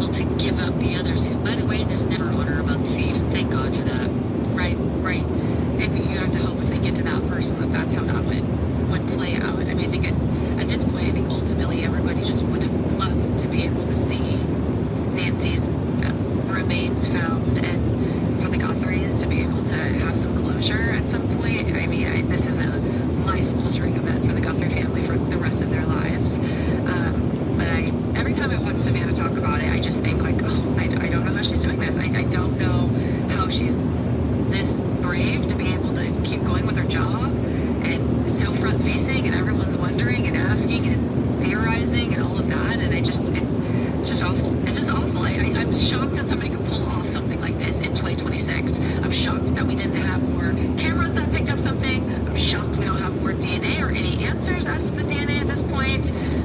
It's like everything you hear about how we've improved the technology and you can't get away with things. Like, this was like back to 1995. And it worked. And it is shocking to me that we're at the point that we are. I will say this, there's still 6 months left in 2026, and there's no statute of limitations on murder either, so we can cross our fingers, we can hold out hope, and I'm one of those people who feels like, yeah, I think these guys aren't sophisticated enough to really hold off the breaking dam of the United States government. I would say not the Tucson, not the, Pima County Sheriff's Department, but certainly I think the FBI, and let's hope that you and I are going to meet again, and have something better to report. Yeah. Until that time, thank you for this. It's been really good to meet you, and congratulations on all your awesome reporting.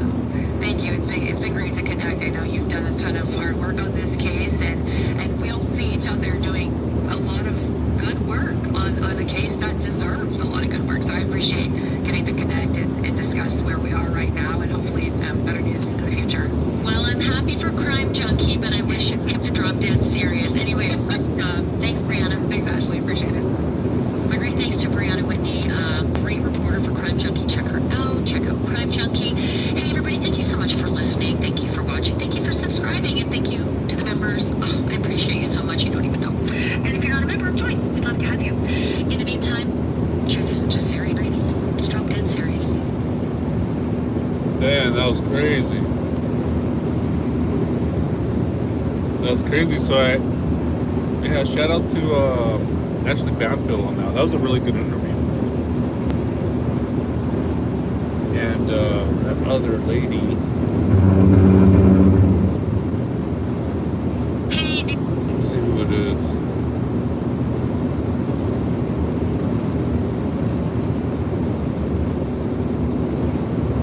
Oh, Ashley Banfield. There you go.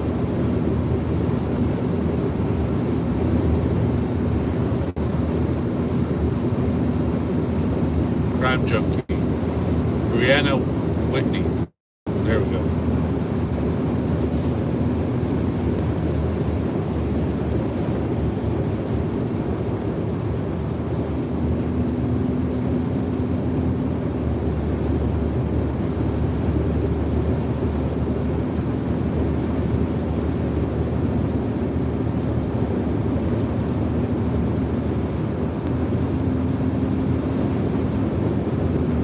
Damn, that was a good episode. Seeing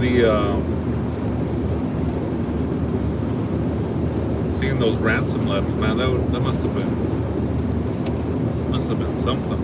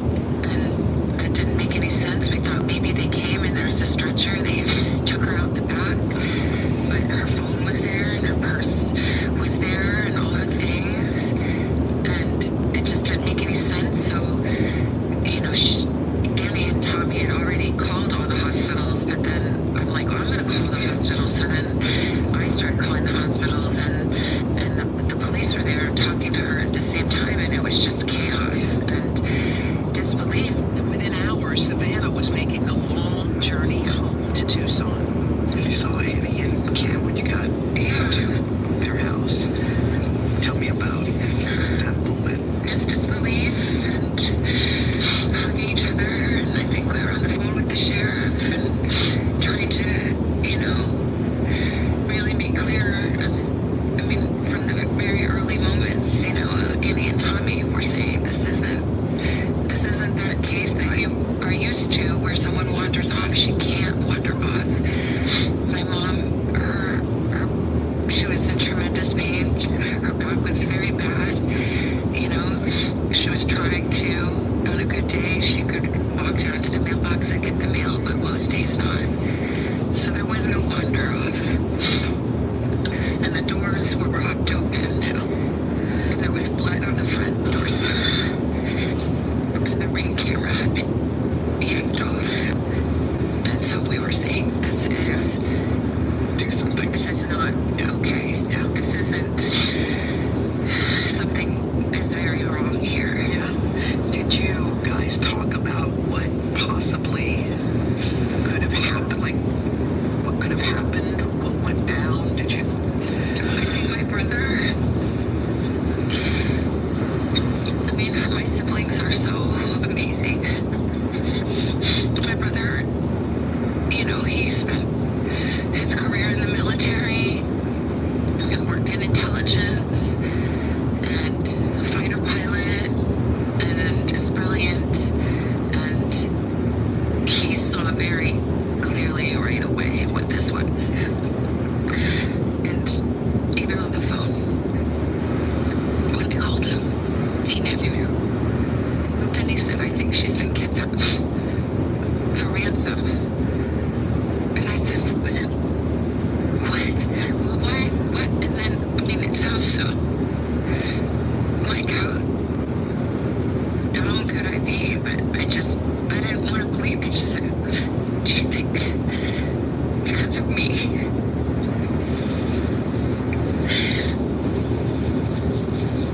And I said, I'm sorry, sweetie, but yeah, maybe. But I knew that. You did. I hope not. We still don't know. Honestly, we don't know anything. We don't know anything. So, I don't know. Yeah. Yeah, I'm okay. It's because I'm listening to this. Good night, stars. she's my mom. And somebody thought, oh, that girl, that lady has money. We can make a quick buck. That would make sense, but we don't know. But yeah, that's probably, which is too much to bear. To think that I brought this to her and son. That it's because of me.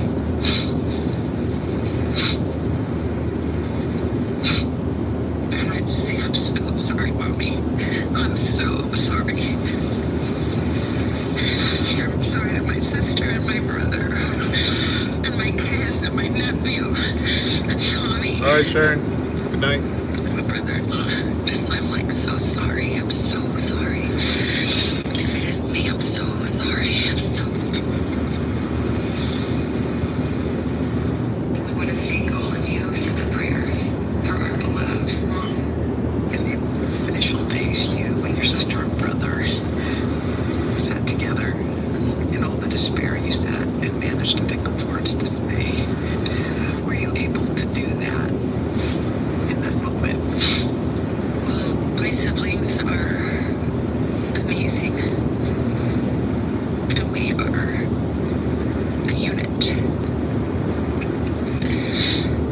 And I talked about how brilliant my brother is, but my sister is equally brilliant and also has special powers of intuition and faith and language and depth and heart.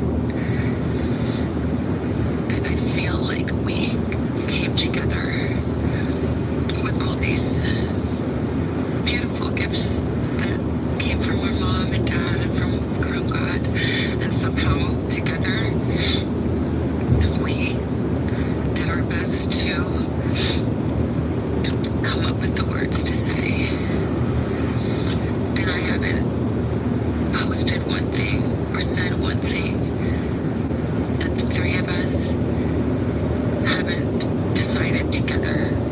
It is surreal. It's, how is it possible that we are having to make a video speaking to a kidnapper who took an 84-year-old woman in the dead of night in her pajamas with no shoes, without her medicine. This little person, to beg for mercy. In the days that followed, multiple notes demanding payment were sent to various media outlets. The ransom notes or ransom requests. Did you believe those to be real? There are a lot of different notes I think that came, and I think most of them, it's my understanding, are not real, and I didn't see them, but,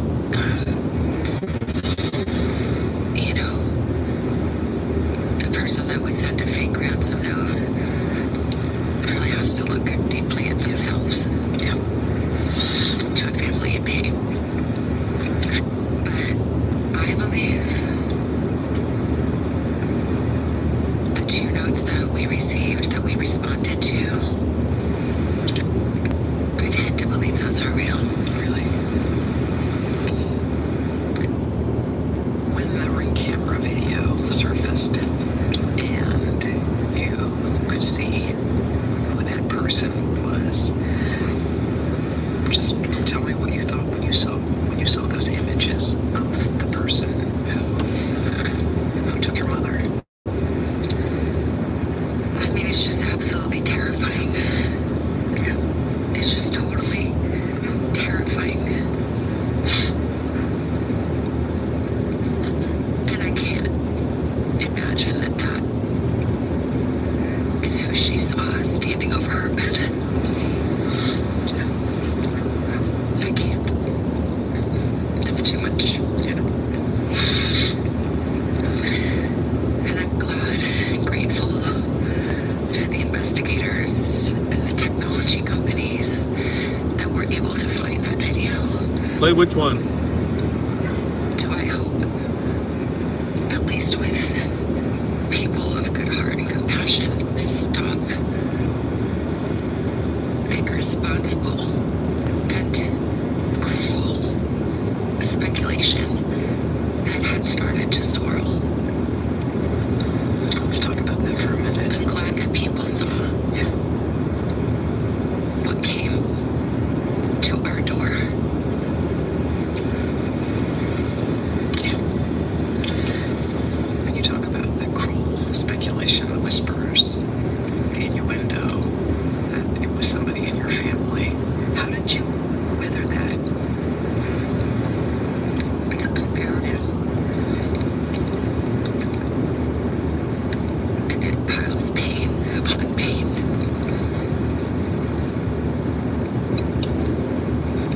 There are no words. There are no words. I don't understand. I'll never understand. And no one took better care of my mom than my sister and brother-in-law. And no one protected my mom more than my brother.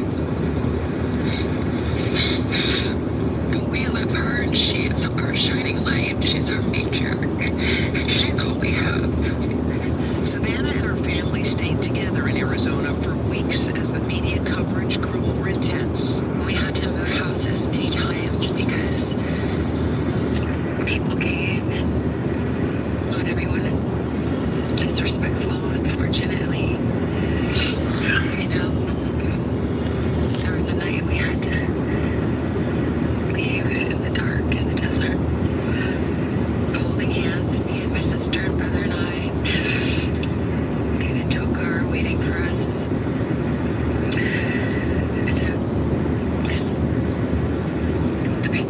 and we're closing in.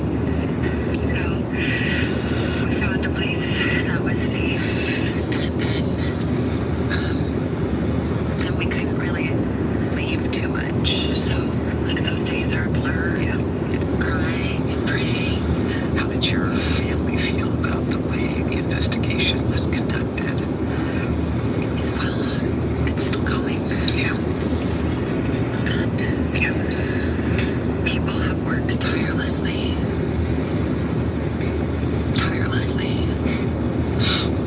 And we see that. But we need answers. We cannot be at peace without knowing that someone can do the right thing. And it is never too late to do the right thing. And our hearts are focused on that.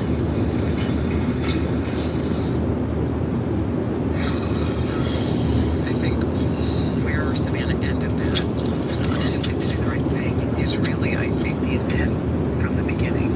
I think she was, a fantasy was that someone sees it, someone who saw someone who knows someone who will say something, because, I think she really, this is all about bringing Nancy. It's still an open case. We're 54 days in. The bravery that she's showing in this interview is not to shine a light on herself, but to remind people that if you have anything to do with this, if you know anything, Yes. we firmly believe that somebody does know something, it's not too late. Take me back to the day. It was, I guess, a normal weekend for you. Yeah. The weekend.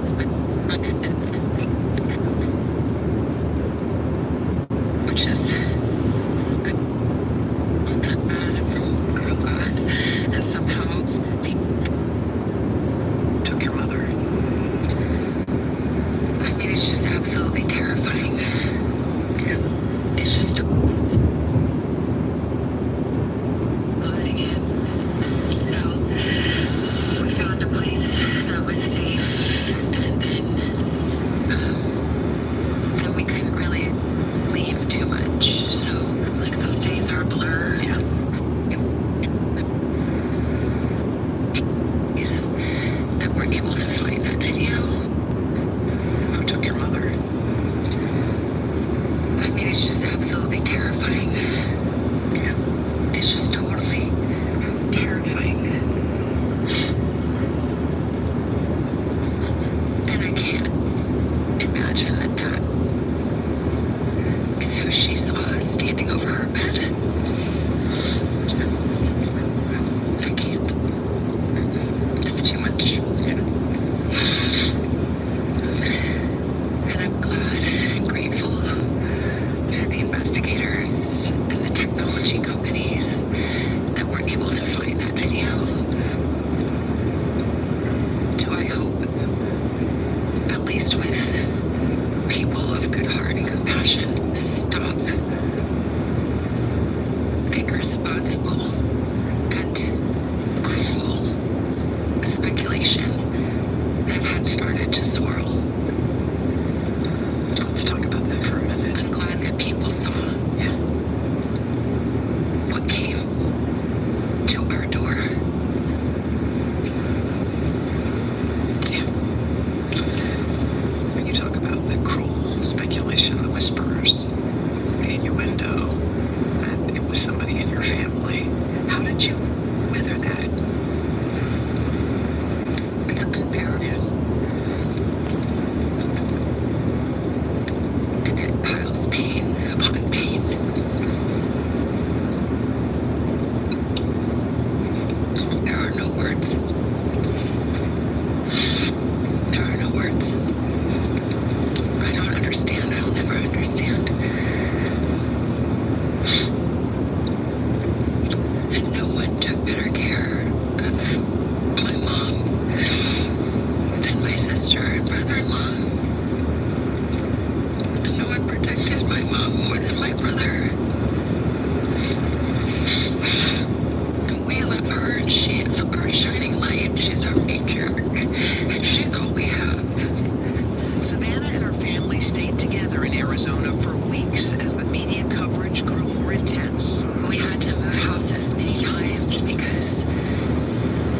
people came, and not everyone is respectful, unfortunately. You know, there was a night we had to leave in the dark in the desert, holding hands, me and my sister and brother and I, get into a car waiting for us. Because the people outside were closing in. So we found a place that was safe, and then we couldn't really leave too much. So like those days are a blur. Yeah. Crying and praying. How did your family feel about the way the investigation was conducted? Well, it's still going, Yeah. and Yeah.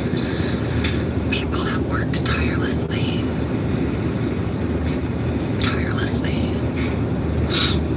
And we see that. But we need answers. We cannot be at peace without knowing that someone can do the right thing. And it is never too late to do the right thing. And our hearts are focused on that.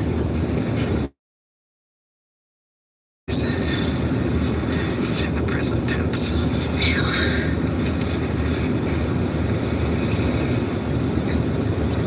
I mean, she is present tense to me. Do you feel her, or have you heard her? Any moments? Yeah, a little bit. Tell me about your mommy. Just tell me about her. My mom she's incredible. She's resolute and strong. Quiet strength, quiet faith, but hard fought. She's funny and a little mischievous, I would say, in her humor. She's a noble creature. She does what's right. She walks in faith, but not fake. You posted, please pray, in the beginning, the ocean of love and prayers. Did you feel that? Did you sense what was happening? Hey, sorry about that. I had to restart the video. I wasn't I wasn't able to see the chat.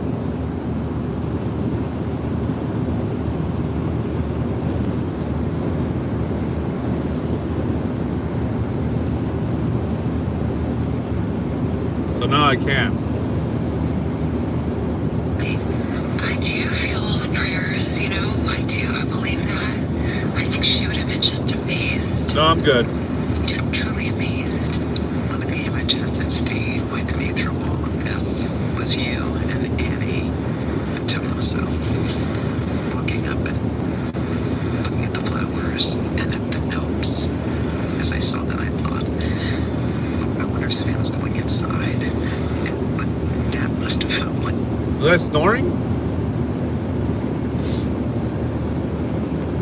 For you to go inside of your mom's, your childhood home, your mom's house. Yeah, I mean, this is the house that we grew up in. It's really the only house I've ever known or remember. We moved there when I was about 4, I think. It's the house where I came home on a Friday night at 16, and my mom and sister were on the couch praying and told me that my father had died. It's the house where all of our memories are. Yeah, it was Hoda too. Good and bad. But So it's hallowed ground. My mom loved and treasured that house in good years and lean years.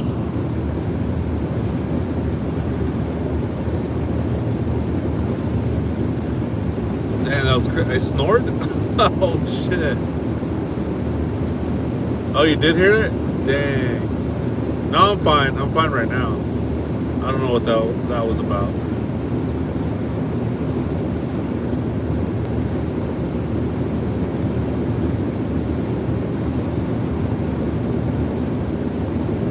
Every time I hear this, I hear something new in the interview. They were able to hold on to that house. That's my mom's safe haven. It was really hard to see that violated and the terror that she must have felt is unbearable. It's unbearable. Tell me, while you were spending all this time in Tucson, your kids were home. What do they know? Well, it's so hard with kids because, you want to protect them. They all would write me all the time. Mama, any leads? Any leads? Did you hear anything? Any hope? And I think that, we try to talk to them and try to give them a little more certainty than we have, to let them grieve. And for my little nephew Olmo too, there's just a way in which this is even so much harder on Annie and Tommy and Olmo because they're there. And they were there. Good every day night, for Norma my Guerra. mom. They made it possible for her to stay in the house we grew up in that she loved so much. I think she always stayed in that house because I think she still felt my father there. All our memories. Let her have her space. And it's just a way in which this is just even more excruciating for them and all that they've been through. It was a hard decision for you, and I know you told me about this, was coming back here. Why does Tommaso look Iraqi or Middle Eastern? He doesn't look Italian. Leaving Arizona to come back to New York. Why was that so difficult, that choice? I looked out the window of the airplane and just thought, where are you? That desert, that beautiful desert that she loves. So where are you? How could I leave you? But my mom taught me a lot about grief. Our family knows grief. My father passed when I was 16 years old. He was only 49. It was a shock. And I remember my mom saying in those early days when Daddy died, like, you have to get up and decide and do. Just decide and do. She had read that in a book that meant a lot to her and her grief. And so I always remember that. So I'm trying to decide and do. Just get up and decide and do every day. I've felt terrible grief. And I felt unfathomable love and comfort.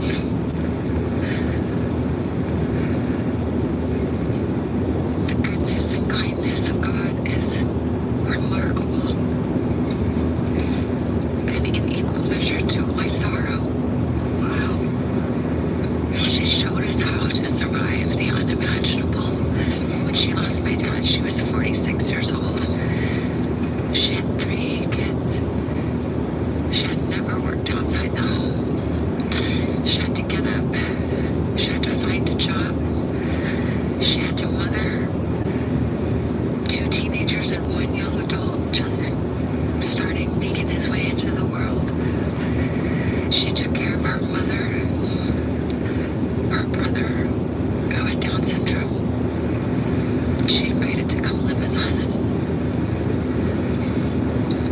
She worked part-time to make ends kind of meet. She found a way, another job, a job she turned into a full-time job, a job she turned into a career. She had a second life of purpose and meaning. She had a million friends. She stayed strong for us. She was resolute. She was real. She grieved. I remember moments in my childhood and those days after my dad died. She was so strong. But some mornings, to not be alone in her grief. So she taught me to be strong. She taught me to be true.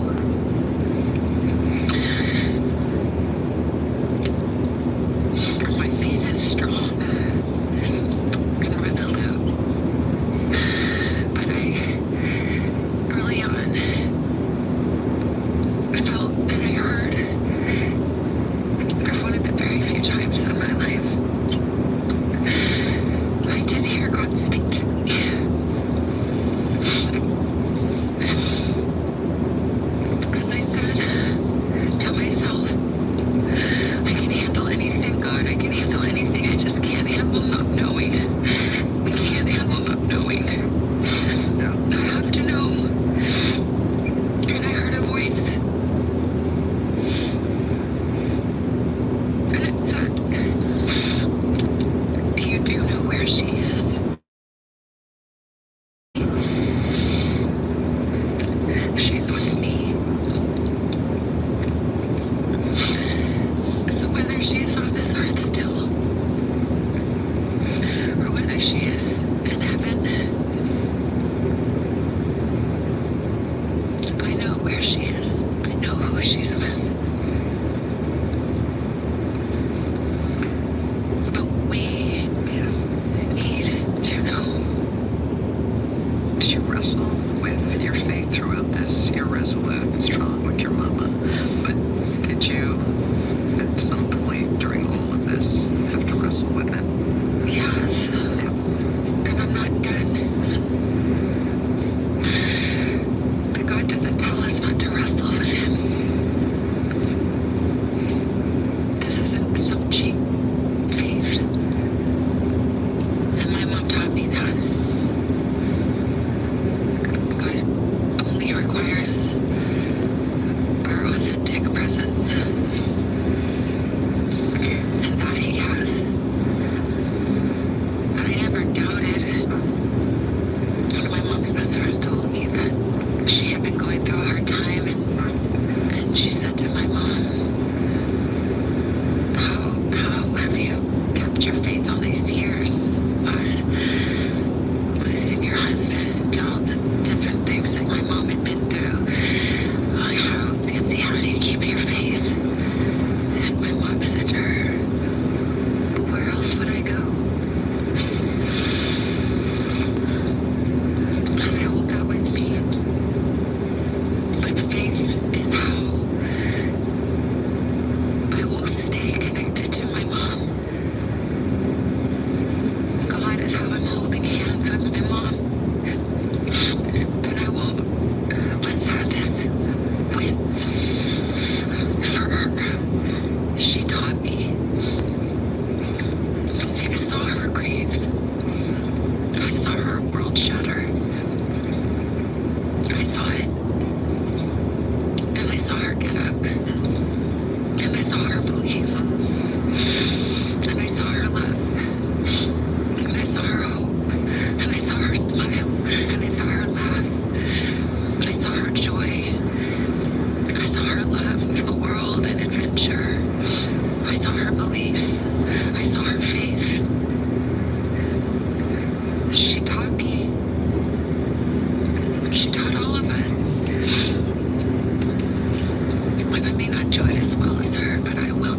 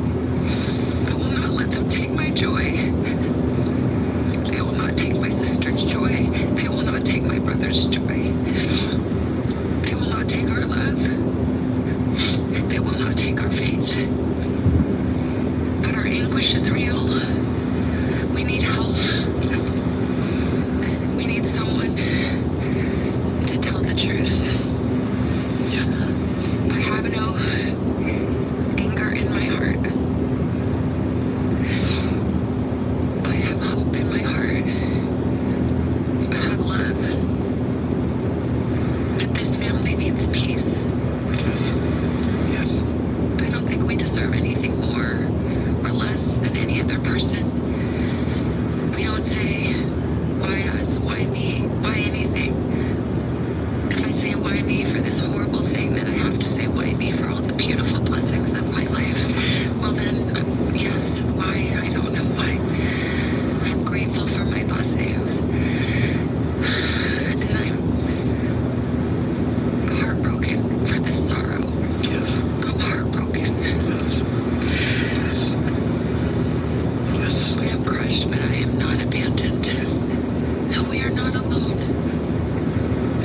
No, we need an answer. And someone has it in their power to help. It is never too late. And when you do, the warmth of love and forgiveness that will come will be greater than can be imagined. I know what it is to be forgiven. Yes. And there is no greater joy. Yes. And that joy awaits whoever can hear this and find it in their heart to help. Yes. You're focusing on people in Tucson. Somebody there must have seen or known something and maybe forgot about it or didn't pay attention to it. How can someone vanish Yeah. without a trace? How? Someone knows something, even if that something is someone's been acting strange for the last 7-8 weeks, even if it's just that. Somebody knows. And maybe somebody's afraid. And I understand that. But our hearts are in agony. Yeah. We can't breathe. We can't live. We can't go on. We can't be at peace. We can't go forward. We have to know what happened to her. Yes. You talked about coming back to New York. One of the other enduring images for me was walking into studio one day and seeing you. How many hours we got on the stream? Speaking to everybody. What was it like for you? Walking back in there. I really wanted to come and see everybody. I just love this beautiful place that we call home. Where Thank we you. get to come and be every day. And I know how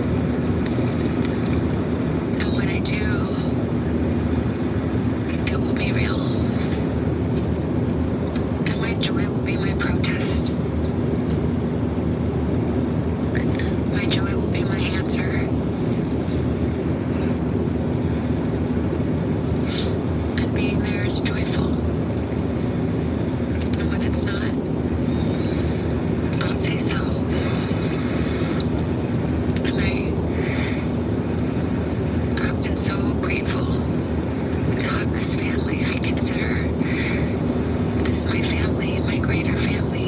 And when times are hard, you want to be with your family. And I want to be with my family. And so I don't know if I can do it. I don't know if I'll go on anymore. But I would like to try.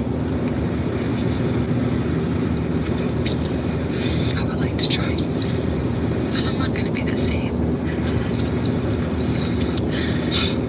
But maybe it's like that. I'll go more beautiful in the broken place. I have to pull over soon. I'm getting tired. This freaking heat, man.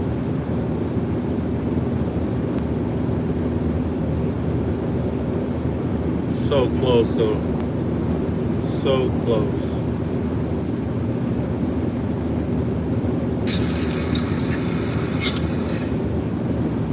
I mean, wow, that was put perfectly, Jenna. I feel like I just want to talk to you because there's no one at this table who's closer to Savannah than you. You guys are like sisters, and I just wanted you to say a few words. Well, I just want to say everything she said to you over the last 2 days is perfectly Savannah. She has been braver than I can even imagine. She has been so vulnerable. I mean, she took her pain, her heart, her faith. 3 more her hours. family. In the midst of her despair, she laid it on the table for all of us. She didn't have to do that. No, she didn't. And she has, and I think of all of those people who have had heartbreak, they feel seen. I was thinking that too, because she said she has a purpose, and I was thinking if you can come here and sit here and do this job through that, you are showing something incredible. And I think a lot of people are wondering, when is she coming back? Well, she is coming back to this job that she loves here today. We're glad to say that she will start here, sitting next to this wonderful human being, Craig, Monday, April the 6th. Because she is not going to let sadness win.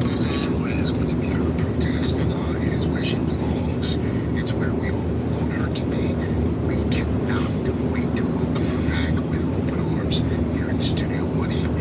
There's not been a day that's passed since I moved this one down where someone has not come up to me and someone said, "When's Savannah coming?" When's Savannah coming back? I know. April 6th. It looks wonderful, isn't it? That's almost symbolic. And after Easter and the resurrection, yes. Yes. I think as a family, we'll hold hands and help her. I had not thought about that. Yes. She did.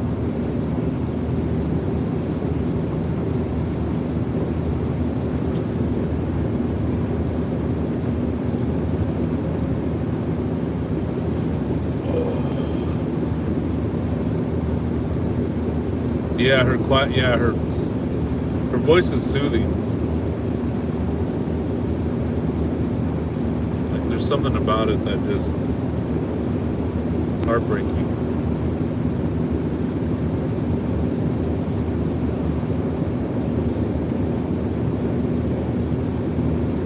Yeah, I got 3 more hours, so I'm gonna see if there's any. How long have I been driving? 5 hours?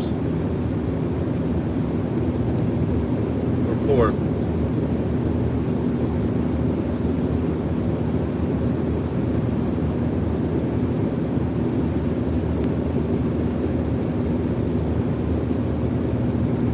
Yeah, let's see if there's any truck stops ahead.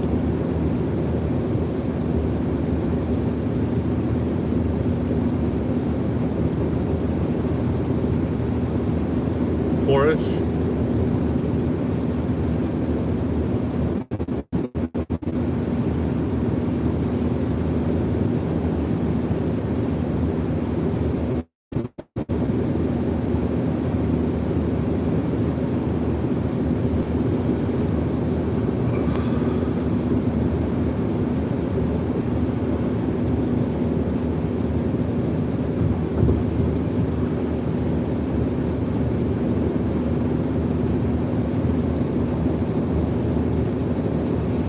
No, we've been on the 8 for a while. Oh, man, I'm tired. Yeah, let's see if I can pull over.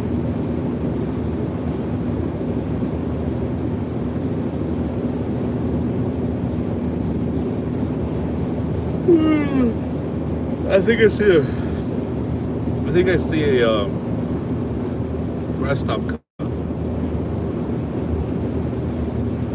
Oh man. Yeah, I think so. Yeah, I see something coming up. Yeah, I'm gonna get some rest. Dang, this phone is hot. Burning up. Yeah, I think there's a Jack in the Box or gas station put up. So I'll rest there.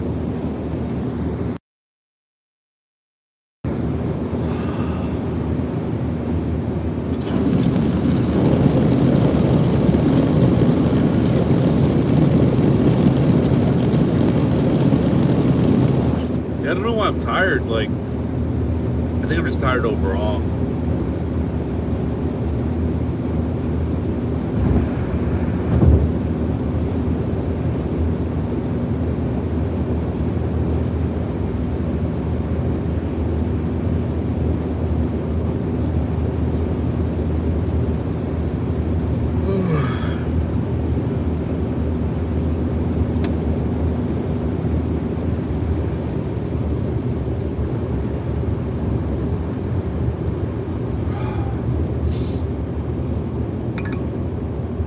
Yeah, it's just been a long freaking 2 days.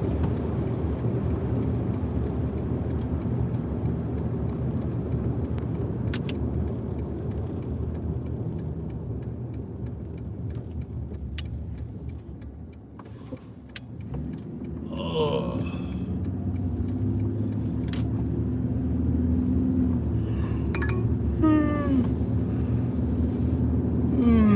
Dang.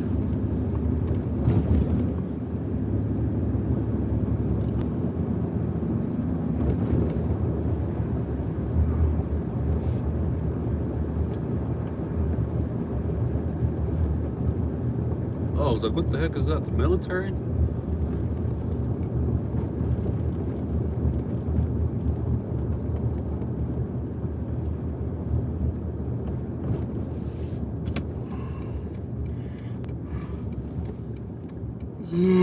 Fudge.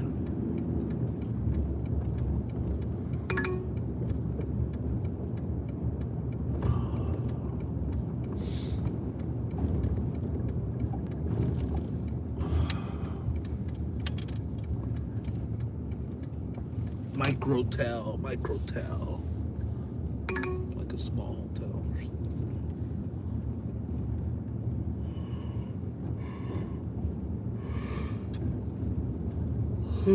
Fudge. Jack in the Box right there. Maybe grab a little burger or something. One of those cheap little burgers. I'm so tired of freaking fast food.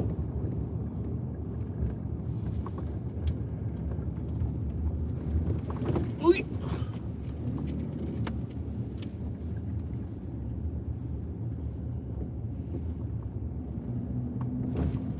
Oy.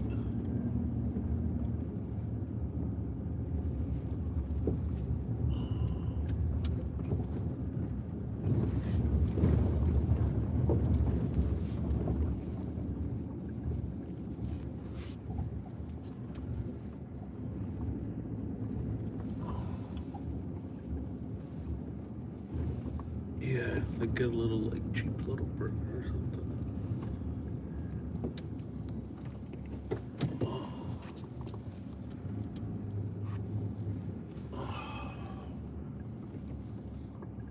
Actually, I don't want to be by the trash can. Park over here.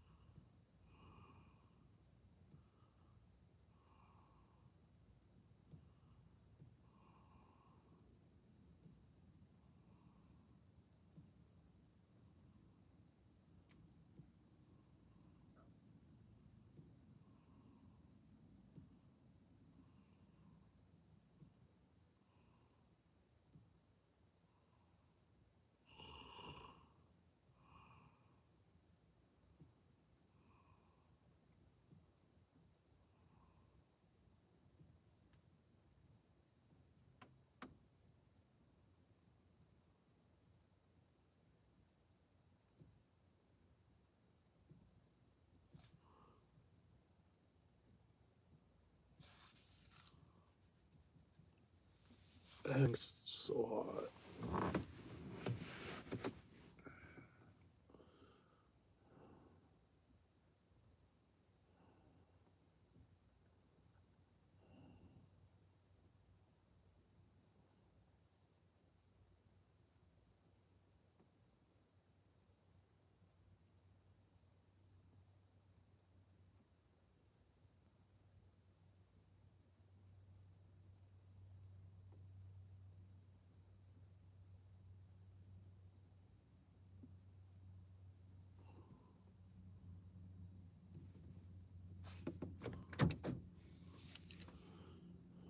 Be on the lookout. Keep an eye while I nap.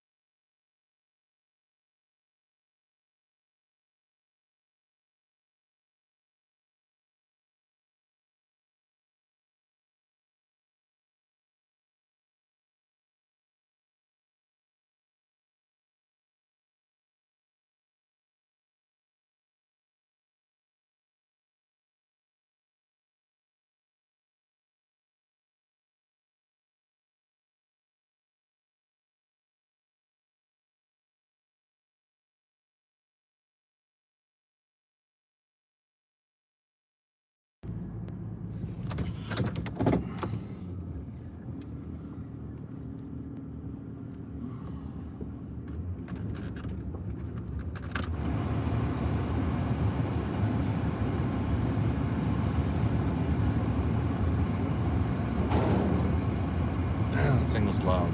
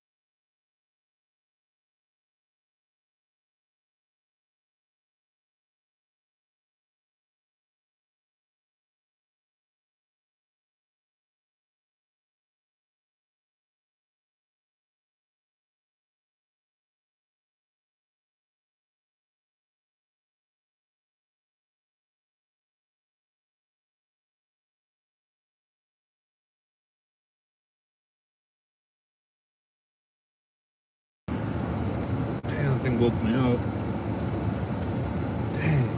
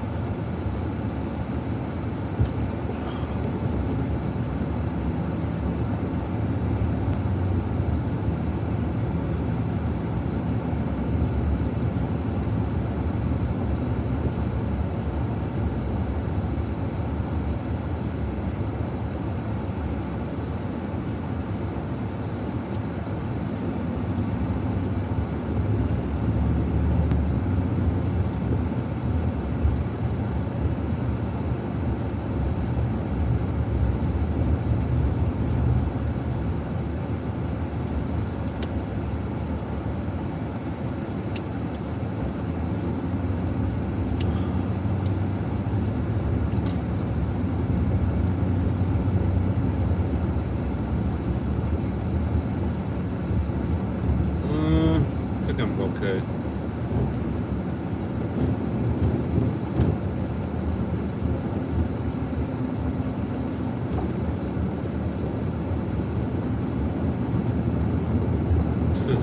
On the road again.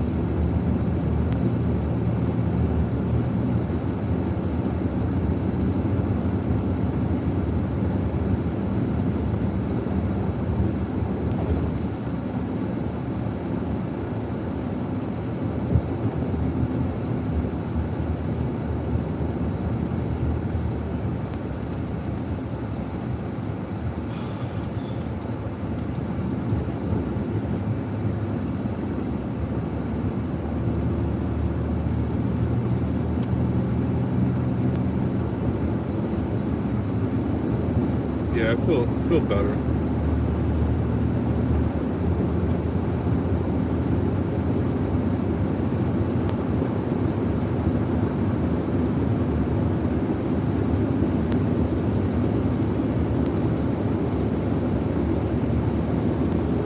Thank you, thank you.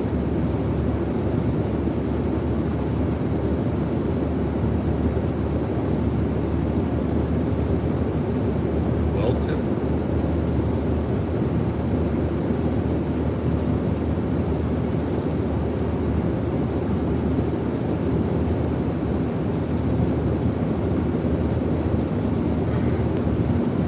Dang, the freaking truck. It was like honking. I'm like, man, what the heck?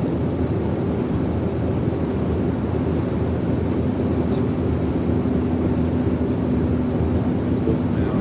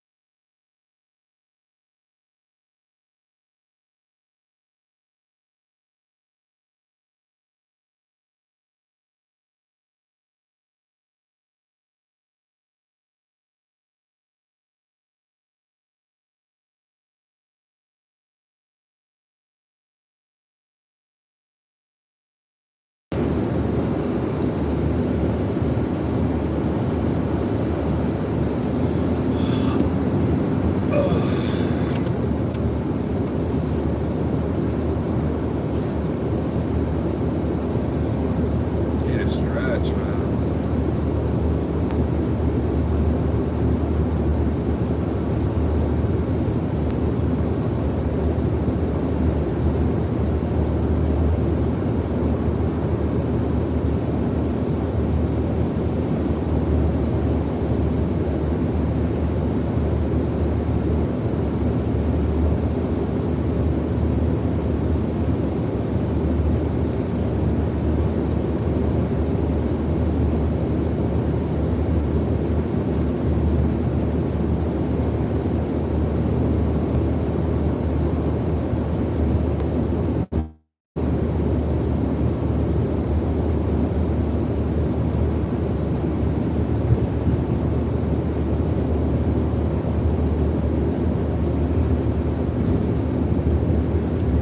Oh, that's cool. Somebody ordered something off the wish list.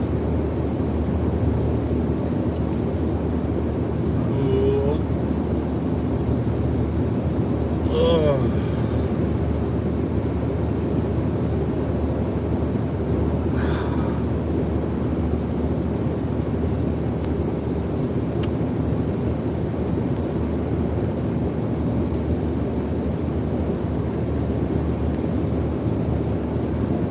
I think I'm already in California. Let me check. Because the gas prices.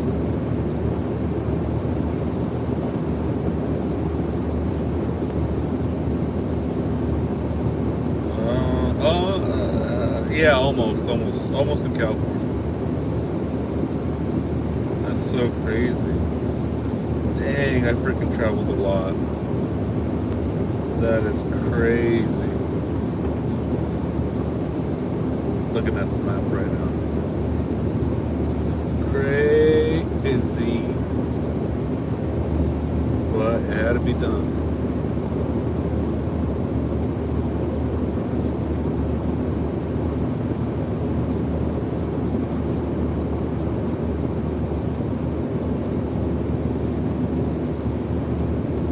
I don't either. Willpower.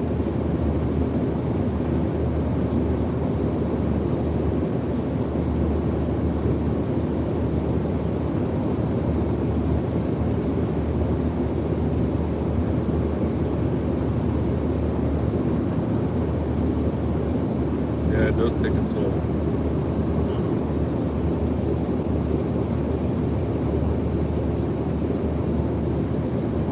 Latuma?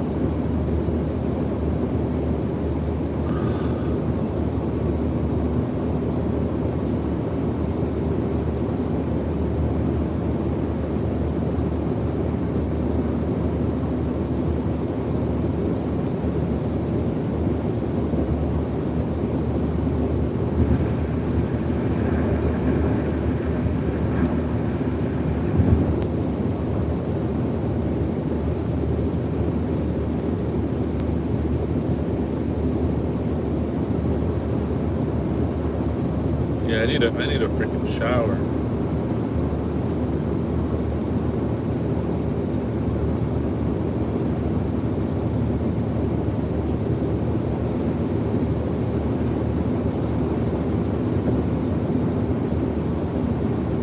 Oh look, there's a parking area just like down the street.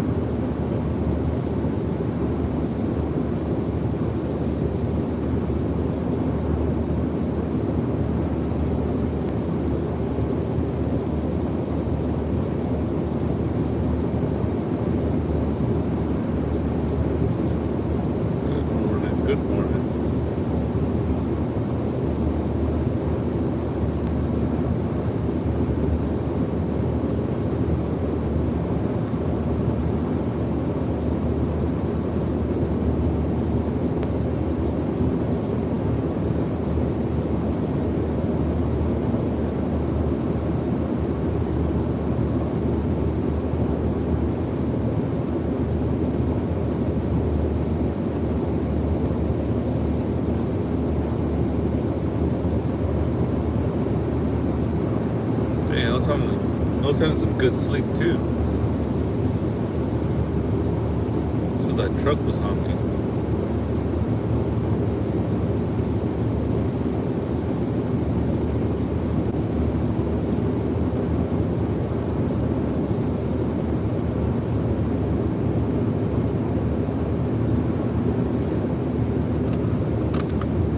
Let's see if I get some fresh air. Oh yeah, there we go.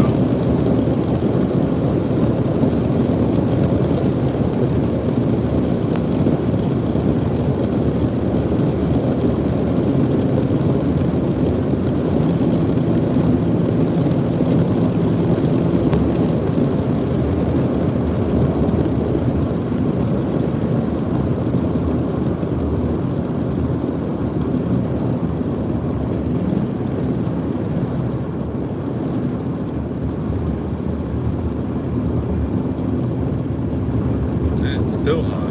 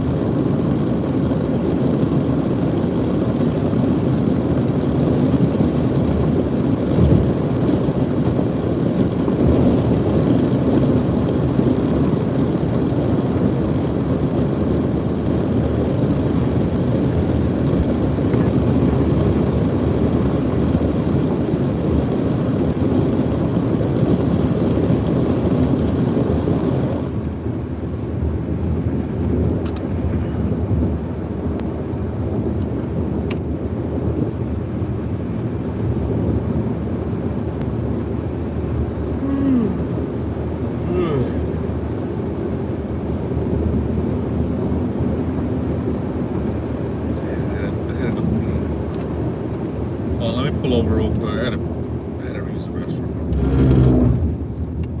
Hold on.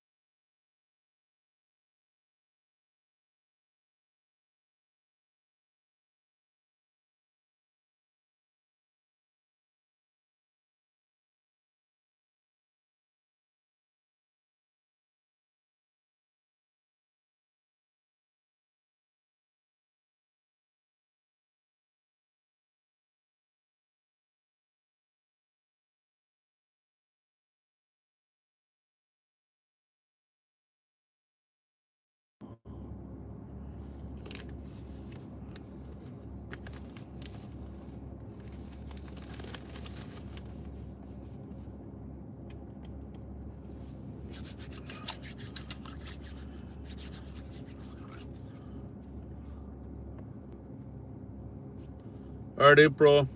Yeah, I'm almost to California, so I do appreciate you stopping by, helping support the channel, getting the watch hours in.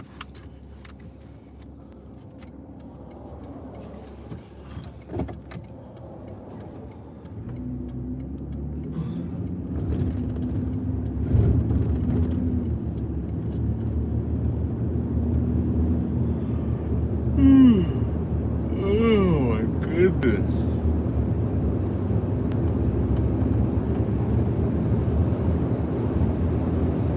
No more javelinas.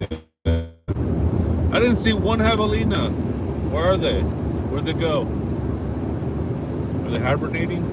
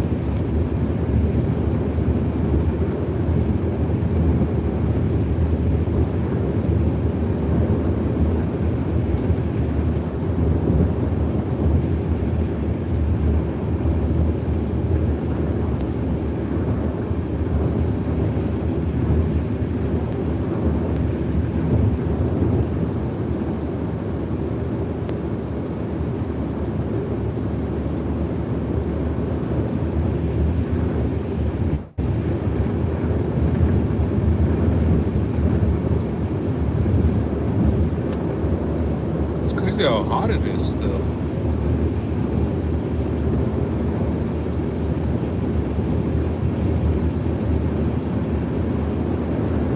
Good night, April.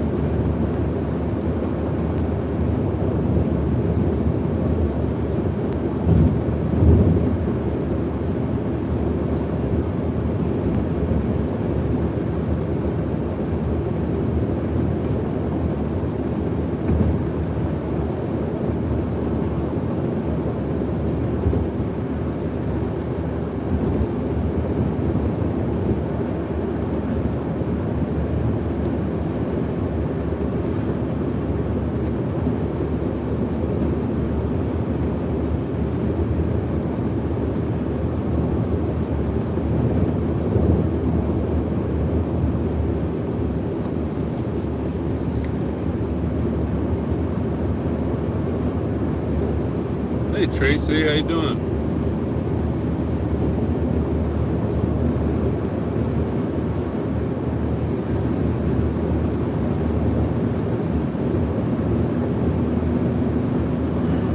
Hello, hello, hello. Hello, hello, hello. ¿Qué te la jaló la pata?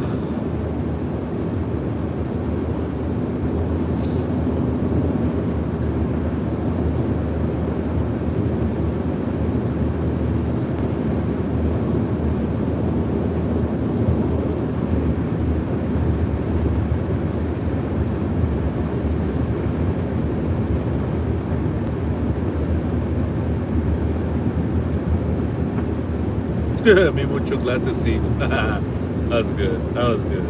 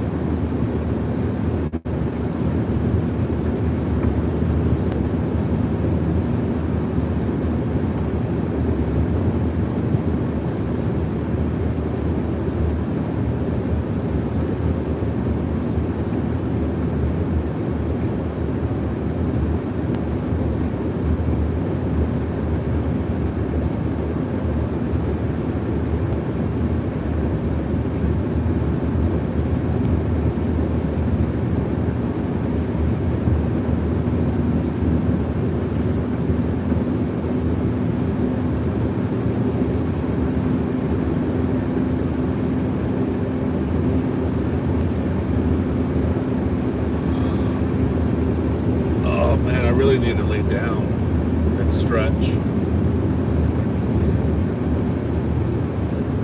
Shower, stretch, sleep, repeat.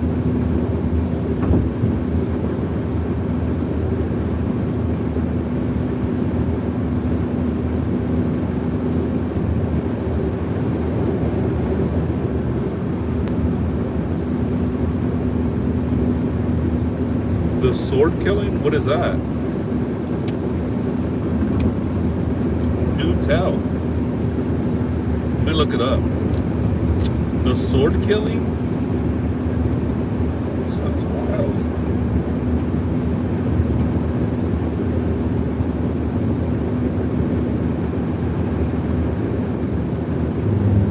Whoa.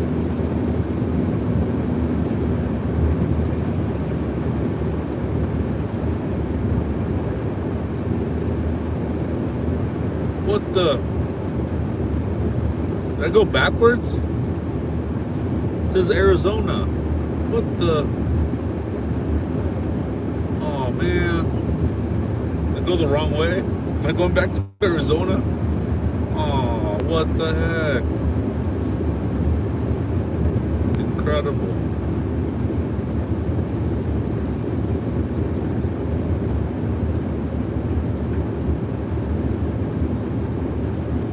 The sword killing? Let's look it up.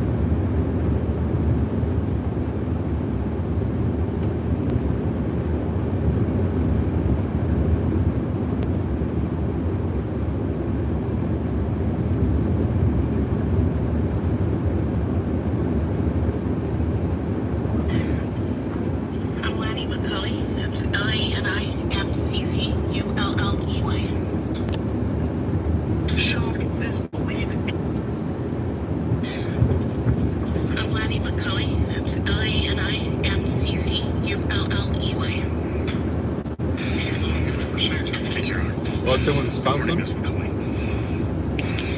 Do you currently live in Santa Fe? Yes, I do. How long have you lived in Santa Fe? 20 years. And what's the highest level of education that you've completed?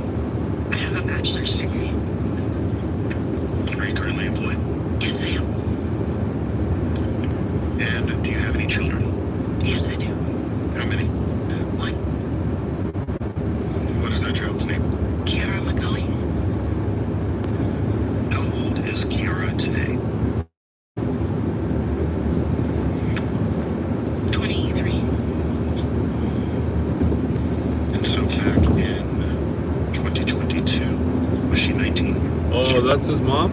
Or her mom? Did Kiara graduate high school? No, she did not. What's the highest grade that Kiara completed? 10th grade. In 2022, where was Kiara living? At my house. And I want to talk a little bit about your house, about how many bedrooms does your house have? It's 2 bedrooms. Right. And is there a garage?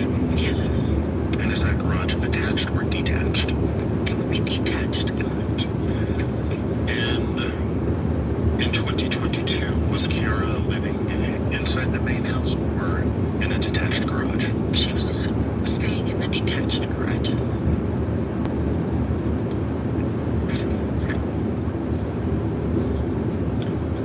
Is that kind of where all of her stuff was? Pretty much, yeah. Did that garage have a bathroom? No, Did the garage have a kitchen? no.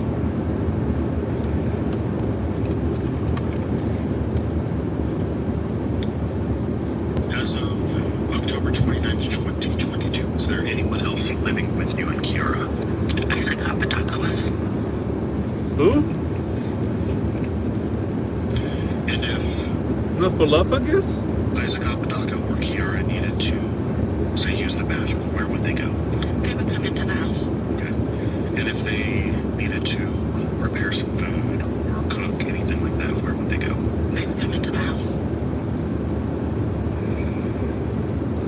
Isaac And if they needed to shower, where would they go?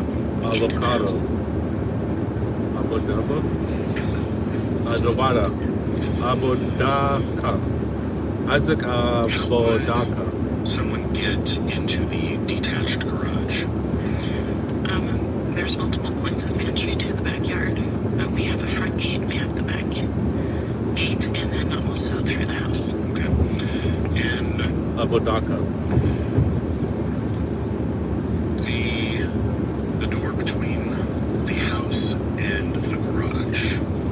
So I guess maybe the back door. Yes. Was that door normally kept locked? Only during the night. It was usually open during the day, as long as someone was home. Okay.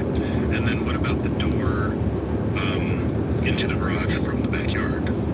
Was that door normally locked or unlocked? It was normally unlocked, as long as the kids were in the garage.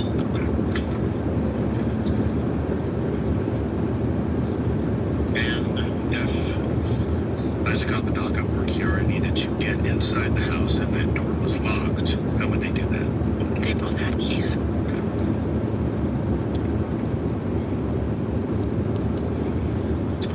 want to talk a little bit about Isaac Apodaca, okay? Yeah. How did you know Isaac Apodaca? I met him through my daughter. Okay. And was he Kiara's boyfriend? Off and on, yes. Okay. Were they ever engaged to be married? Yes.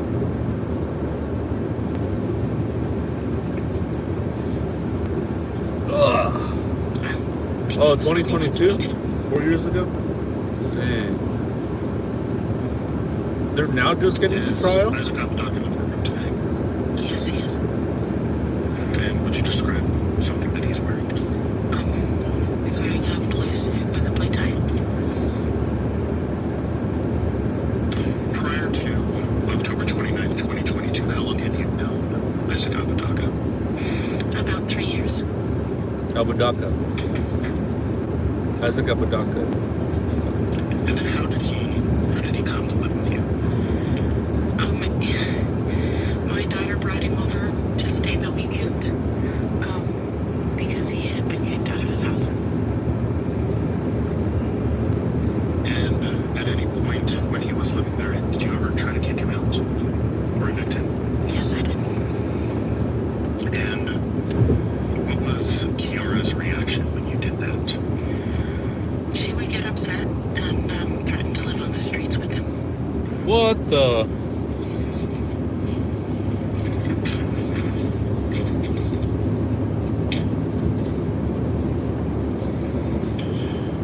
And at any point did you ever refer to Isaac Apodaca as your son or your son-in-law or your soon-to-be son-in-law? Yes, I did. I want to ask you a little bit about Shit. Isaac Apodaca and Kiara's relationship, okay?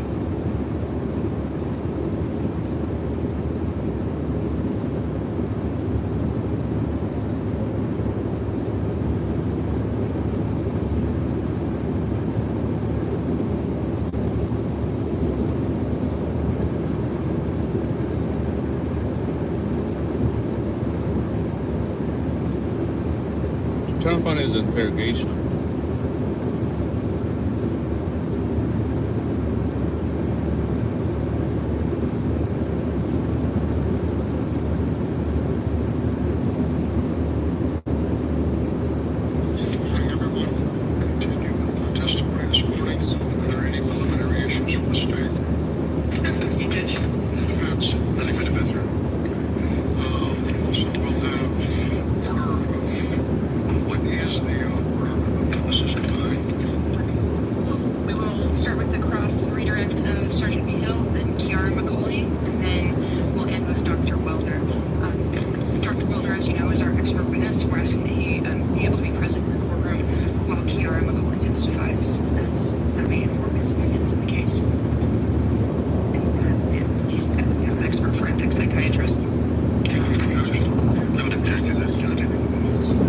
Oh, should apply to him, should to the only witnesses.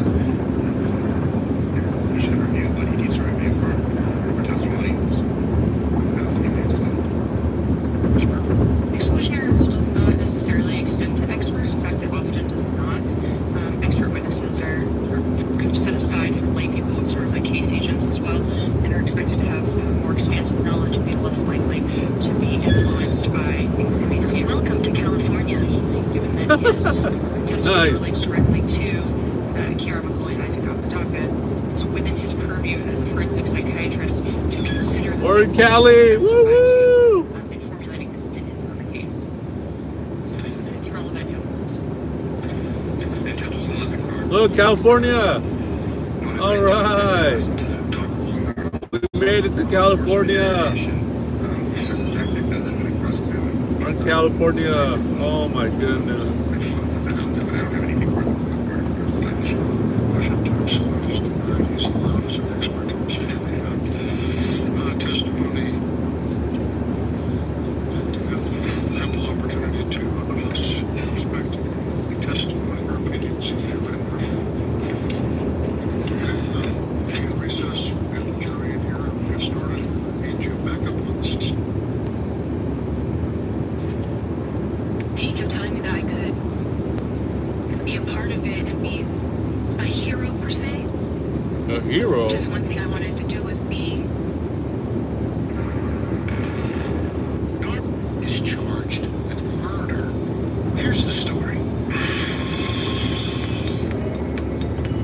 Isaac Apodaca's murder trial is poised to reveal a tale of love, betrayal, and brutality. He's charged with conspiring in the horrific killing of 21-year-old Grace Jennings, whose body was found inside a Santa Fe home, alongside a long sword drenched in blood. Accusations center on Apodaca's girlfriend, Kiara McCauley, facing her own murder and conspiracy charges. But prosecutors claim Apodaca manipulated her into committing the crime. McCauley is set to testify against Apodaca, and her testimony could prove pivotal as she's accused of acting at Apodaca's direction. Apodaca. Meanwhile, portrays himself as the abused, claiming Kiara threatened him the night before Grace's death. Their intertwined narratives, dominance, fear, and emotional control will clash under intense courtroom scrutiny. It's a love triangle turned deadly, with fate hanging on whose voice the jury believes.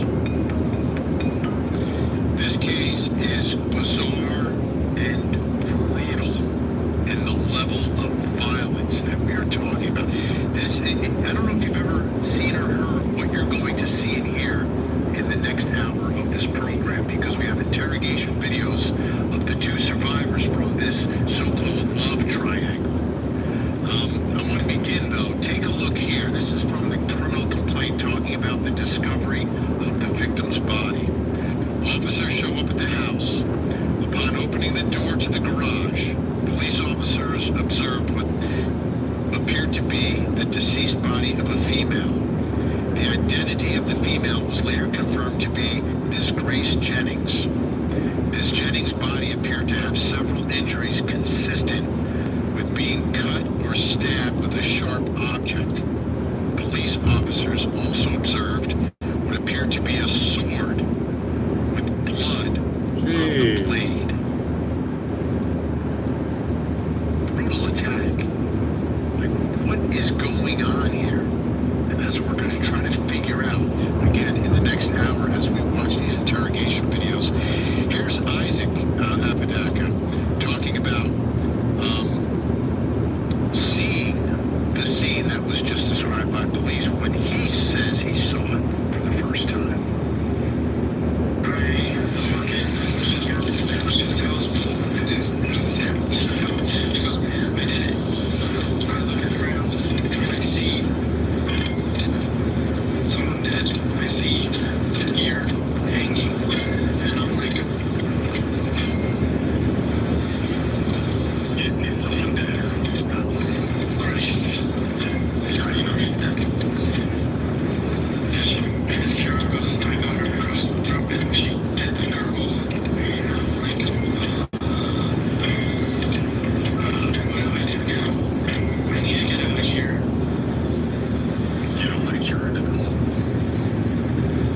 How did they lure the person That's the there? ending, right? The ending of all of this. But these were people who know who were romantically involved at different points. Which brings us to the first question in our investigation. What was going on in this love triangle? What were the dynamics between all the people? Here to help answer that question, retired police detective, forensic educator, Dr. Mike McCutcheon is with us, and private investigator T.J. Ward. Great to have you both here. Before we begin the discussion, I want to give you, and I want to give obviously the audience, an opportunity to hear from the two survivors of this love triangle as they describe their relationships with one another. And how long have you been in a relationship with Kira? 3 years. 3 years, 10 months. How was it? He's my fiance slash friend, confusing as hell. Ex-friend, ex-fiance. Yeah. We were engaged for 3 years. And we broke up in April this year. And because he was 8. And I Oh couldn't shit! let him back in with me. Hold on. Another checkpoint. Hold on, guys. Hold on.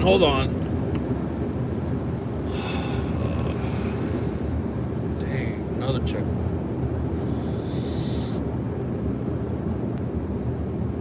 Hold on. All right, guys. Hold on. Just a minute.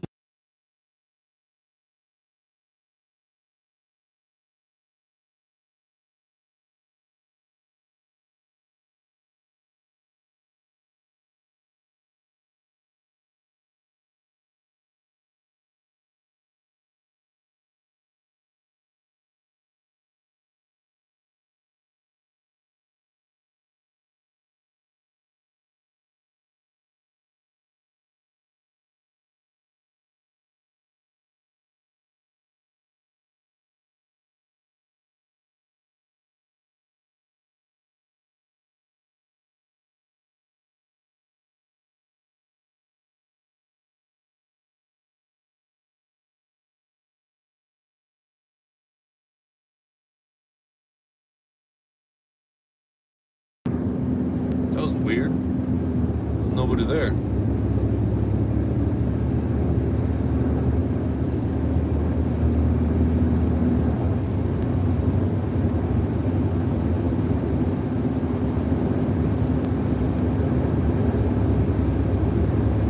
Oh well.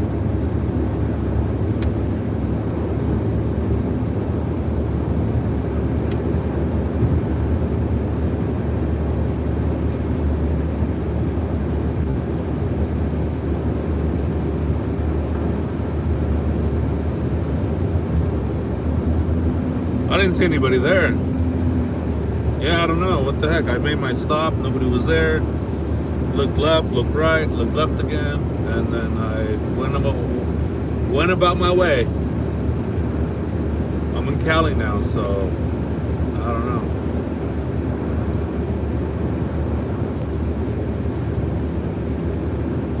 No, that's the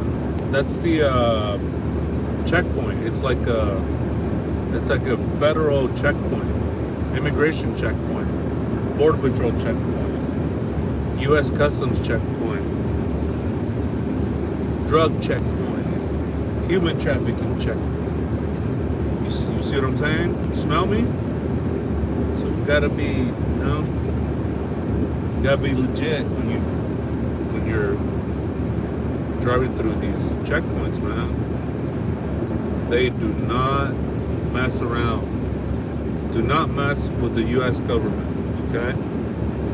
Do not play with my government. Don't play. Oh, let me play the video. We Gucci.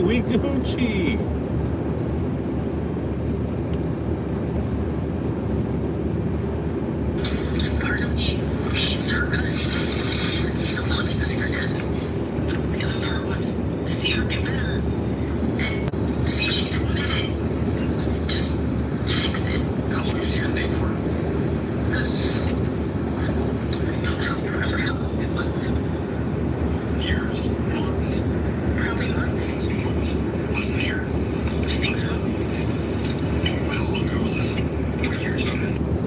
Yeah, we have them because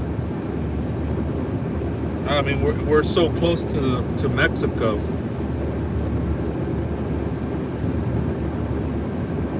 These checkpoints are here.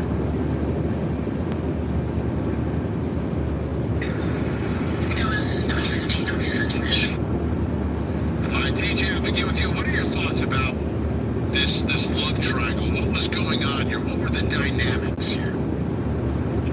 Well, I think that the two are probably had something going on because there was a lot of jealousy between the Grace, and I think there was probably jealousy between Isaac and also An hour? That's it. And we don't know at this point what the jealousy was, but somewhere somebody was upset, and apparently somebody had to die, and they she obviously used a weapon, and which is strange. This is kind of a bizarre murder to say with a sword, but I think there's a lot more to these three individuals than meets the eye yet. Yeah, Dr. Mike McCutcheon, they're speaking voluntarily, first of all, and they're providing so much of the information and the insight into this relationship. What's your initial take on what's going on amongst these three? Oh, love It's interesting love at triangle. first because I think the initial interview, they don't know they're going to be charged with the crimes, so they're forthcoming with their information about their relationship.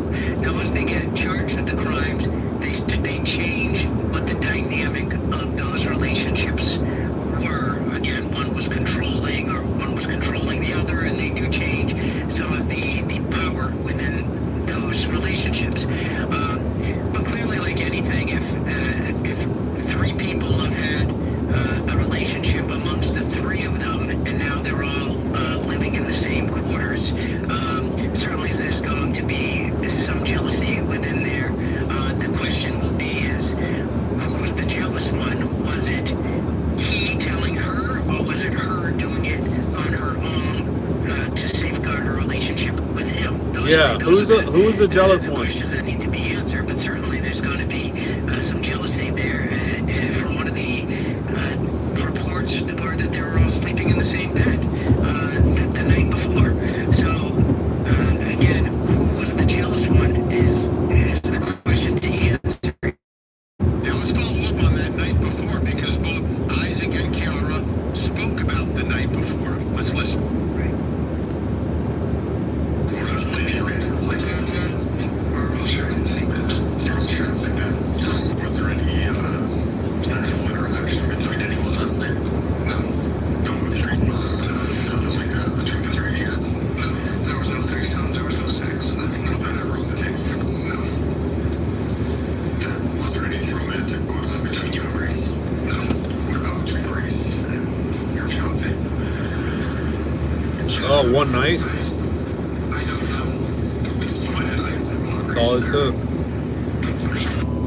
What he wanted. I was which gross. Saying gross. I've seen the kind of people she's been with. Did you? I don't think so. I'm guessing he didn't. It's the worst 12 hours of my life. 12 hours of my ass. Threesome or anything like that? Usually when there's people in my house, there was three-way, and I'm just like, I'm not touching her. Yeah. You guys have had three-ways before? Yeah, we tried. She's polyamorous, and I'm just kind of there trying and seeing if I like it. TJ, you buying what she's selling? You think she's telling the truth about, and you think he's telling the truth about what happened or didn't happen the night before? I just think, just like your other detective, there's a lot of jealousy we don't know about yet, but somebody got real jealous about something that was going on between them. When you got three people like that, and there's one male and two females, somebody's going to get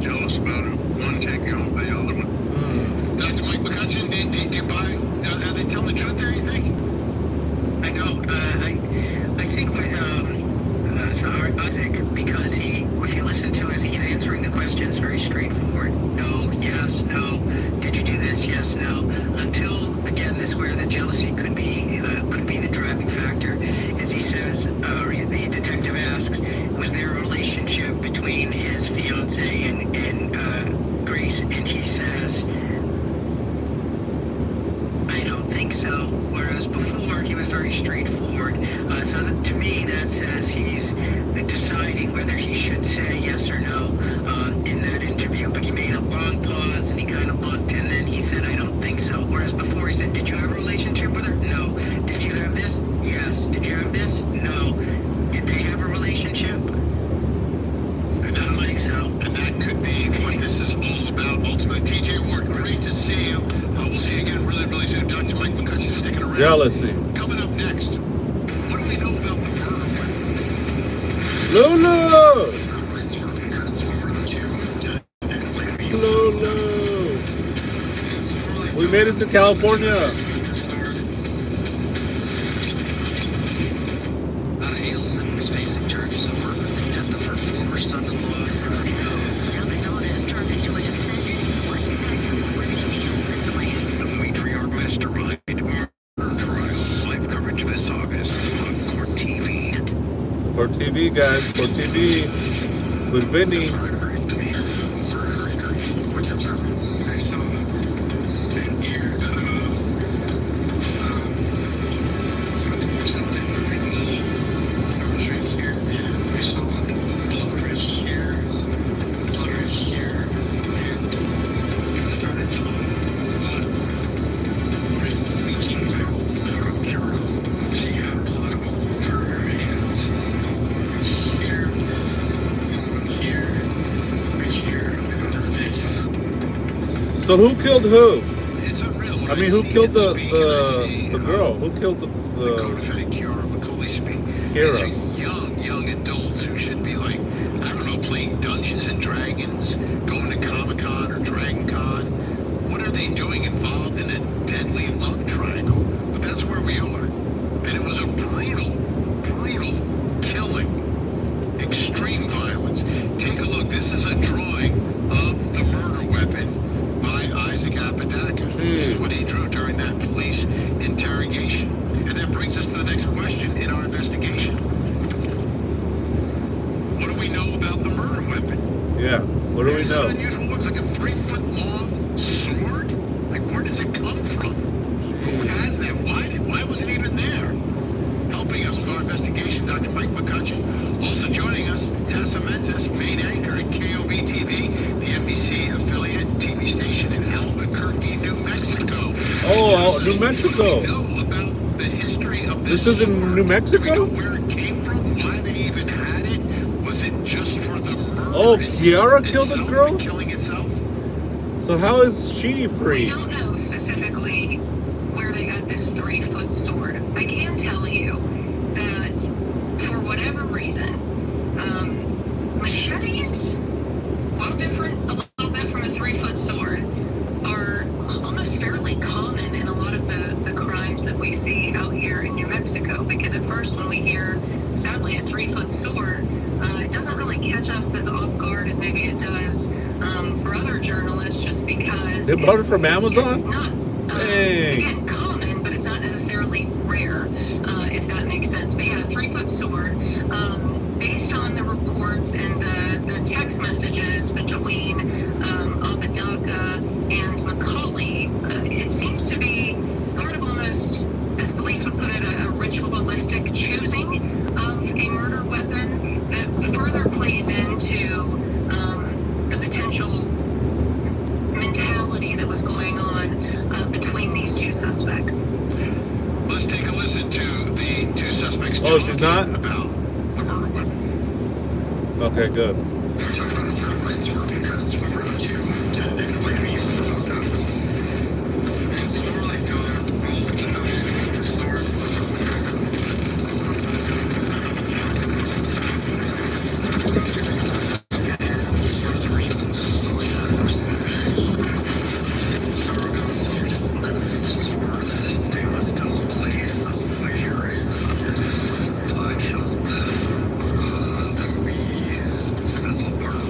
Yes.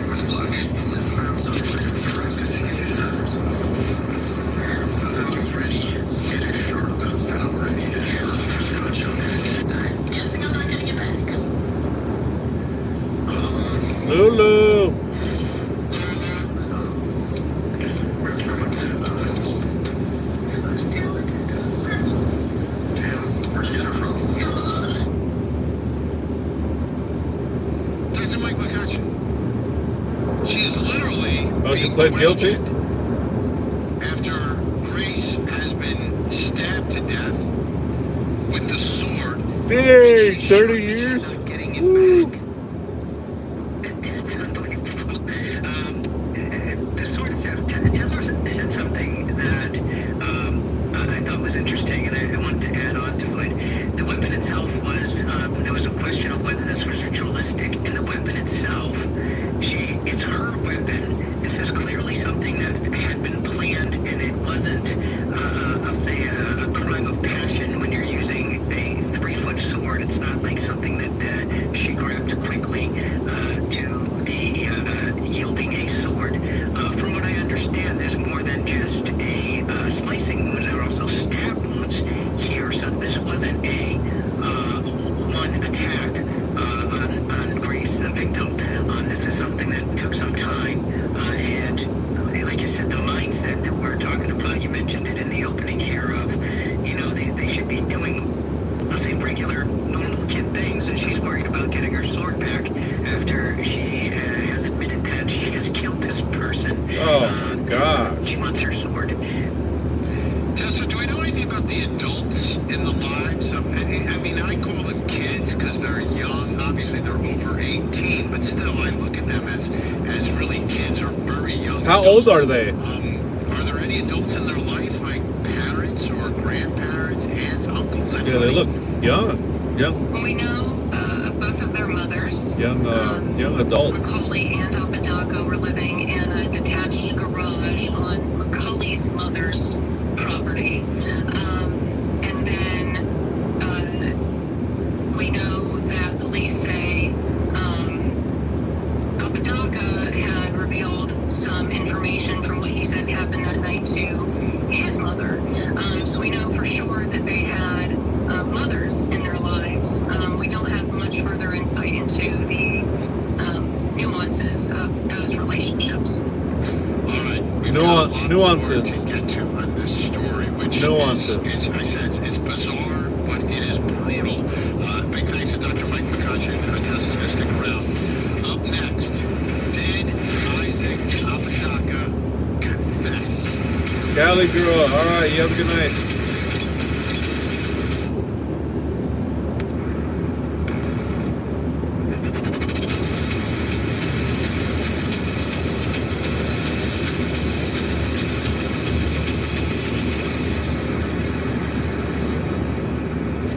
I'm Vinny Politan. We continue our investigation of the violent murder of Grace Jennings, who was involved in a love triangle that turned violent, and now Isaac Apodaca is facing charges of murder, and his ex-lover is set to testify against him. Here's the story. 25-year-old Isaac Apodaca, once intertwined romantically with both 21-year-old Grace Jennings and his girlfriend, Kiara Macaulay. Grace, an ex of both, had been invited by Apodaca to stay in a garage apartment they all shared, sparking tensions that exploded into horror. Kiara, consumed by jealousy, allegedly spent years plotting Grace's death Dang. at Isaac's urging. Text messages found on his phone allegedly reveal Apodaca encouraging her to kill her and promising perks in the black market and advancement in a secret ghost group. Whoa. Surveillance and body cam footage show Isaac claiming he walked in minutes after Grace's murder, Kiara holding a bloody 3-foot sword and admitting he didn't want a part of it. Prosecutors describe Isaac not as a bystander, but the puppet master who orchestrated a jealous rage turned lethal. Kiara has pleaded guilty and agreed to testify against him. Isaac now stands accused of conspiracy, accessory to first-degree murder, and manipulation that turned love into lethal betrayal. Bizarre and brutal, this case. But this case, like any other case that we cover these days, digital evidence often plays a huge role, especially in the form of text messages, because for a lot of defendants, these are communications that take you inside their mind and communications that they don't necessarily expect anyone else to ever see or read. Take a listen to Isaac Apodaca when he's being interrogated about text messages between him and Kiara. Yeah, let's listen in. What's going on there? I just wanted everything to stop because I got caught in the middle. You want everything to stop? Yes. What do you mean? I wanted everything to stop because I got caught in the middle of there too. And them too. You wanted everything to stop? Yes.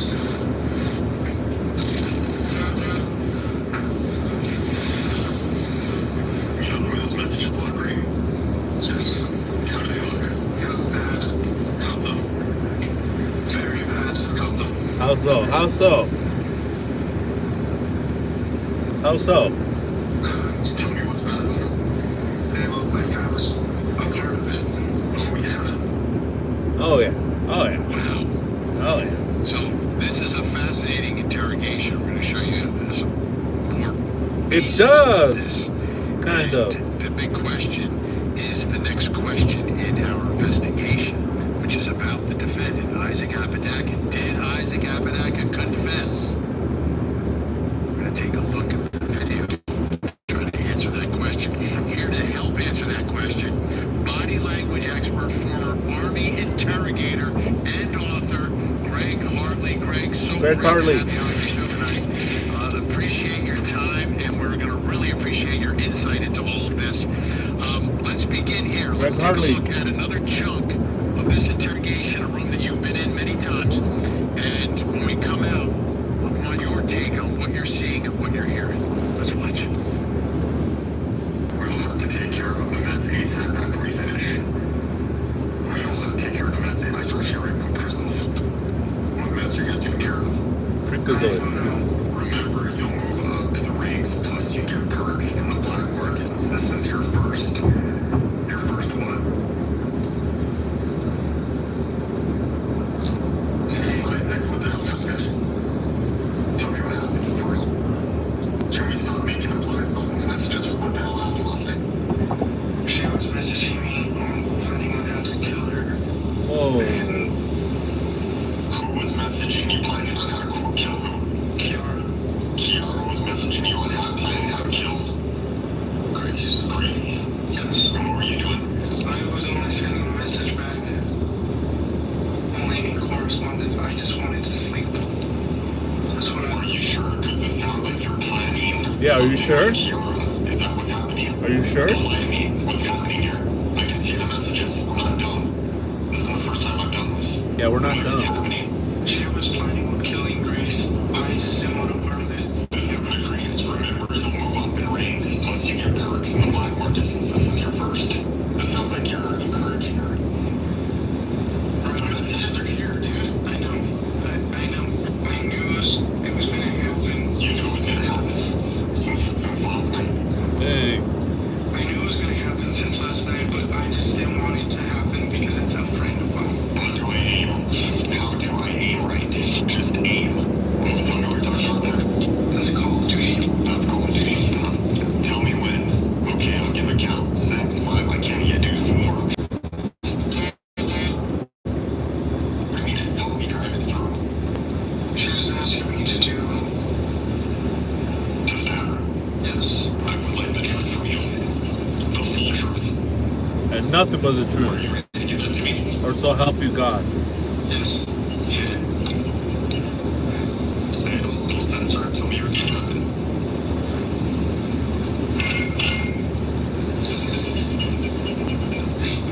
Those messages were me telling her how to plan it out. Did something stupid. I partook in being involved in some stupid text messages. And I'm the idiot. Unbelievable. Unbelievable.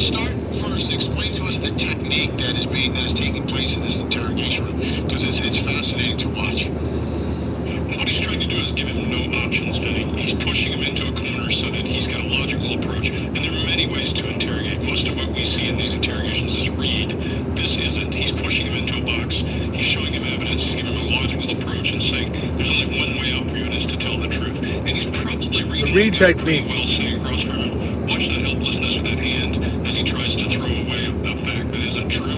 Watch him shrink. Watch his body get tighter and smaller as this guy closes the lip. You can see it's working, so he's doing all the right stuff. Often we're going to get a confession. The body language is someone you can't mistake. He's not there yet. He's not pre-confession, so it's taking pressure from this investigator. And is that something that's done on purpose? Like, are you the approach? Do you read someone before you decide what approach you're going to take? Is it based upon the evidence you have, or is it based upon the person sitting across the table from you? Well, it depends. Like, for example, when you're dealing with terror suspects and those kinds of things, you know so little. Often you have to kind of wing it and guess and do a little bit of this and a little bit of that. But you also pull every piece of data you've pulled in from that person. They've got evidence. They've got all these text messages. They've got a beautiful thing because they can lock him down and push him into a corner. But once he starts, watch the guy's body language. There's a thing we call turtling, when your neck starts to shrink because your head is shrinking down into your body to protect those arteries. Turtling. You can see it happening in him. You can see him gripping his body, doing that hug in a way of adapting, in a way of releasing nervous energy. He's protecting his joints. Those are all threat indicators. He's looking at that phone as if it's a tiger about to attack him. This guy's got him on the ropes. He knows it, so there's no reason for him to back off at this point. Where often we will go in a different direction and we will say, okay, this is not working. We push until they get really locked down and wait for them to open up, and then we get very quiet, very friendly, and move in. This guy's got the right approach for the guy at the moment. Okay, also joining us right now is Josh Colesroot. He's joining us by phone. He's a great attorney. Josh, let me ask you, this guy is going to trial. His attorney has claimed his innocence. He says, don't jump. I'll tell you exactly what his attorney said. There are many moving parts to this sensationalized case, and Isaac's involvement has been exaggerated. Please remember that Mr. Apodaca is innocent until proven guilty, and we intend on taking this case to trial so the jury can flush out the fact from fiction. Do you believe that this witnessed was confession? Well, I'll tell you that the jury from a defense attorney, and I would expect nothing less. Yet the information on the recording is definitely a confession, and not only that, I reviewed the entire case file, including the aggravated battery arrest that he committed against Karina just a few months earlier, and this is obviously. Oh my gosh, but I'm tired. So in that case, he later pled out. Never gonna make it home. Stopping all the time. He kept Karina, the co-defendant, in the room. He refused to let her leave, and he beat her, in her words, like the Hulk. And this is a very similar situation with Graves, where he was charged with unlawful imprisonment. And when the text messages, when I first read them, the biggest question to me was, how close in time was he trying to communicate with his now girlfriend to kill Grace? And it was during the time that she was there and when she was asleep. So obviously this was premeditated. He was trying to talk this obviously very disturbed girlfriend into doing something, and he was successful in doing so. Yeah, I need a power nap. I'm fucking getting tired. That's the co-defendant, the girlfriend, maybe the fiance. You get some fresh air. But here she is talking about a secret organization. Whoa, secret organization. There's an organization that he's in charge of. I probably shouldn't be saying this to a cop. As long as it's Vodka, just trying to understand that word now. Well, it's called Ghost. They're like an underground version of cops in a way, but a little more intense and dirty. And they get rid of people who are in charge of sex trafficking, in charge of anything that has to deal with hurting kids. And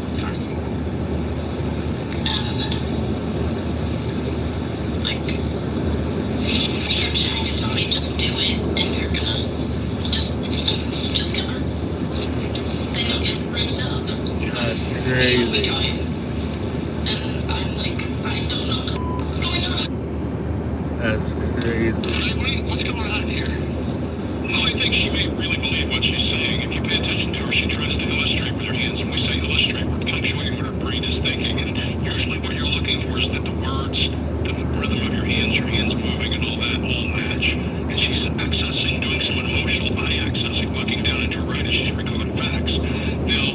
knows what's in her twisted little head there, but she appears to believe what she's saying. She even tries to raise her hand, still is straight. One interesting thing I've noticed with both of these that is odd, really odd, neither of them has an increased blink rate. Everybody should have an increased blink rate when they're under this kind of stress and this kind of duress. Hers doesn't. She shows some grief at one point. Looks like she believes what she's saying. Let me ask you, Josh, she is going to be an important witness in the case against Isaac. What do you think of her credibility? And obviously, he'll be pointing the finger at her. He has to. He has to downplay what the text messages said and what they meant. But, you know, when I was reading this, I was looking for... I need to pull over. I was a prosecutor for a long time doing investigations. You want corroboration. And we have that here. So, during her post-Miranda interview, she specifically stated that her boyfriend, Isaac, was part of some secret organization and that he asked her to kill Grace and then she would get leveled up because she's an amateur. This is her first time doing this. But it's corroborated by the text messages because that's exactly what Isaac said to her in the text messages that night when Grace was asleep, when he was trying to convince her to kill him. So you have your corroboration. Now, if he didn't have that corroboration, as a prosecutor, I'm thinking, man, I don't know how effective he's going to be. But with this corroboration, you know, it's going to be very difficult for the defense to explain that away. Josh, Coles Road, so great to connect with you. Thanks so much. Greg Hartley. Yeah, I'm trying to pull over. Still to come. What did Kiara think of her ex, Grace?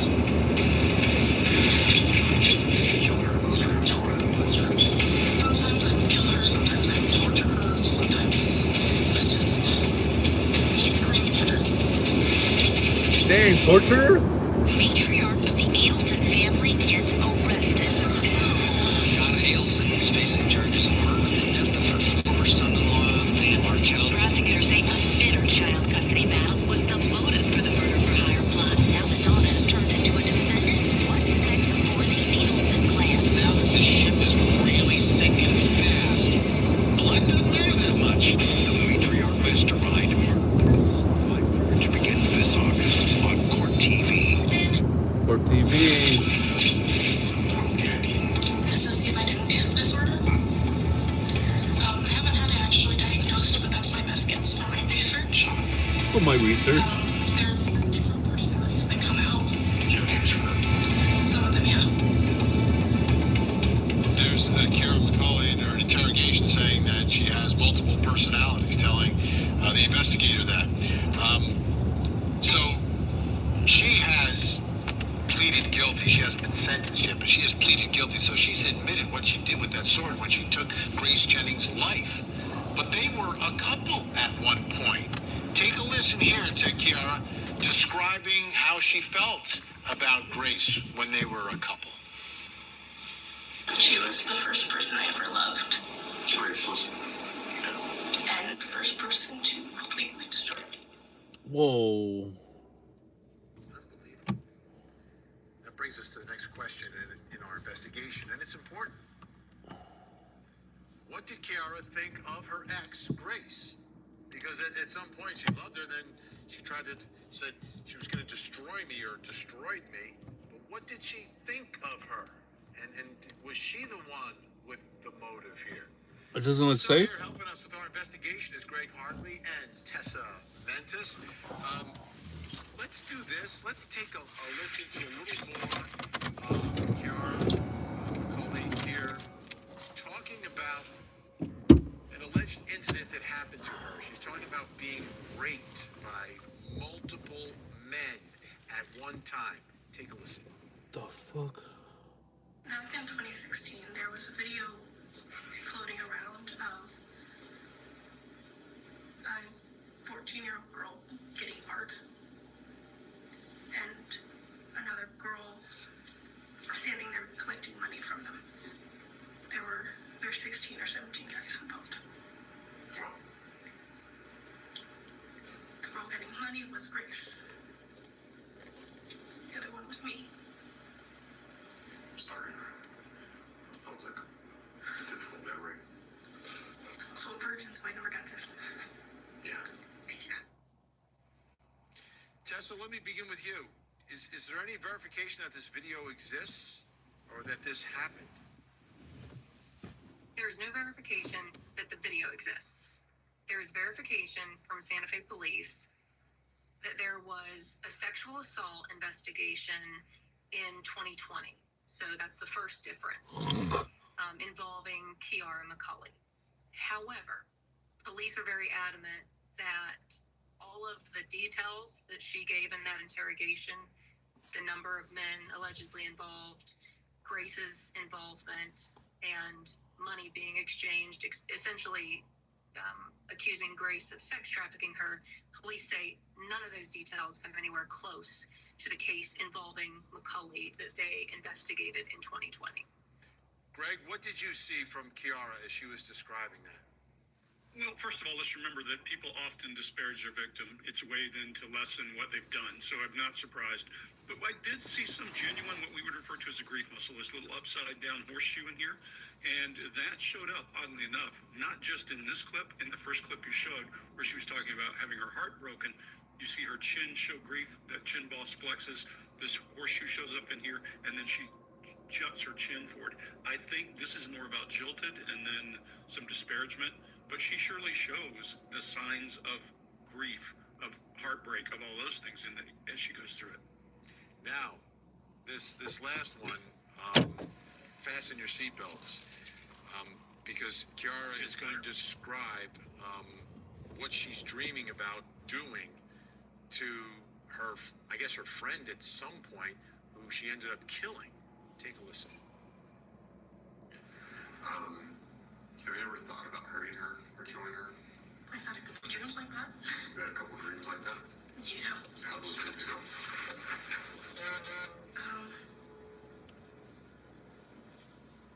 They were mostly right after we broke up and then whatever triggers and stuff. But Did you kill her in those dreams, or what happened in those dreams? sometimes I would kill her, sometimes I would torture her, sometimes it was just me screaming at her. Do you use weapons, or what do you do? I create torture devices out of sex toys. What kind of sex toys? Usually I and put razor blades on it, covered in blue juice. Oh shit. That's what I think that does. Obviously, we have to bleep some of that out. Greg, what do you think of her demeanor and all that? Well, you hear that normalizing laugh. She said something pretty horrible in that normalizing laugh in there that normal people don't do. None of us are thinking about that kind of stuff, and if you have dark thoughts in your head, you certainly aren't caring to this degree, and so you don't need that normalizing laugh.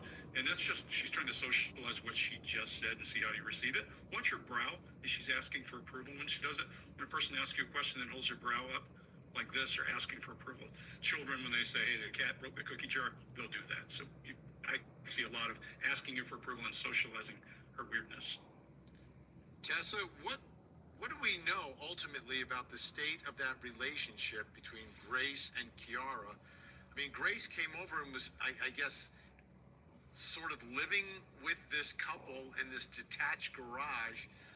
What was the nature ultimately of their relationship at the end when Kiara decided to take the sword and end Grace's life?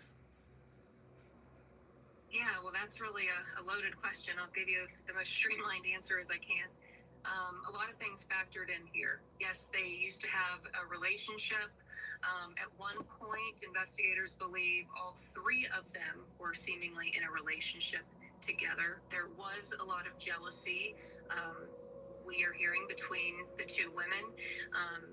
Those text messages show that Grace Jennings had asked Apodaca if she could just basically crash at that detached garage with them for the night. McCulley allegedly gets angry about that, but then the text messages show that as Grace Jennings is sleeping beside them, that they're texting back and forth discussing how to kill her, and that secret society comes up about going after sex traffickers and pedophiles, which if McCulley is believing this line that she's giving about that alleged sexual assault that she survived, perhaps she sees the death of Grace Jennings as her ultimate revenge, but also doing good in the world in this twisted way that they were thinking of this ghost secret society. So there are a lot of factors at play, but ultimately there was definitely jealousy in those text messages. There was disdain, there was anger, and there was just feelings that I can't even think of the correct adjectives to describe them toward Grace Jennings. Yeah, we have about 30 seconds left here, Greg. It seems like Tessa put the pieces together there for me, right? There's this whole society, and it would sort of make sense in a deranged mind. But it takes a certain amount of narcissism to believe that you and a guy who heads up this whole secret police are living in your mother's garage. You have to suspend a whole hell of a lot of disbelief. Yeah, there's that too, right? Absolutely. Wow. What a case. What a story. Big thank Greg Hartley. Great to see you. Great to catch up. Always appreciate your insight. It's amazing. And Tessa, your reporting is fantastic and putting the pieces together for us. Thank you so much. You know, this entire case and situation is complicated. It is messy. And from the nature of the relationships to the nature of the alleged motives to what actually happened that night. Now, in most cases, that would be helpful to a defendant, but here it may not be. And it's really because of the level of violence that we're talking about and those text messages. The question is, though, who will the jury attribute this violence to, Isaac or Kiara? I'm Vinny Politan. We'll keep digging for answers as the investigation continues.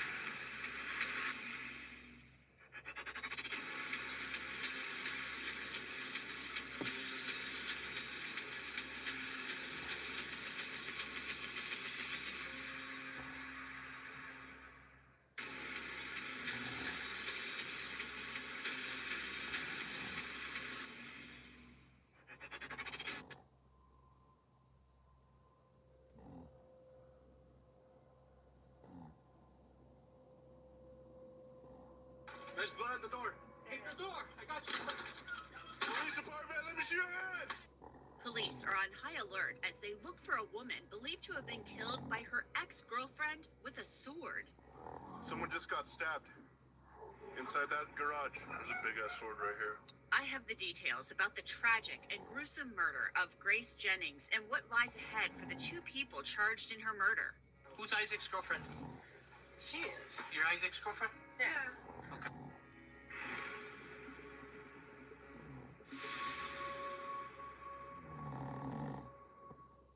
This is a Law and Crime Legal Alert. There are allegations claiming that online apps like DraftKings, ESPN Bet, BetMGM, Bet365, Fanatics Sportsbook, and Caesars Sportsbook are engineered for addiction. These multi-billion-dollar companies allegedly continue to put profit over safety. Every free bet, boosted parlay, and every small payout triggers a dopamine rush that creates dependency and turns harmless fun into a destructive habit. They keep users hooked, chasing impossible wins, and trap people in a cycle that can lead to serious financial loss and damage mental health. Our legal sponsors are taking on the online gambling industry to seek justice and potential compensation for those impacted. So if you or a loved one has struggled with addiction, financial hardship, or mental health issues because of sports betting apps, visit gamblinglawsuit.com/crimefix to take a short quiz and check your eligibility to file a claim. I have to tell you, just when you think you've heard it all, a case like this one crops up. It's disturbing. A young woman's life was taken. She was murdered by her friend with a sword. The young woman was Grace Jennings. She was 21 years old when she was killed. Grace had actually once dated a young woman named Kiara McCulley. Kiara has now pleaded guilty to a second-degree murder charge in Grace's death. Kiara's on-again, off-again boyfriend, Isaac Apodaca, faces a first-degree murder charge in Grace's death. The investigation started on October 29th, 2022 in Santa Fe, New Mexico. 5-9. Police received 2 911 calls, one from Isaac Apodaca, who said that he witnessed his girlfriend, Kiara McCulley, kill Grace Jennings. His mother placed a second 911 call reporting what her son had told her. Now, it doesn't get any more serious than this, so the officers wait for backup. Need someone on the backside, on the alley. backpack.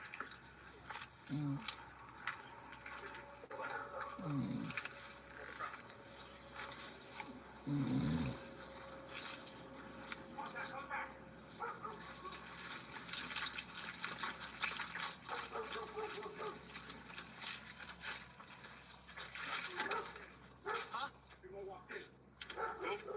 Kick it in.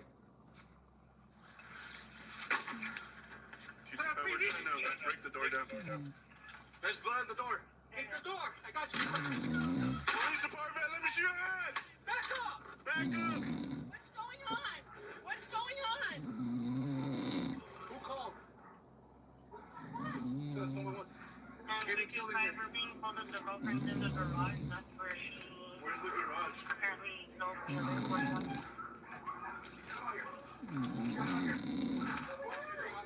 I'm sorry. I've been working on this. I'm going to my house. Who's in this garage?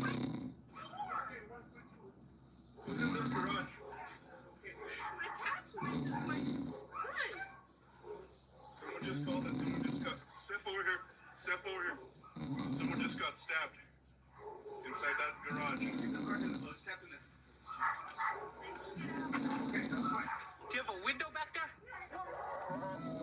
They're saying it's possibly in here. My house? Oh, from my house. Stop you?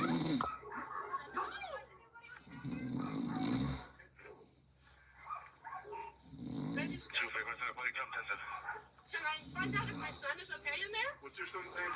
Isaac? Isaac? He's not in there. To clear things up, this home where officers are responding is owned by Kiara's mother, who appears to consider Isaac Apodaca her future son-in-law. That's why she's calling him her son.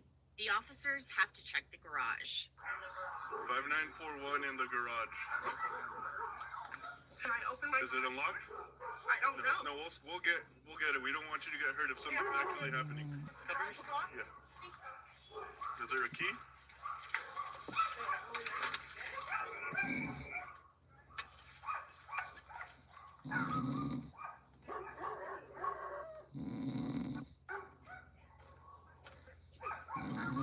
I'll get it.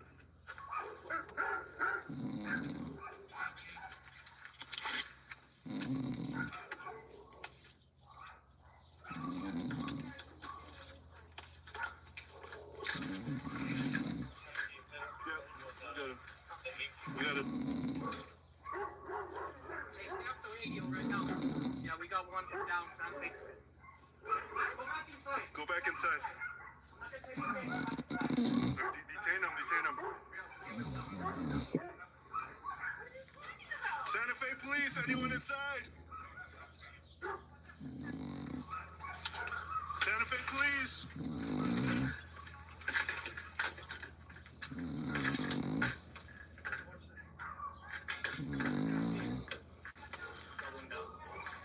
I can't clear.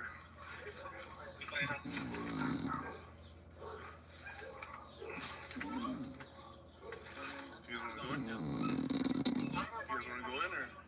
I can't. There's too much trash. It's a 10.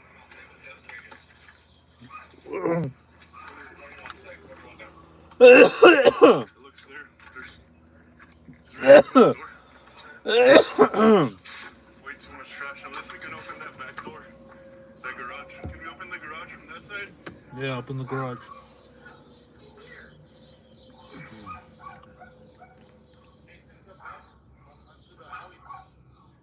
It's a 1041.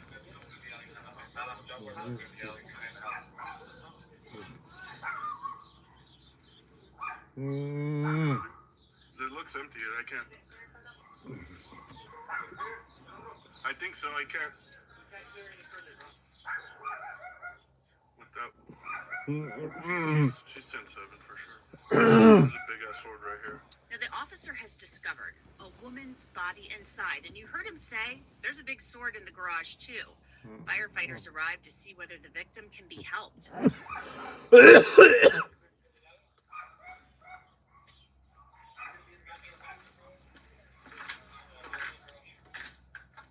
pretty much it. I don't know. Unless their freaking all this trash.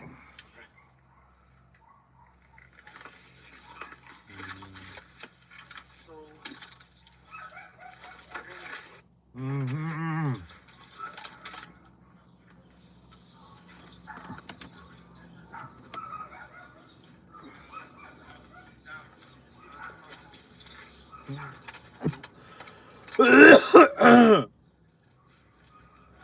Over here. Unless there's someone hiding under the trash there.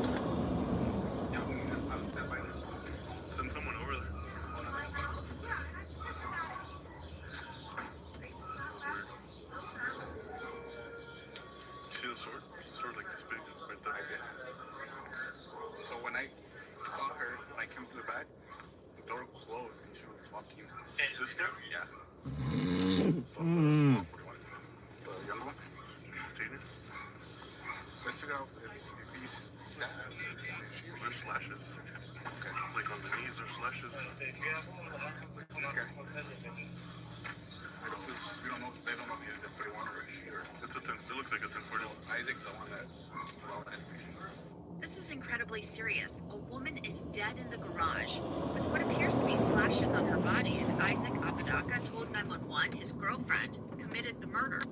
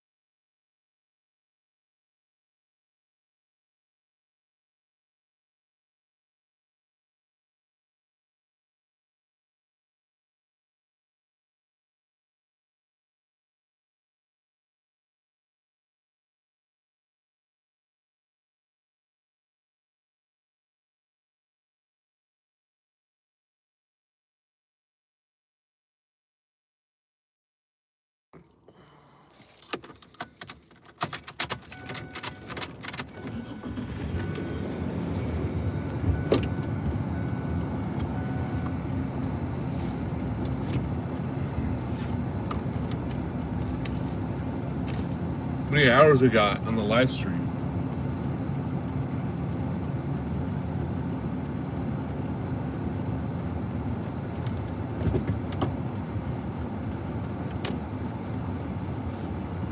Shit, good morning.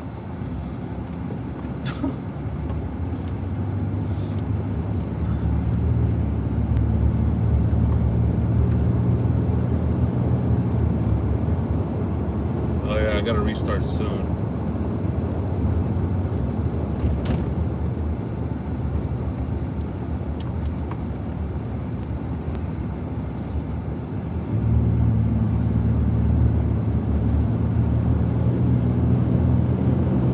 Good morning, good morning, good morning, good morning.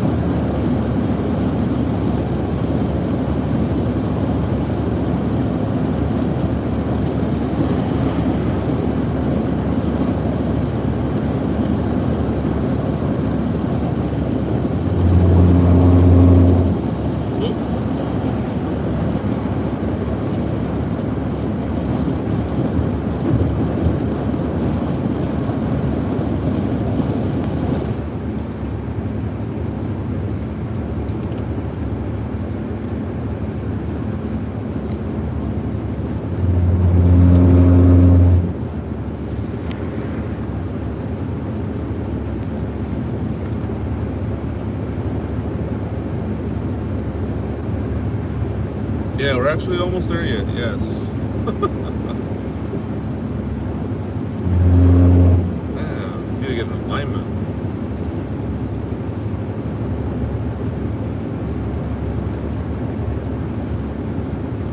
Oh.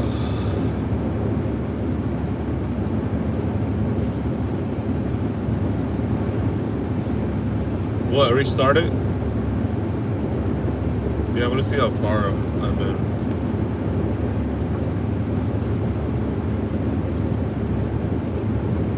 Rabu, Stormy.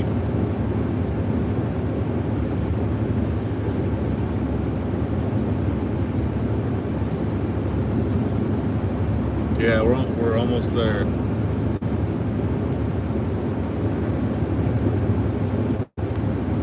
I feel better.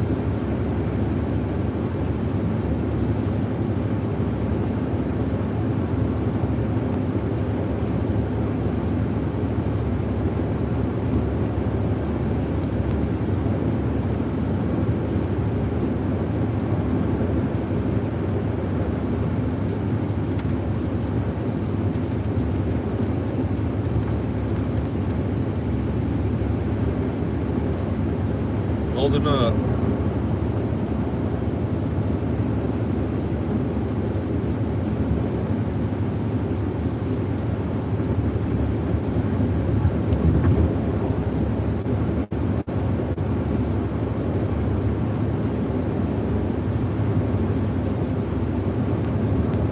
Let's see how much more I have to go.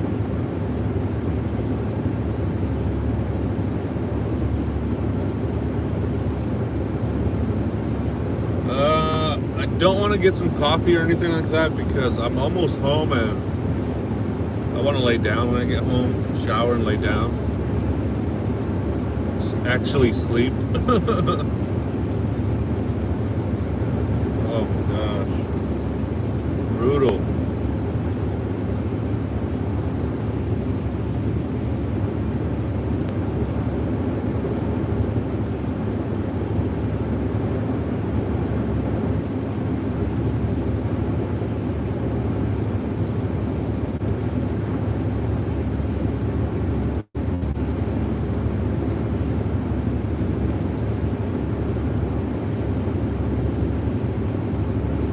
Yeah, or else I won't go to sleep.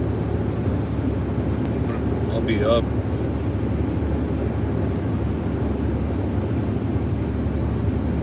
But coffee does sound good.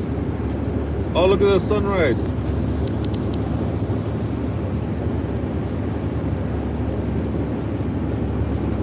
You can kind of see it.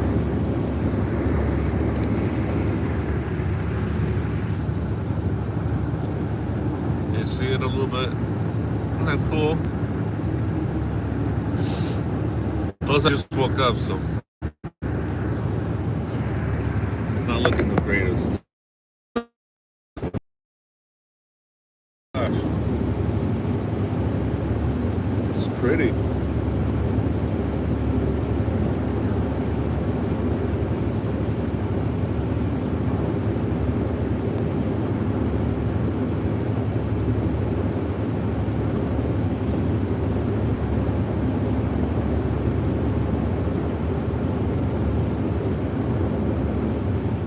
Border crossing? What the?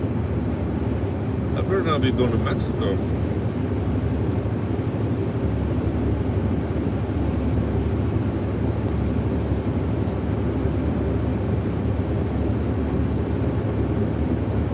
What the? God's beauty, yes, amen. Yeah, it's so pretty.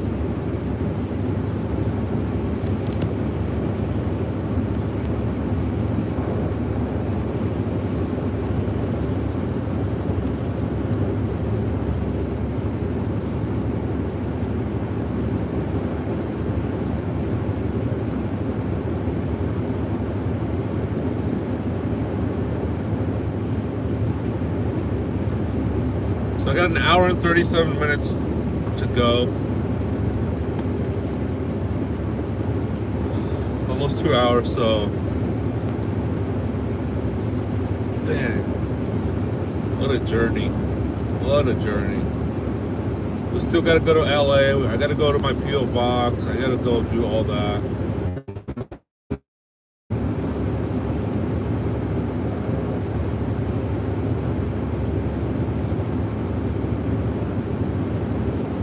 Maybe I will get coffee. Oh man.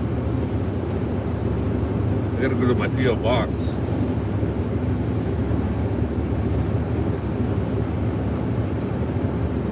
Yeah, maybe I'll get coffee.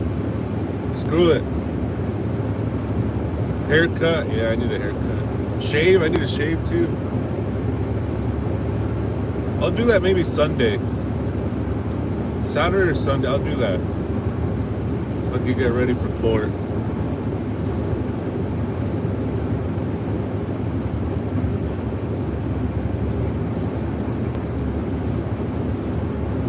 Yeah, I could wait. Well,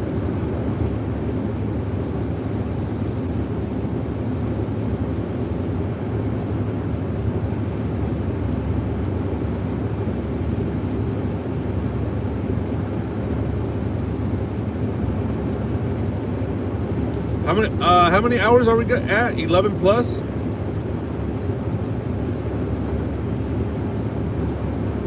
Right, but I think what they're doing is I think they're sending it to the original address. When you sign up for a P.O. box, it makes you sign up for an address. And I think what they're doing is they're not holding it that long, and then they're sending it to the address on the P.O. box. You see what I'm saying?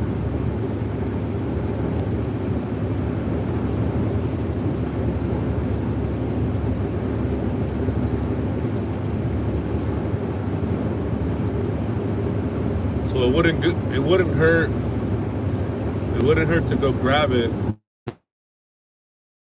start fresh. Dang, 11 plus hours? All right.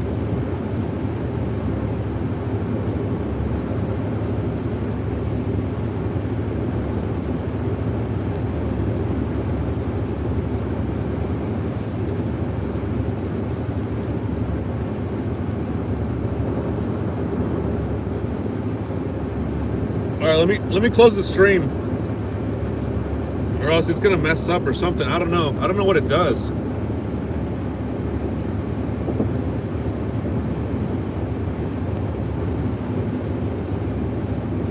I understand, Brenda girl. Do you understand what I'm saying? I understand what you're saying. Did I not have anybody to talk to? What do you mean? It disappears? Oh, heck no.